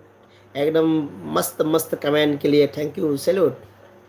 taste of India Meitei Nana Patekar पोकफोकप माली taste of India Meitei Nana Patekar पोकफोकप माले बको अइसे किनोने राजमा कहीं राजमा से नुंथांग तिंग थममको अदुना नुंगाला पोकफोकप ꯀꯁꯨ ꯅꯤꯇꯥ ꯄ꯭ꯔꯣꯗꯛꯁꯟ ꯅꯪꯒꯤꯅ ꯑꯍꯥꯟꯕ ꯂꯥꯏꯚ ꯇꯧꯕ꯭ꯔꯣ ꯉꯁꯤꯅ ꯑꯍꯥꯟꯕ ꯂꯥꯏꯚ ꯇꯧꯕ꯭ꯔꯥ ꯍꯥꯏꯕ ꯁꯤꯁꯇꯔ ꯑꯩ ꯑꯍꯥꯟꯕꯗ ꯅꯤꯇꯥ ꯄ꯭ꯔꯣꯗꯛꯁꯟ ꯁꯤꯁꯇꯔ ꯑꯩ ꯑꯍꯥꯟꯕꯗꯁꯨ ꯂꯥꯏꯚ ꯇꯧꯈ꯭ꯔꯦ ꯍꯥꯟꯅ ꯇꯧꯈ꯭ꯔꯦꯀꯣ ꯑꯩꯅ ꯑꯗꯨꯝ ꯑꯩꯗꯣ ꯂꯥꯏꯚ ꯇꯧꯒꯦꯅ ꯇꯧꯕꯁꯨ ꯅꯠꯇꯕꯀꯣ ꯑꯗꯣ ꯂꯥꯏꯚꯇꯤ ꯇꯧꯈ꯭ꯔꯦ ꯑꯍꯥꯟꯕꯗꯁꯨ ꯑꯗꯣ ꯐꯅ ꯀꯨꯏꯔꯕꯩ ꯃꯇꯨꯡꯗ ꯉꯁꯤ ꯂꯥꯛꯄꯅꯤ ꯑꯃꯨꯛ ꯑꯦꯜꯕꯤꯁꯦ ꯍꯟꯗꯛ ꯊꯥ ꯑꯃꯁꯤꯗꯩ ꯔꯤꯒꯨꯂꯔ ꯇꯧꯒꯦꯅ ꯈꯜꯂꯤꯀꯣ ꯅꯤꯇꯥ ꯄ꯭ꯔꯣꯗꯛꯁꯟ ꯍꯟꯗꯛ ꯊꯥ ꯑꯃꯁꯦ ꯑꯩꯗꯤ ꯃꯇꯝꯗꯤ ꯍꯥꯏꯕ ꯉꯝꯗꯦ ꯑꯗꯨ ꯑꯗꯨꯝ ꯔꯤꯒꯨꯂꯔ ꯇꯧꯒꯦꯗꯤ ꯈꯜꯂꯤ ꯑꯗꯣ ꯉꯝꯒꯗ꯭ꯔꯥ ꯉꯝꯃꯣꯏꯗ꯭ꯔꯗꯤ ꯈꯪꯗꯦ ꯄꯥꯔꯇꯤ ꯃꯨꯛꯕꯥꯡꯁꯤ ꯇꯦꯁ ꯃꯗꯩ ꯎꯁꯜꯂꯛꯑꯦ ꯅꯤꯇꯥ ꯄ꯭ꯔꯣꯗꯛꯁꯟ ꯑꯩꯗꯤ ꯕ꯭ꯔꯣꯒꯤ ꯂꯥꯏꯐꯇ ꯑꯍꯥꯟꯕꯅꯤ ꯃꯅꯤ ꯃꯅꯤ ꯅꯤꯇꯥ ꯄ꯭ꯔꯣꯗꯛꯁꯟ ꯁꯤꯁꯤꯅ ꯑꯩꯒꯤ ꯑꯦꯜꯕꯤꯗ ꯑꯍꯥꯟꯕꯅꯤ ꯆꯨꯝꯃꯤ ꯆꯨꯝꯃꯤ ꯊꯦꯡꯛ ꯌꯨ ꯑꯗꯣ ꯑꯍꯥꯟꯕ ꯑꯣꯏꯅ ꯑꯩꯒꯤ ꯑꯦꯜꯕꯤꯗ ꯂꯥꯛꯄꯤꯕꯒꯤꯗꯃꯛꯇ ꯑꯗꯨꯅ ꯑꯍꯥꯟꯕ ꯑꯣꯏꯅ ꯅꯅꯥꯎꯅ ꯍꯦꯝꯂꯇꯥ ꯔꯦꯕꯤ ꯂꯥꯏꯐ ꯏꯁꯇꯥꯏꯜꯅ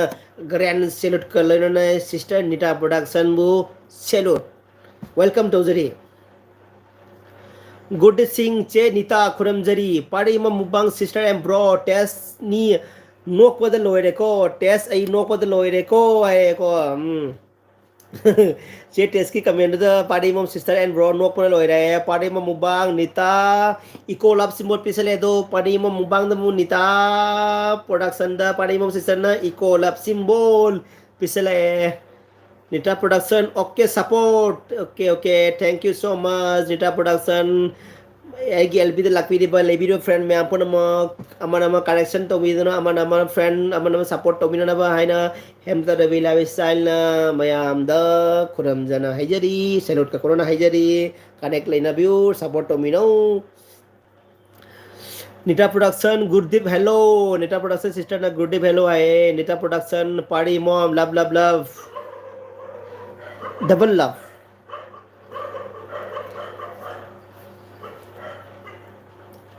मेरे देश की धरती मेरे देश की धरती सोना उगले उगले हीरे मोती मेरे देश की धरती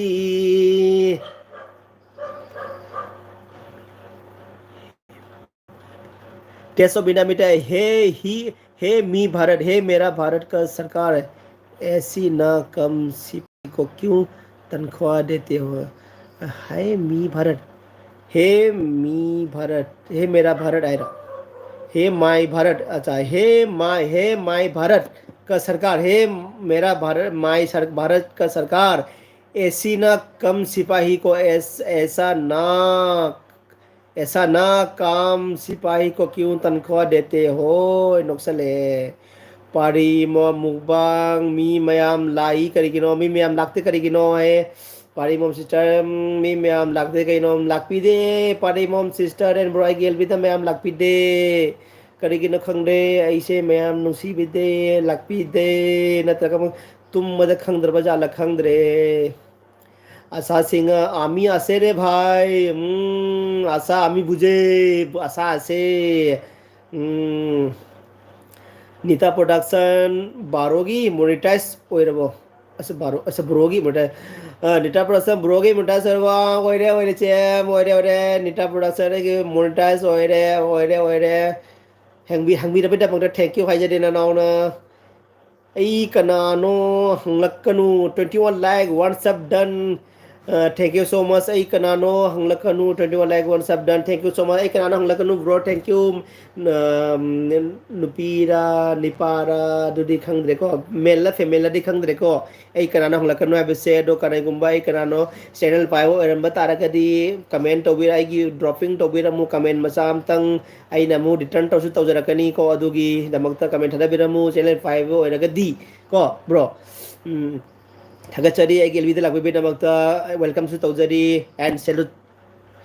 रोबिता किचन लोइरमद्री ने अरे रोबिता नंग सादे ngaari mi रोबिता नंग लाकद्रे ना अदु नगमाल जाउदो सलमान हेक्ता चटपा जाब्रो नगमा एक प्यार क नगमा है का खंगदो नगमा खंगदो सलमान ग जामना हाना कुमिन हीरोइन दो नगमा को बनी अदु नियबा रोबिता जाउ रोबिसन नगमा जाउ Salman हेक्ता चटपा जाब्रो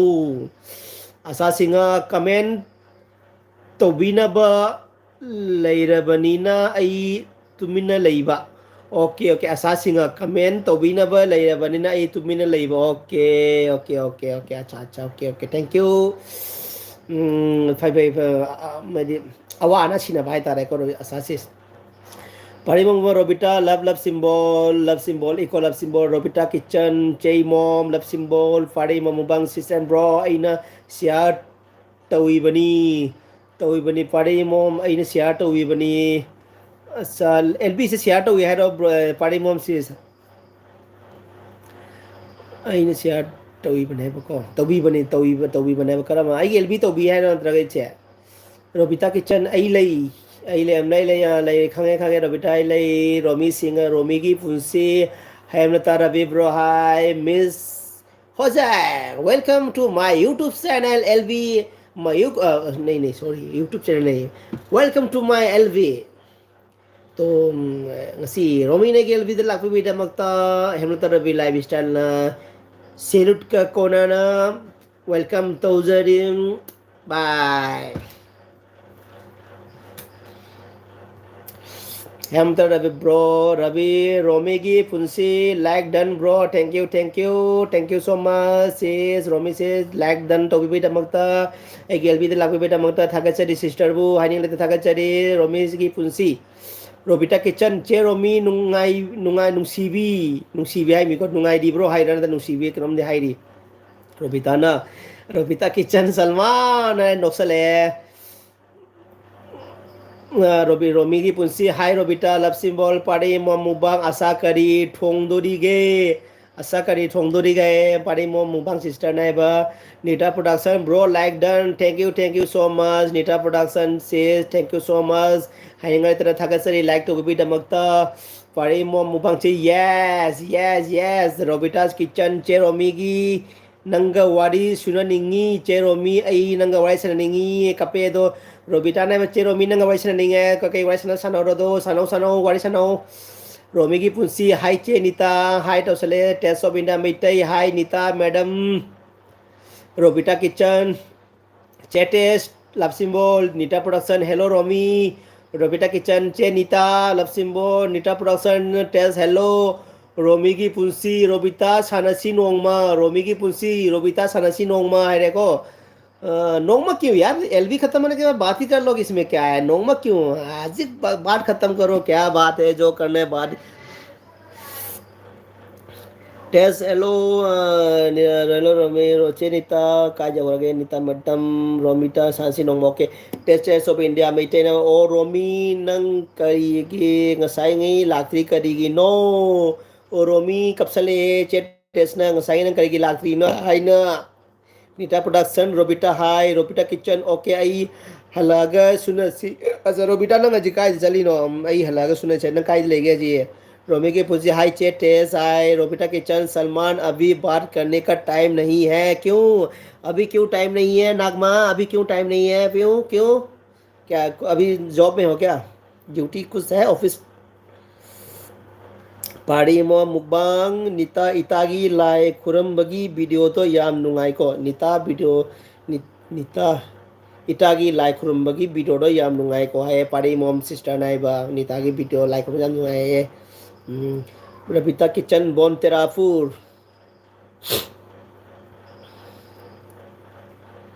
Hey Bon Rabita na asanak Bon Terafur la iro silcha dagi je Nita Production Party Mom thank you for watching ita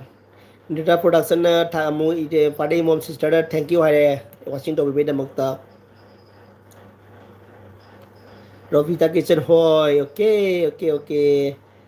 Nangi side kai lege je jum da Terafur le ibran tra mapan le iro Rabita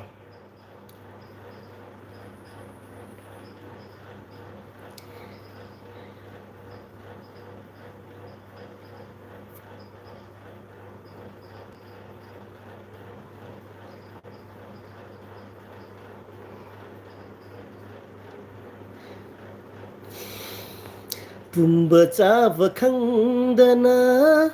uduna talire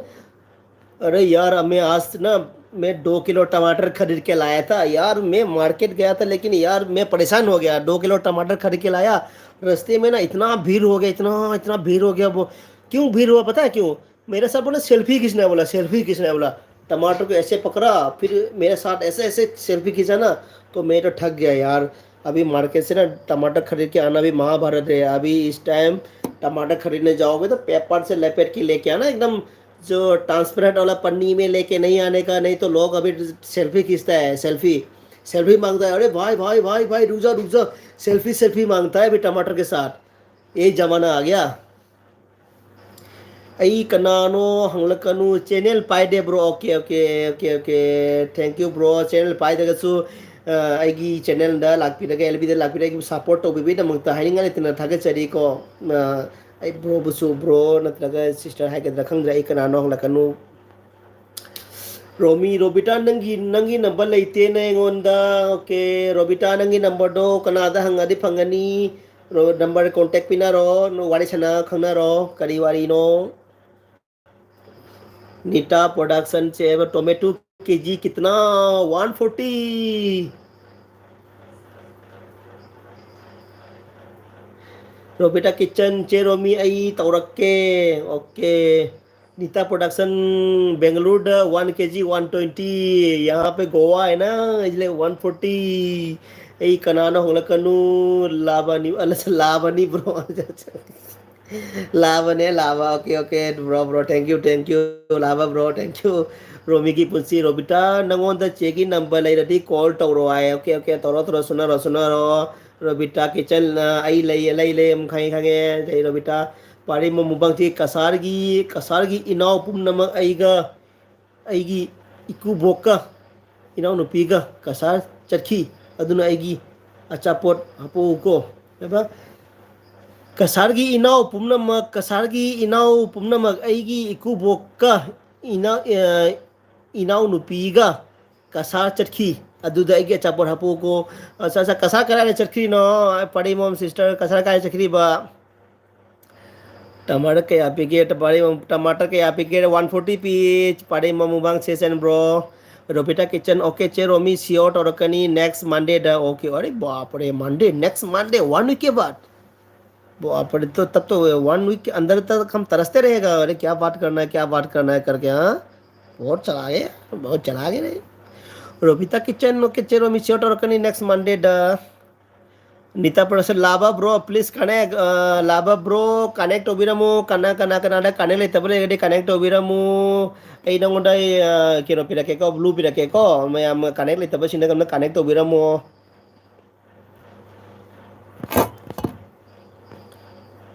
akoi mete machine mentang atani aduna support tobiramu bro hai ngai tan thaga chadi ko bro my support wala people channel vai de su अच्छा चे नेता काने को बनी हाय रे चे रो मो हापके चे इमोम होय हापके चे रोबिता के चने चे इमोम होय हापके रोबिता ना हापा नि सोइदना चे पाडी मोम सिसे ब्रो हापा नि सोइदना कदाय नो चकी दम हाइबिरो आई कनानो हंगलकनो चेचे खुरमजरी आई कनानो हंगलकनो चे रोमी खुरमजरी हाय रोबिता आर रास खुरमजरी रास हाय तौरे आई कनानो चे निता काने को बनी है पारी में मुबांग रोबिता याम नुसी को फागी तौबनी को आए फागी तौरी में काय चेते फागी तौरी में आई कनानो हंगलकनु चेचे तुमिन लई वाए चुप आए को नीता प्रोडक्शन ओके ब्रो लावा थैंक यू है नीता प्रोडक्शन नमु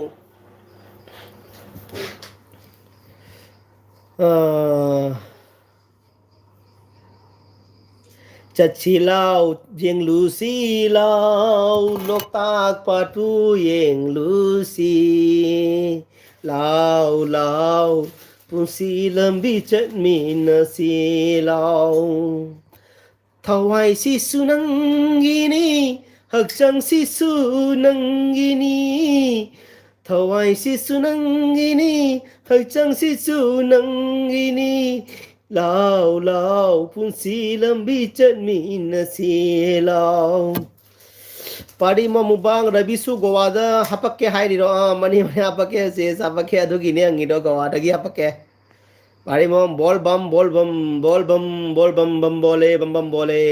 padi mau bang ba wow क्या गाला है ऐसा क्या गाला है फैंटास्टिक है ना ब्रो मेरा गाला ओम नमः शिवाय हरे हरे भोले नमः शिवाय ओम नमः शिवाय हरे हरे भोले नमः शिवाय ओम जोता धराय शिव जोता धराय हरे हरे भोले नमः शिवाय रोमी की पुंसी हाय आई कनानो द हाय तो से ले दो रोमी ना मुंग आई कनानो हंगलकनु nice bro thank you so much bro thank you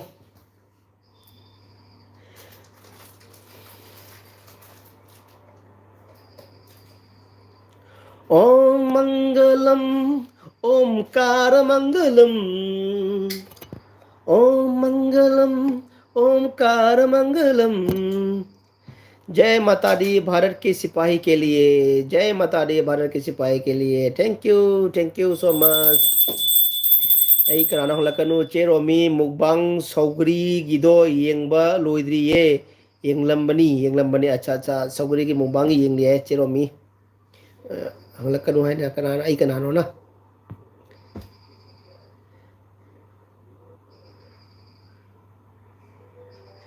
ॐ नमः शिवाय श्री नारायण नारायण हरे हरे श्री नारायण नारायण हरे हरे तेरी नमो नमो नमो नमो श्री नारायण नारायण हरे हरे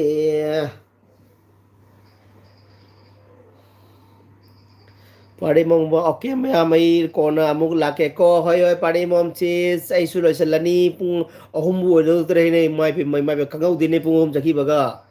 ꯏꯃꯥꯏ ꯄꯦꯝ ꯄꯨꯡ ꯑꯍꯨꯝ ꯆꯠꯈꯤꯕ ꯈꯪꯍꯧꯗꯦ ꯇꯧꯔꯤꯁꯦ Party mukbang, okay, ma'am, okay, okay, sis, bro, sister and bro, hoy, chalo, Romi ki punsi, Ras, thank you, Romi ki punsi na Ras, thank you, ana, kidam flying kiss, to saledo. Party mukbang, mayam pun na magvai, party mukbang, sister and bro, na mayam pun magvai, and take care, haram me, mayam pun magta. Mayam pun mag ay su 5 minute tang 5 minute tara 8 minute pung 3 hours fa lage ko diri pung hum sudro min na diri 3 minute ni pang tang ngai re hum baga daba pung hum diri pung hum minute ni pang tang mayam le min si ko nusi ba kamen kitang bibiro ekdam noning ba jari ba makai noning ba kamen bibiro o mi nga tang ngai kare engon diri so nga tang uli hum ule mo okay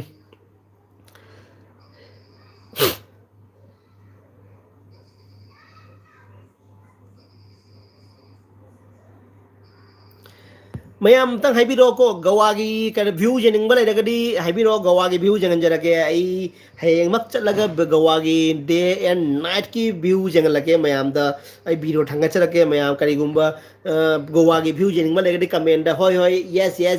no haibiro mayam haibiro ai gawagi view jangan lake hayeng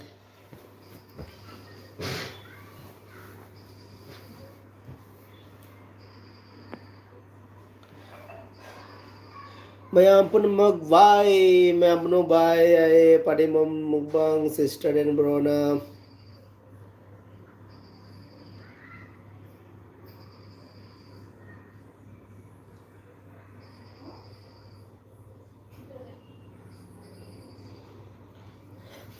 asise gawagi style ngo si free sisu na gawagi free na si free sisu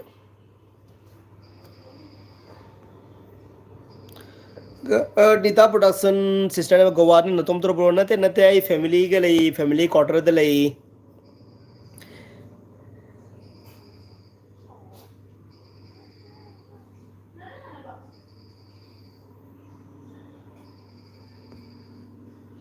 Nita production se sai angang amasu jaujare ai nupi ke lai mayam ai se 2012 ta luhongjabani 2012 ta ado khara thengna baby phange aduna handaki 2020 23 sida April ki tang tramri tang hang amo jaujare do ngarang se 3 month complete oiregi chanupi do mayamna aigi chanupi ki damak tas mayamna su ashirwad pibiramu haina aigi Elisa ki damakta mapa ama oina aina mayamda Khurram हाइजरी आशीर्वाद पे भी हुआ नहीं जानो P की दमक तब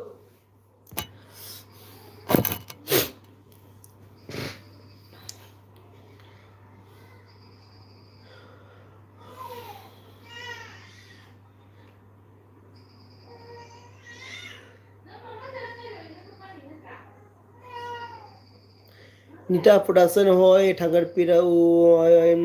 ai short video da situm jaw bani ko mara mara dum video da sum jaw bani sister Nita production says dum video jaw bani gida angang gi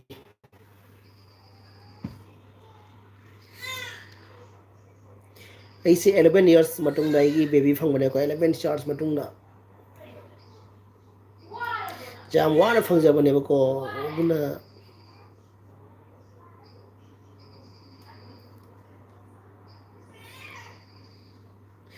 gym ꯊꯪꯅꯕ ꯀꯌꯥꯒꯤ ꯃꯔꯤ ꯃꯇꯥ ꯀꯌꯥꯗꯒꯤ ꯕꯦꯠ ꯀꯃꯦꯟ ꯁꯤꯅꯕꯨ ꯀꯔꯤꯅꯣ ꯑꯗꯨꯅꯤ ꯀꯣꯛ ꯁꯥꯕꯖꯥꯅꯤꯅꯦ ꯀꯣꯛ ꯁꯥꯕꯖꯥꯅꯤ ꯑꯗꯨ ꯂꯥꯁꯇ ꯏꯁꯣꯔꯅ ꯑꯩꯅ ꯋꯥꯖꯕꯗꯣ ꯈꯪꯕꯤꯗꯨꯅ ꯆꯍꯤ 13 ꯃꯇꯨꯡꯗ ꯏꯁꯣꯔꯅ ꯑꯩꯉꯣꯟꯗ ꯄꯤꯕꯤꯔꯦ ꯑꯩꯒꯤ ꯈꯨꯠꯇ ꯑꯩꯒꯤ ꯏꯆꯥꯅꯨꯄꯤ ꯑꯃ ꯑꯣꯏꯅ ꯄꯤꯕꯤꯔꯦ ꯂꯛꯁꯃꯤ ꯑꯣꯏꯅ ꯂꯛꯁꯃꯤ ꯑꯣꯏꯅ ꯑꯩꯒꯤ ꯈꯨꯠꯇ ꯑꯩꯉꯣꯟꯗ ꯁꯤꯟꯅꯕꯤꯔꯦ ꯏꯁꯣꯔꯅ ꯑꯗꯨꯅ ꯑꯩꯅ ꯍꯥꯏꯅꯤꯡꯉꯥꯏ ꯂꯩꯇꯅ ꯏꯁꯣꯔꯕꯨꯁꯨ ꯊꯥꯒꯠꯆꯔꯤ ꯑꯗꯨꯅ ꯐ꯭ꯔꯦꯟ ꯃꯌꯥꯝꯅꯁꯨ ꯑꯩꯕꯨ ꯅꯨꯡꯁꯤꯕꯤꯗꯨꯅ ꯑꯩꯒꯤ ꯏꯆꯥꯅꯨꯄꯤꯕꯨꯁꯨ ꯃꯣꯏꯒꯤ ꯑꯥꯁꯤꯔꯕꯥꯗ ꯄꯤꯕꯤꯌꯨ ꯍꯥꯏꯅ ꯃꯌꯥꯝꯗ ꯔꯕꯤꯅ ꯈꯨꯔꯨꯝꯖꯔꯤ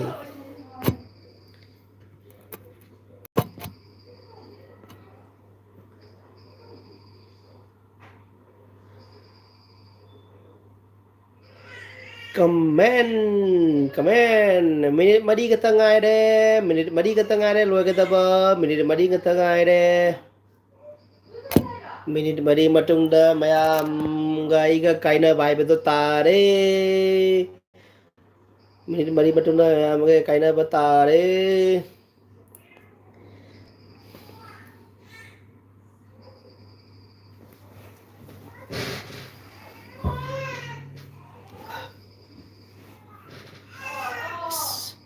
ꯋꯥꯔꯦꯍꯦ ꯄꯨꯡ ꯑꯍꯨꯝꯒꯥꯏ ꯐꯝꯕꯁꯤ ꯋꯥꯏꯍꯦ ꯐꯖꯅ ꯑꯁ ꯑꯩꯈꯣꯏꯗꯤ ꯀꯣꯏꯆꯠ ꯆꯠꯄꯁꯤꯅ ꯅꯨꯡꯉꯥꯏꯕ ꯑꯃ ꯀꯣꯏꯆꯠ ꯆꯠꯂ ꯀꯣꯏꯆꯠ ꯇꯧꯕꯁꯤꯅ ꯅꯨꯡꯉꯥꯏꯕ ꯑꯃ ꯐꯝ ꯂꯩꯕꯁꯤ ꯋꯥꯏꯅꯦ ꯔꯣꯃꯤ ꯁꯤꯡꯍ ꯌꯦꯁ ꯍꯥꯏꯔꯦ ꯔꯣꯃꯤ ꯁꯤꯡꯍꯅ ꯌꯦꯁ ꯍꯥꯏꯔꯦ ꯁꯤꯡꯍ ꯂꯥꯏꯐ ꯏꯁꯇꯥꯏꯜ ꯆꯁꯃꯥ ꯎꯞꯁꯜꯂꯦ ꯆꯁꯃꯥ ꯎꯞꯄꯤꯔꯦ ꯑꯩ ꯆꯁꯃꯥꯁꯨ ꯂꯩꯗ ꯁꯤꯗ ꯂꯩꯗ ꯑꯩꯒꯤ ꯆꯁꯃꯥꯁꯦ ꯂꯩ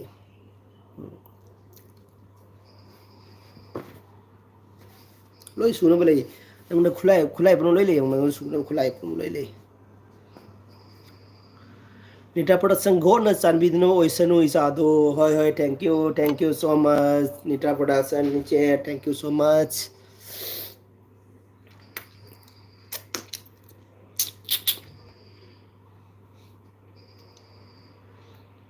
ꯆꯁꯃꯥ ꯁꯦꯝꯕꯁꯦ Singh lifestyle wow bro ꯌꯦ ꯌꯣ ꯂꯥꯏꯐ ꯏꯁꯇꯥꯏꯜ ꯕ꯭ꯔꯣ ꯍꯧꯖꯤꯛ ꯀꯗꯥꯏꯗ ꯌꯨꯝꯗꯔꯣ ꯃꯐꯝꯗꯔꯣ ꯊꯕꯛ ꯃꯐꯝꯗꯔꯣ ꯀꯥꯏꯗꯅꯣ ꯍꯧꯖꯤꯛ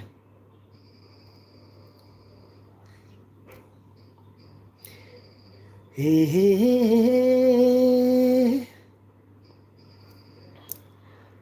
ꯆꯦ ꯅꯤꯇꯥ ꯀꯔꯤ ꯍꯤꯟꯖꯥꯡ ꯇꯧꯗꯣꯔꯤꯒꯦ ꯀꯔꯤ ꯍꯤꯟꯖꯥꯡ ꯇꯧꯗꯣꯔꯤꯒꯦ ꯇꯨꯗ꯭ꯔꯤꯒꯦ ꯀꯩ ꯍꯤꯟꯖꯥꯡ ꯇꯨꯗ꯭ꯔꯤꯒꯦ ꯆꯦ ꯅꯤꯇꯥ ꯀꯔꯤ ꯍꯤꯟꯖꯥꯡ ꯇꯨꯗꯣꯏꯅꯣ ꯅꯪ ꯀꯩ ꯍꯤꯟꯖꯥꯡ ꯊꯣꯡꯗꯣꯏꯅꯣ ꯅꯠꯇ꯭ꯔꯒ ꯇꯨꯗꯣꯏꯅꯣ ꯈꯪꯗꯦ ꯀꯩ ꯍꯤꯟꯖꯥꯡ ꯅꯪ ꯇꯨꯗꯣꯏꯔꯣ ꯊꯣꯡꯗꯣꯏꯔꯣ ꯆꯦ ꯅꯤꯇꯥ ꯅꯪ ꯍꯤꯟꯖꯥꯡꯗꯣ ꯔꯣꯃꯤꯅ ꯍꯥꯏꯕ ꯇꯨꯗꯣꯏꯔꯥ ꯊꯣꯡꯗꯣꯏꯔꯥ ꯍꯥꯏ Singh lifestyle Singh lifestyle ꯗꯦꯜꯂꯤꯗ ꯂꯩꯕ꯭ꯔꯣ ꯕꯥꯕꯨ ꯑꯣꯀꯦ ꯗꯦꯜꯂꯤꯗ ꯂꯩꯔꯤꯕꯣ ꯑꯣꯀꯦ ꯔꯣꯃꯤ ꯆꯤꯛꯀꯟ ꯊꯣꯡꯉꯤꯌꯦ ꯁꯤꯡꯍ ꯂꯥꯏꯐ ꯏꯁꯇꯥꯏꯜ ꯔꯣꯃꯤ ꯆꯥꯛ ꯆꯥꯔꯕꯣ ꯔꯣꯃꯤꯅ ꯆꯥꯛ ꯆꯥꯔꯕ ꯍꯥꯏꯌꯦ ꯂꯥꯏꯐ ꯏꯁꯇꯥꯏꯜ ꯕ꯭ꯔꯣꯅ ꯍꯥꯏꯕ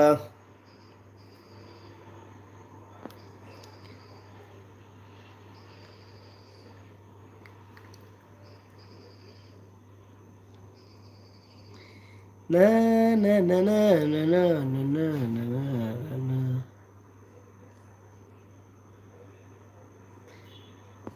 1 minute remaining 1 minute remaining Single lifestyle Chinita leg piece Romi ki punsi may God bless you Hemlata and Brogi Betty okay thank you so much Romi ki punsi thank you so much Ichanopi amade aigi Hemlata amade aibusu God bless you happy birthday damade soran nangai thamira chango so happy birthday damakta thakechari aina sister bosu aigi traptagi nungai lebo yo haina aina su hanna hanna me too tawjari hajari sorry from the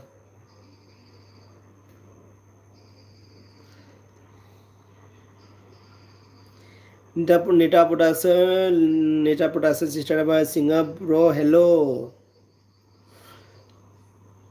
Romi ki punsi singer bro chak thong dari mayam dudi pung ahum phare ado mayam losalasiro mayam kaina bagi jathang pibirasi single lifestyle babu Romi ga join LB tawro yamna nungai okay no matang chap sone tawjage among Romi Romi single lifestyle ba khobani join taro wael nongma yam nungai do matang chap sone tawjage lifestyle bro Romi kai tawrige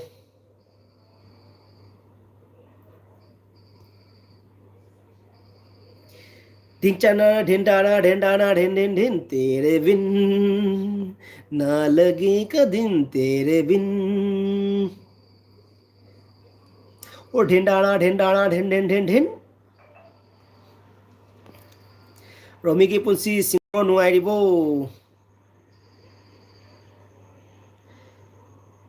मी मरी लई कना कनानो लैरिसे अमतंग present अमता हाइबिरो अमता खंगे रोमी लैरे निटा production sister लैरे Sinha लैरे अमा कनानो रोमी अमा लैरे Sinha bro अमा लैरे निटा production अमा लैरे अमा कनानो खंगद्रे होय रोमी नुंगाइरिए life style bro ना Nitra Production, okay Ravi, bye everyone, bye Nitra Production, sister na bye everyone, English bye tore, Romi ki puji singa bro ita cha thagli hai, okay, Romi na cha thai hai ji, okay, single lifestyle bro jago isa hai, muchi lag lai, chill lag chali re.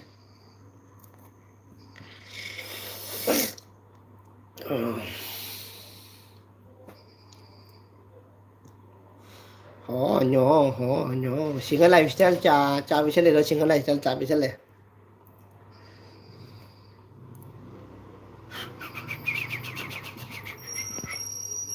Romi chai, Chenita vai, Romi ki puji Chenita vai. Amtang ai LBC de laibiriba friend mayam punamak amtang bye hai amtang matang nai na select lai le amtang comment amtang bibiro bye hai na adu matung da ai end tau jage amtang friend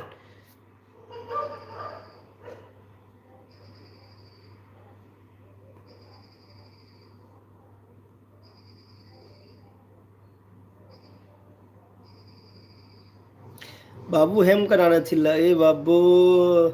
mari gari na thile bro gari na taxi da ne rent ke taxi da car da tauraga thile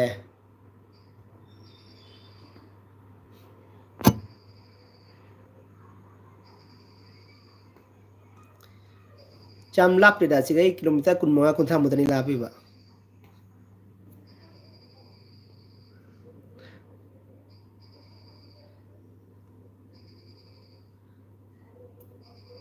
single lifestyle nang kanano amtang phajana hairo nang kanano ka ino amtang phajana hairo ne ngonda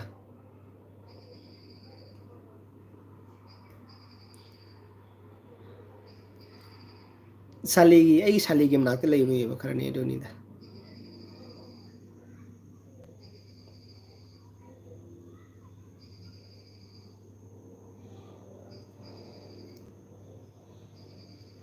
moni hoida lai ru moni hoida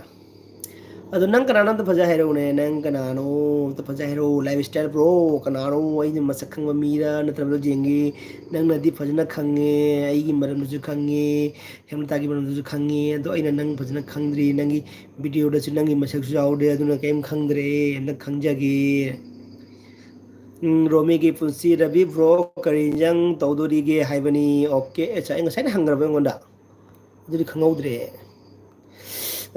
ai hinjang ngasai hinjang nga thongba chaiba ko adu hinjang loi dum nungthang dum charani khara jam no thongame ba ko adu dum charani single lifestyle ha ha babu en oksale nang single lifestyle nang kinoro ai ganjab nang se ranipur gi chibim sagi mronu paro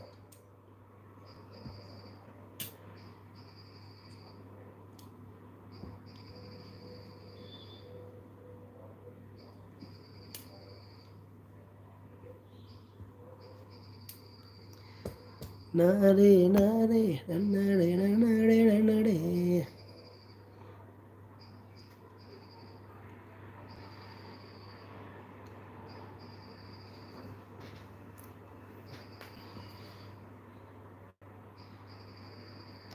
babu chasama jabra fajai ro thia ro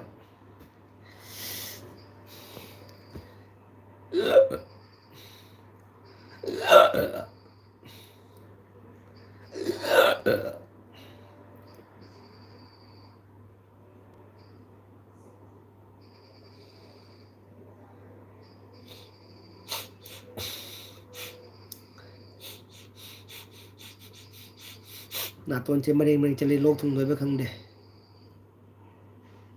ꯑꯩꯒꯤ ꯅꯥꯇꯣꯟꯁꯦ ꯌꯥꯝ ꯆꯥꯎꯗ꯭ꯔꯣ ꯑꯗꯨꯝ ꯆꯥ ꯀꯥꯕ ꯑꯃ ꯍꯩꯔ ꯊꯛꯑꯗꯤꯕ ꯑꯗꯨꯝ ꯆꯟꯒꯅꯤ ꯔꯣꯃꯤꯁꯤꯒ ꯅꯪ ꯆꯥꯗꯣ ꯁꯤꯒꯣꯏ ꯊꯛꯀꯦꯔꯣ ꯁꯤꯒ ꯍꯩꯔ ꯊꯛꯀꯦꯔꯣ ꯆꯥ ꯀꯥꯕ ꯑꯃ ꯊꯛꯀꯦꯔꯣ ꯁꯤꯒ ꯍꯩꯔꯒ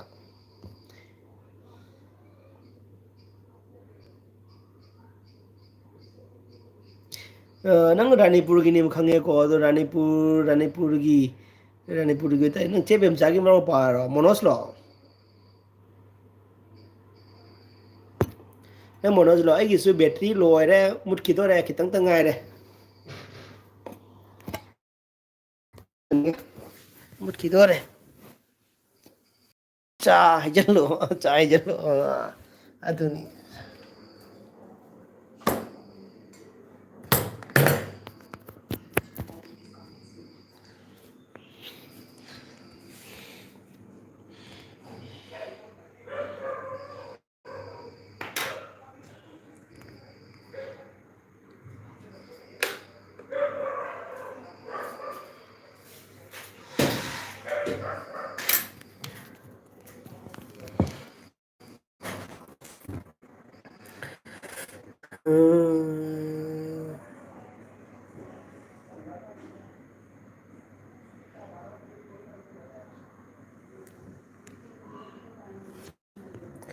ꯆꯨꯝꯃꯕꯣ ꯑꯩꯅ ꯍꯥꯏꯗꯣ ꯆꯨꯝꯃꯕꯣ ꯁꯤꯡꯒꯜ ꯂꯥꯏꯐ ꯏꯁꯇꯥꯏꯜ ꯕ꯭ꯔꯣ ꯑꯩꯅ ꯍꯥꯏꯕꯗꯣ ꯆꯨꯝꯃꯕꯣ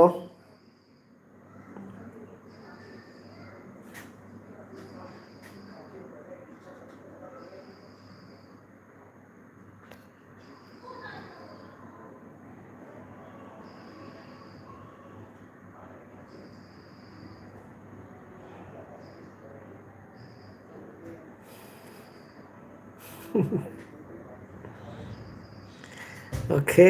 ꯑꯠꯆꯥ ꯑꯠꯆꯥ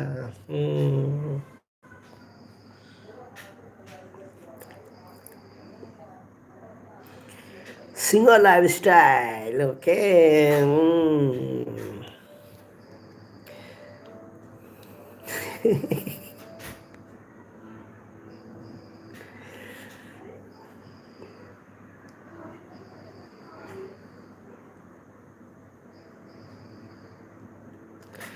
ꯅꯪ ꯑꯗꯨꯗꯤ ꯂꯥꯏꯐ ꯏꯁꯇꯥꯏꯜ ꯄ꯭ꯔꯣ ꯑꯩꯁꯨ ꯂꯣꯏꯁꯤꯜꯂꯒꯦ ꯄꯨꯡ 3 ꯐꯥꯔꯦ ꯄꯨꯡ 3 ꯍꯦꯜꯂꯦ ꯀꯣ ꯍꯣꯏ ꯀꯧꯔꯣꯏ ꯀꯧꯔꯣꯏ ꯃꯤꯡ ꯀꯧꯔꯛꯑꯔꯣꯏ ꯑꯗꯨꯝ ꯂꯥꯏꯐ ꯏꯁꯇꯥꯏꯜ ꯍꯥꯏꯅ ꯀꯧꯔꯛꯑꯒꯦ ꯑꯗꯨꯝ ꯀꯣ ꯑꯣꯀꯦ ꯑꯣꯀꯦ ꯑꯗꯨꯗꯤ ꯊꯝꯃꯁꯤꯔꯣ ꯃꯌꯥꯝ ꯑꯦꯜꯕꯤꯁꯦ ꯂꯣꯏꯁꯤꯜꯂꯒꯦꯀꯣ ꯃꯌꯥꯝ ꯑꯩꯁꯨ ꯕꯥꯏ ꯑꯣꯏꯔꯒꯦ ꯑꯩꯒꯤ ꯃꯌꯥꯝ ꯚꯥꯏ ꯑꯣꯏꯔꯒꯦ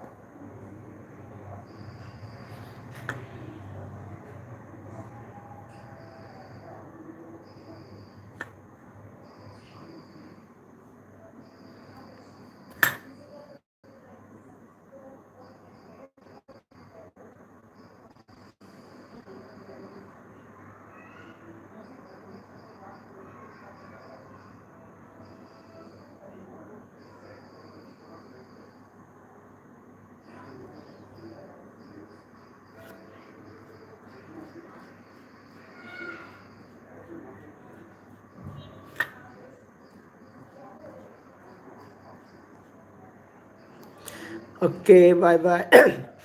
okay bye bye bye bye bye तो फ्रेंड मरीदी लेको तो कमेंट दी उधर मेरा तो बाय हाँ थैंक यू सो मच से गेल भी दिला फिर मेरा मोटा thank you thank you thank you thank you हम तरह भी लाइफ स्टाइल थैंक यू